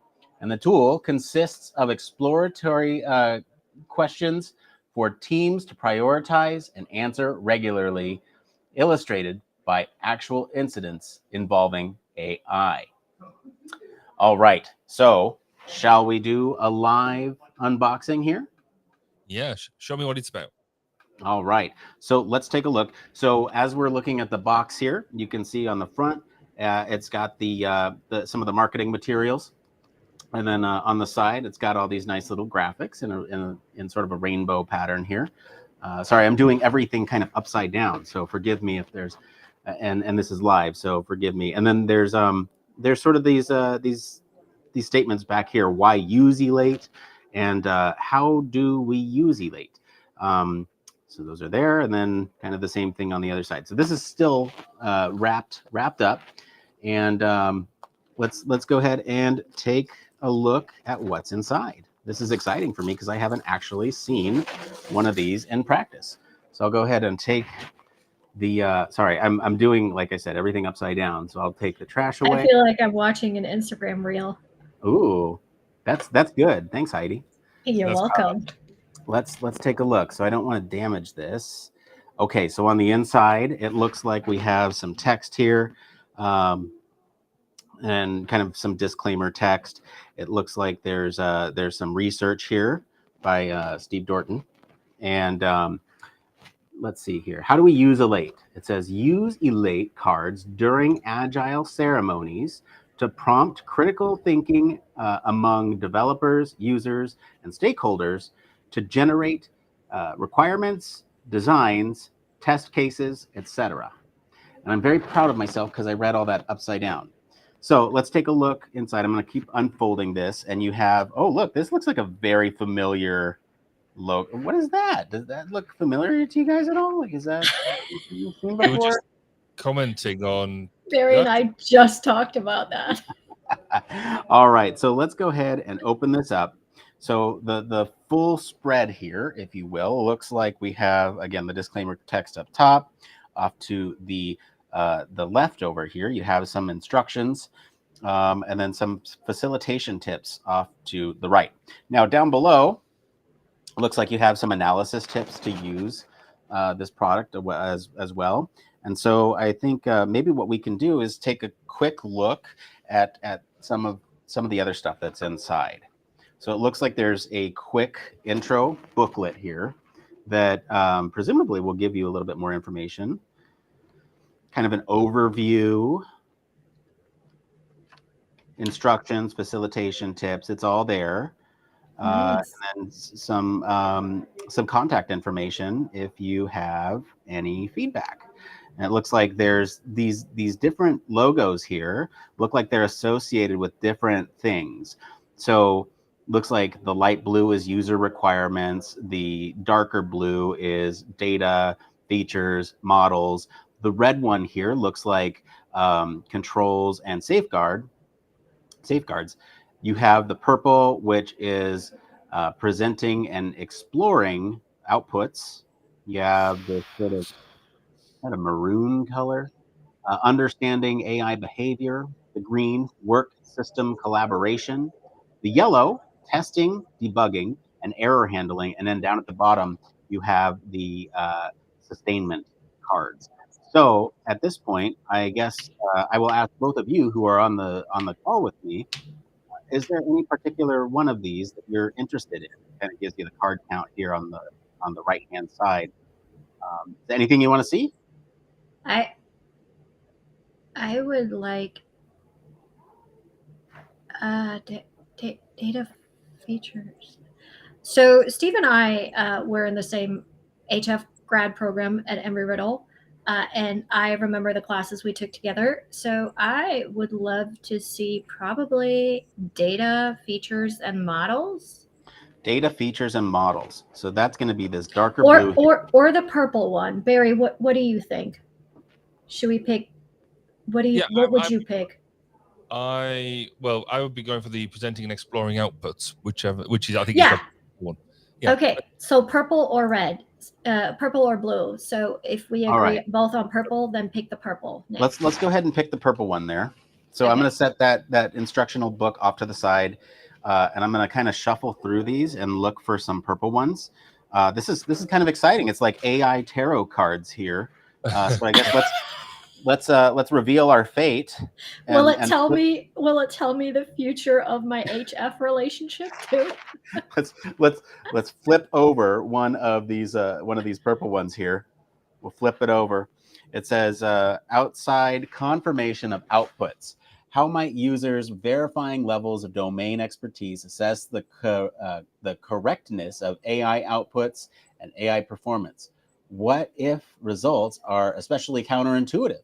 What other sources of information, for example, people or sensors, might users rely on to confirm AI outputs? Are AI outputs in a format that easily facilitates this confirmation? And then they give an example at the bottom there. So that means outside confirmation, I don't know, fortune cookie, something. All right, so let's get into the next one here. Let's see what this one is. Completedness of output. So again, we're kind of looking at how might users think, how might users be unaware of the exhaustiveness and relative importance of various inputs of the AI? What variables are not accounted for? How might the AI make obvious the limitations of the current outputs and the effects of limitations on outputs? And then there's a sort of a lengthier example. So this is pretty cool because these, again, kind of seem like some questions that you might want to bring up during some agile ceremonies that would start to get the group thinking about what types of considerations you might want to make for including AI in your product. Is there another one that we want to check out? Can we go to the Taking blue? requests here. I'll bring back the overview here. Can we go to the blue? At the dark blue, I guess. Oh, you want to look at the There's dark two blue? blues. Yeah. Data features and models. Yeah. Let's see here. Data features and models. Again, we're kind of looking at our fate here. Let's see. Let's reveal our AI tarot card fate. If you keep calling it that, I'm going to call it that forever. I love it. I'm okay. You can tell I was very tired before this, and this is like perking me up. This is super awesome, and I'm super jazzed about this. This is so cool. All right. I mean, great job. I mean, shout out to Steve. Nice job, dude. Yeah, this is super I would cool. like you to please, as a favor to your old, student friend here, send one to HFES Research and to K Sharp. We would appreciate a little gift package. We'll see what strings we can pull. All right, so it looks like under these we have data priorities and bias awareness. So how might users value different kinds of inputs or sources of data, primary versus secondary? How should the AI codify these priorities? And then the bias awareness piece, how might users be made aware of biases and default settings in the AI, which ones might be problematic if unknown, and how can the AI make these biases more explicit to users? Again, there's some examples here, and I think it's worth, let's take a look at one of the examples just to kind of see what that looks like. Let me just try to make sure that the lighting is okay here on this. Oh. Yeah, it's the lighting in our current room here. That makes this a little difficult. Did you see what I did? No. He said lighting, and I turned my light onto the laptop because I thought I was sitting next to him. Well, here, I can read this to you. It says, a junior military user nearly created an unwarranted emergency because they were unaware that the AI was biased to recommend the most dangerous threat that could not be completely ruled out, regardless of what region of the world they were operating in. So that's kind of a bias example. This is, okay, I am like super jazzed on this. This is so cool. Thank you to MITRE for providing us with a copy. I am super jazzed about that. So what do y'all think? What do we want to look at anything else while we're here, or? I think the overall that looks like a really cool kit, because there is so many discussions, debates, work streams going on about at the moment about trust and ethics in AI, that having I in a lot of Scrum stroke workshop type meetings, I go run, facilitate, whatever. I like these ideas of having cards that you can utilize rather than just, you know, just reading off a script or put it in a presentation. Having something tangible you can play with like this to really run it through makes such a difference to overall comprehension, but actually using it in a day-to-day environment. So no, I think kudos to pulling that together. And yes, yeah. if they happen want to send a copy to the UK, then I'm sure I'd be very grateful. I mean, if the thing has Steve's email on tap for questions, then I mean, Steve, if you're listening, I think Barry, Nick, and I would very much enjoy a little, promo package. Well, Nick's got his now. Look, it's there. It's right here, and they never said I had to give it back. So I'm just gonna take this and slowly back away. So we have one more segment to cover, and then I think we'll go ahead and round out the day. Let me go ahead and get that started. Where does it come from? It's always been there. The fire that burns inside each of us. The passion to serve. To distill complexities into elegant solutions with precision and empathy. To study, design, build, test, and continue to improve systems that help people live better, safer, and more productive lives. Our work is not just a job. It's our calling to elevate lives and empower all humans. And it requires the background and perspective of academics, researchers, students, scientists, engineers, and all human factors and ergonomics practitioners from every industry and in every corner of the globe. We gather to foster collaboration and unlock exponential possibilities. We aspire to inspire others. We are the Human Factors in Ergonomics Society. Together, we are advancing systems and practice through innovation, research, and education.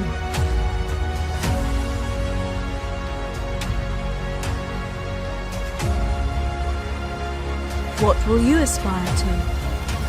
Join us.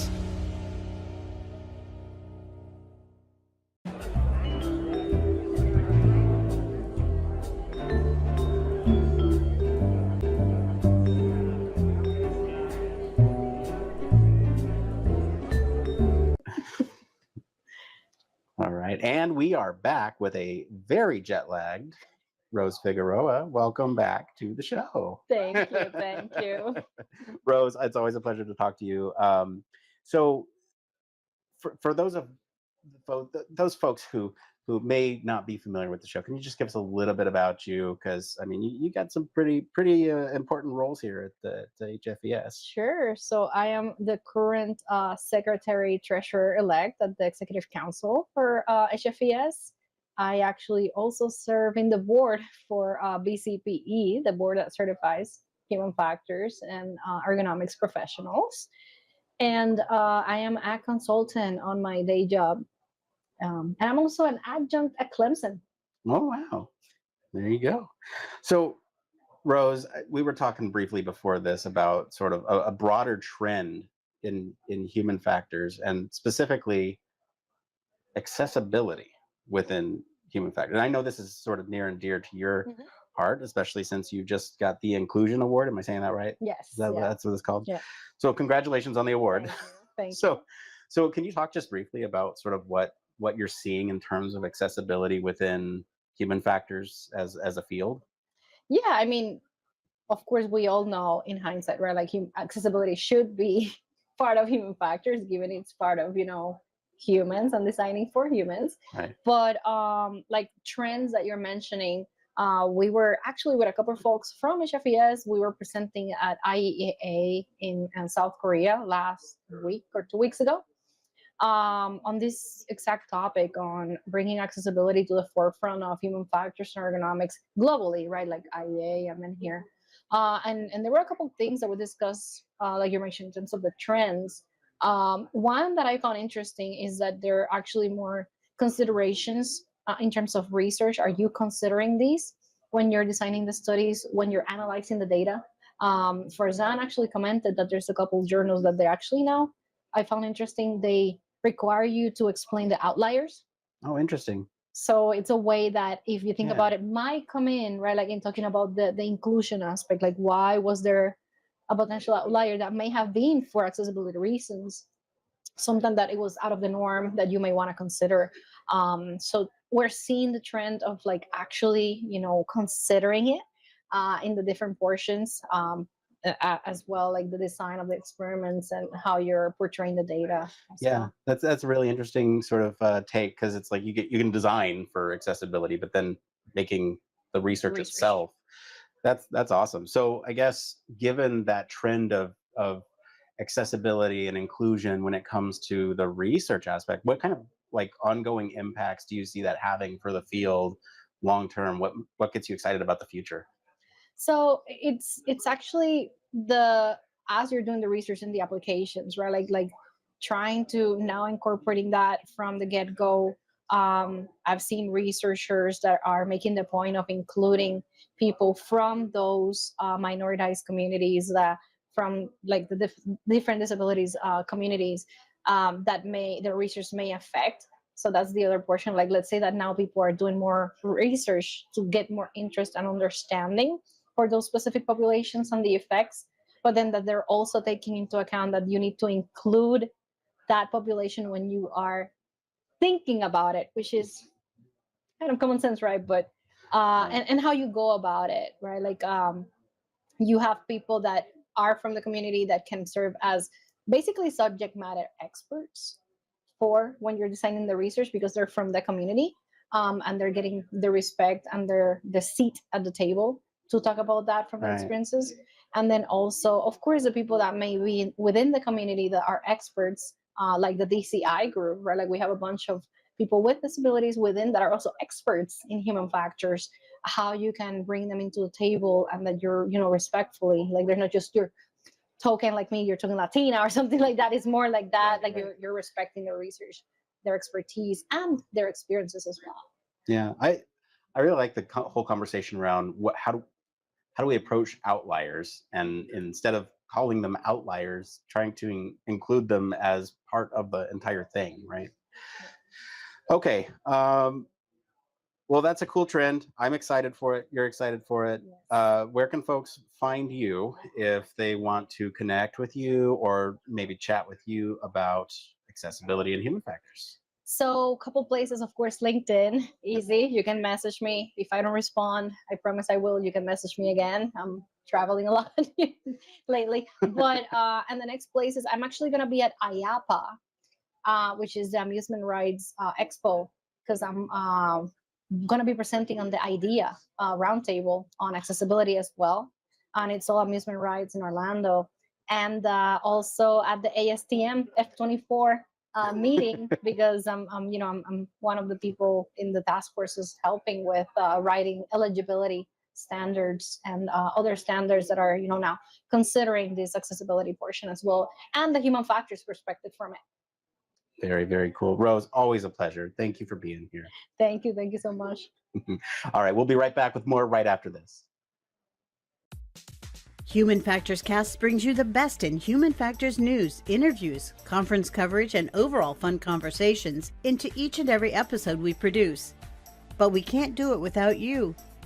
The Human Factors Cast network is 100% listener supported. All the funds that go into running the show come from our listeners. Our patrons are our priority, and we want to ensure we're giving back to you for supporting us.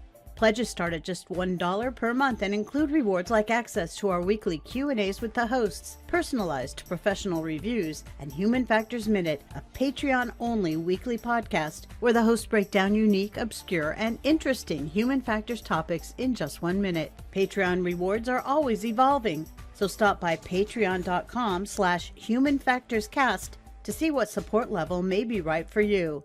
Thank you, and remember, it depends.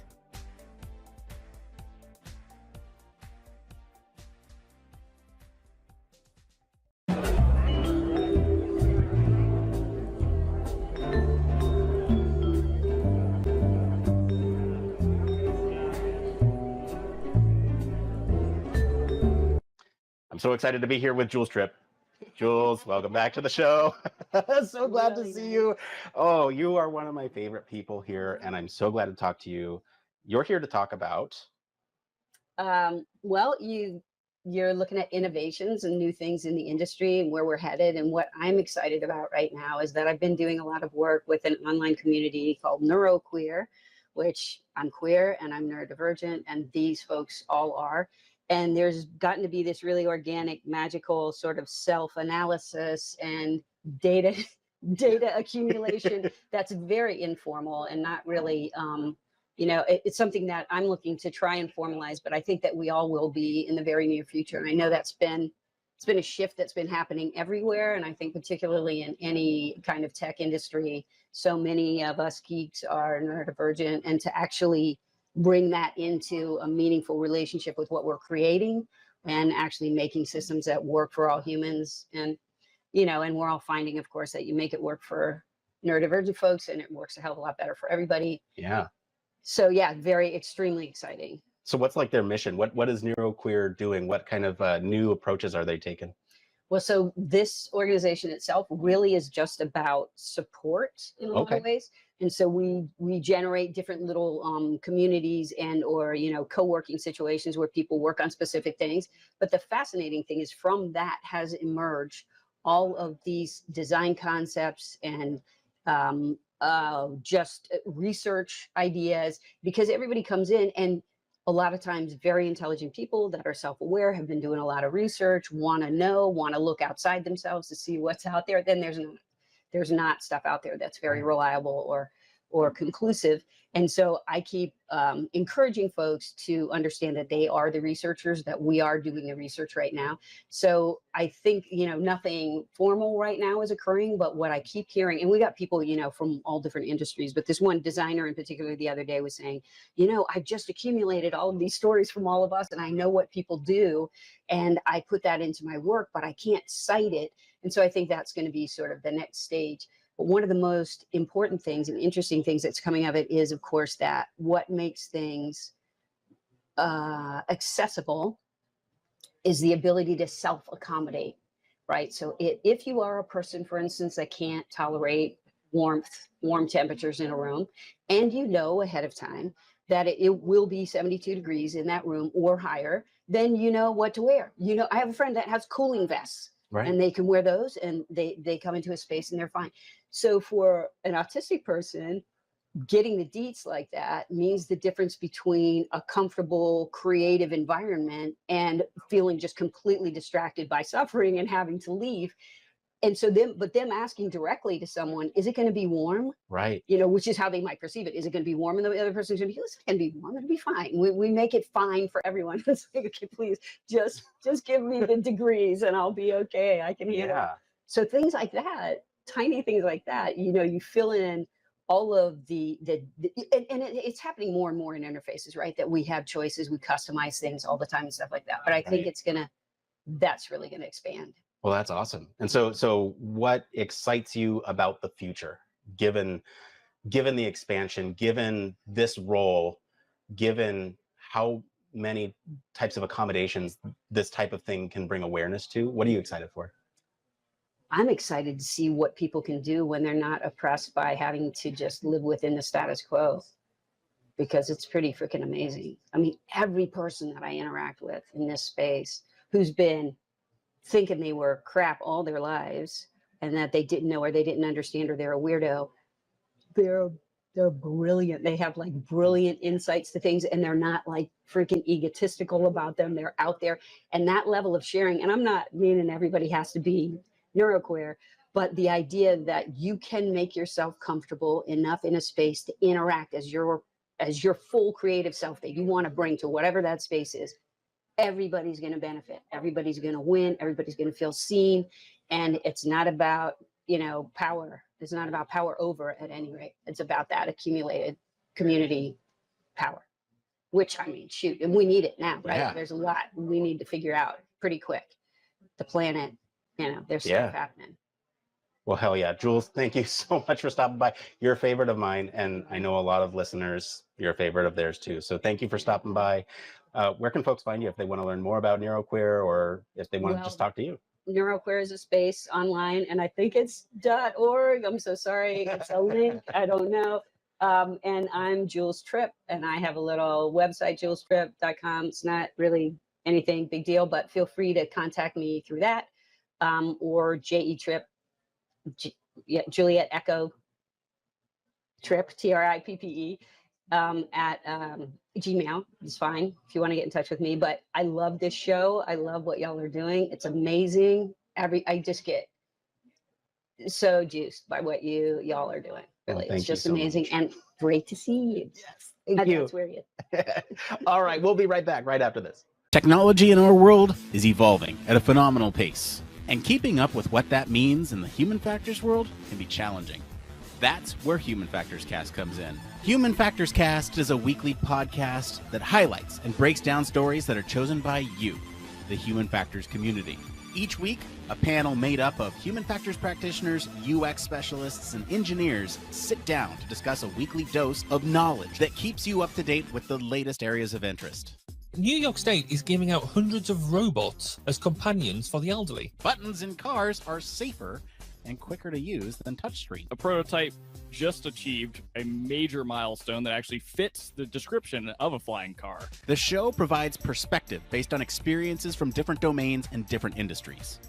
We even cover some of the hottest conferences in the field. On this episode, we're recapping EHF, Ergonomics and Human Factors Conference, Neuroergonomics Conference, Human Factors and Ergonomics Society, UXPA International, the International Symposium on Human Factors and Ergonomics in Healthcare, and we have the best guests. I'm joined today by Chris Reed, Micah Inslee, Farzan Sassin Gohar, Joe Keebler, Peter and Gabby Hancock. We have a dedicated community of listeners that engage with the show and contribute to the topics discussed. Join me, Nick Roome. And me, Barry Kirby. Every Friday morning when Human Factors Cast drops on YouTube and your favorite podcast directory. And remember, it depends.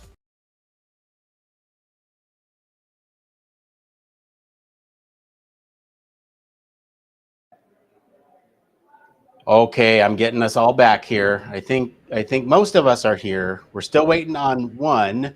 I think Frank is currently, he's chairing a session. So this is where some of the live element is crazy, because he could walk through that door any moment and I will have to mic him and then we can go. But I just want to do a quick roundup before we end for the day. So I'm just going to go one by one and just kind of, we'll recap our thoughts here. Barry, what do you think about HFES Aspire 2024?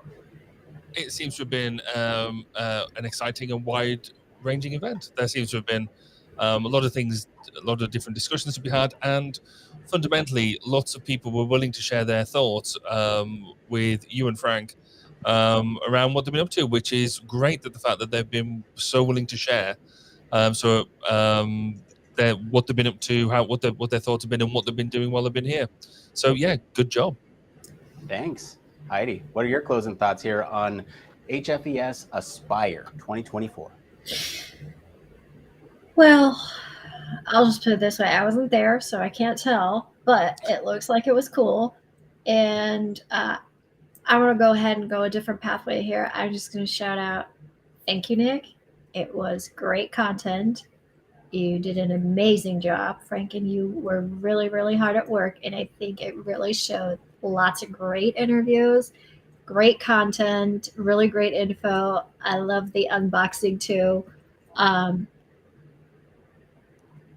would prefer next year to have you more actively there and not be gone, but I think you did an amazing job. So great job.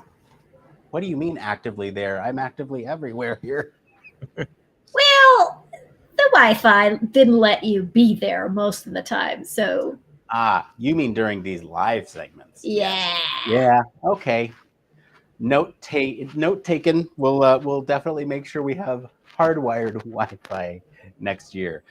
For me, I think some of the most interesting things from a production standpoint this year is that we've had the most number of guests that we've ever had at any one of these annual meetings this year.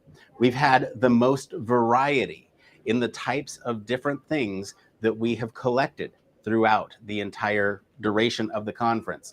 We've done walkthroughs, we've done interviews, we've done segments in terms of doing usability studies, in terms of doing sort of that sports center approach of like looking at an entire panel of folks. We've done tech demos with different various companies.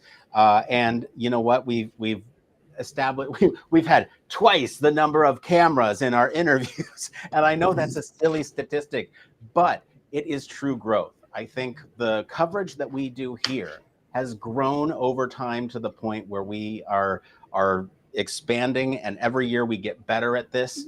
The one thing that I will leave with is that one of our core tenets this year was to keep the content shorter, more focused, and to get a diverse perspective from people, not only within different various backgrounds, ethnicities, cultures, genders, all of that stuff. We wanted all of that to be included, but also in the diversity of research that they're working on. And so hopefully that is truly reflected in the product that we have put out there today in this live stream. And also the diversity of hosts. It wasn't just the Nick show here doing interviews this year. I'm incredibly grateful to Frank Lacson for helping me out this year and conducting so many interviews out there on the field. I'm incredibly proud to have the Human Factors Cast Digital Media Lab, Vianney and Katie, who have been helping me this entire time. Vianney's sitting right here. She can come in and say hi if she wants to. Come on in and say hi. You're off screen. You're off screen. Hi. There you go. Yay! Hi.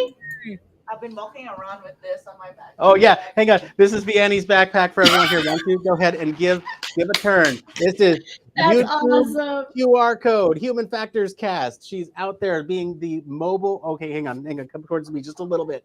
Here you go. Here you go. Here you go. This is the mobile advertisement that we've had going throughout the conference today. So thank you to Vianney. All right. But yes, I'm incredibly proud of the work that the team has put in. I think it has been an incredible year, despite some of the technical difficulties that we ran into.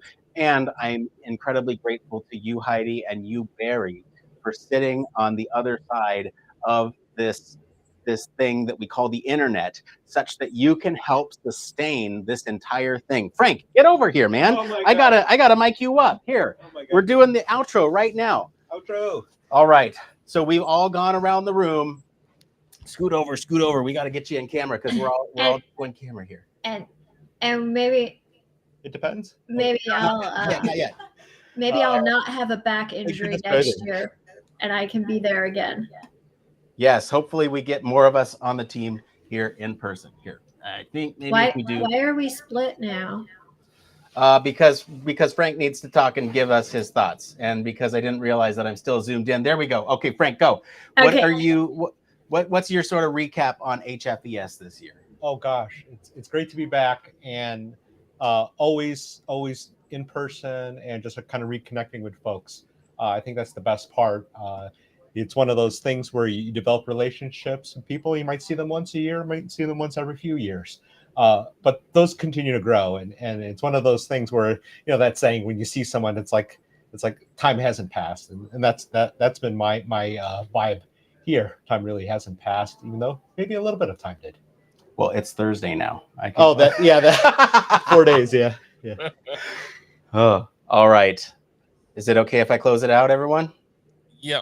What do you mean Second the close motion. out? All right. The motion to close out has won. I'm gonna try to get us in a somewhat okay thing here. Who wants to be big, Barry or Heidi? Who wants it? I don't. Barry wants it. Very, All right. very big. Very big. There we go. Okay. So here's my spiel. You ready for it? That's it for today, everyone. If you liked this conference coverage, if you found it valuable, please, I'll encourage you to go listen to any of our other conference coverages. Please comment wherever you're listening what this truly means for you. I've told people multiple times here, it's the experience that I have when folks come up to me to say, this is the impact that the podcast has had on my life that made me want to do more of it. So please, if it is impactful to you, let us know. We love hearing that stuff. What do you want us to do this again? Do you want us to come back for 25? Let us know. We had a blast, but what do you all think? For more in-depth discussion, you can always join us on our community Discord. Visit all of our official website and sign up for our newsletter. Stay up to date with all the latest human factors news. If you like what we're doing and you want to support the show, there's a couple things you can do. One, you can give us a 5-star review on whatever podcast medium you listen to. 2, you can tell your friends about us. 3, you can interact with this very post. Wherever you're consuming this piece of media, go ahead and interact with that in some way, shape, or form. Share it far and wide. Let other folks know that we're doing this work. The more funding that we have, the better stuff that we can bring to you.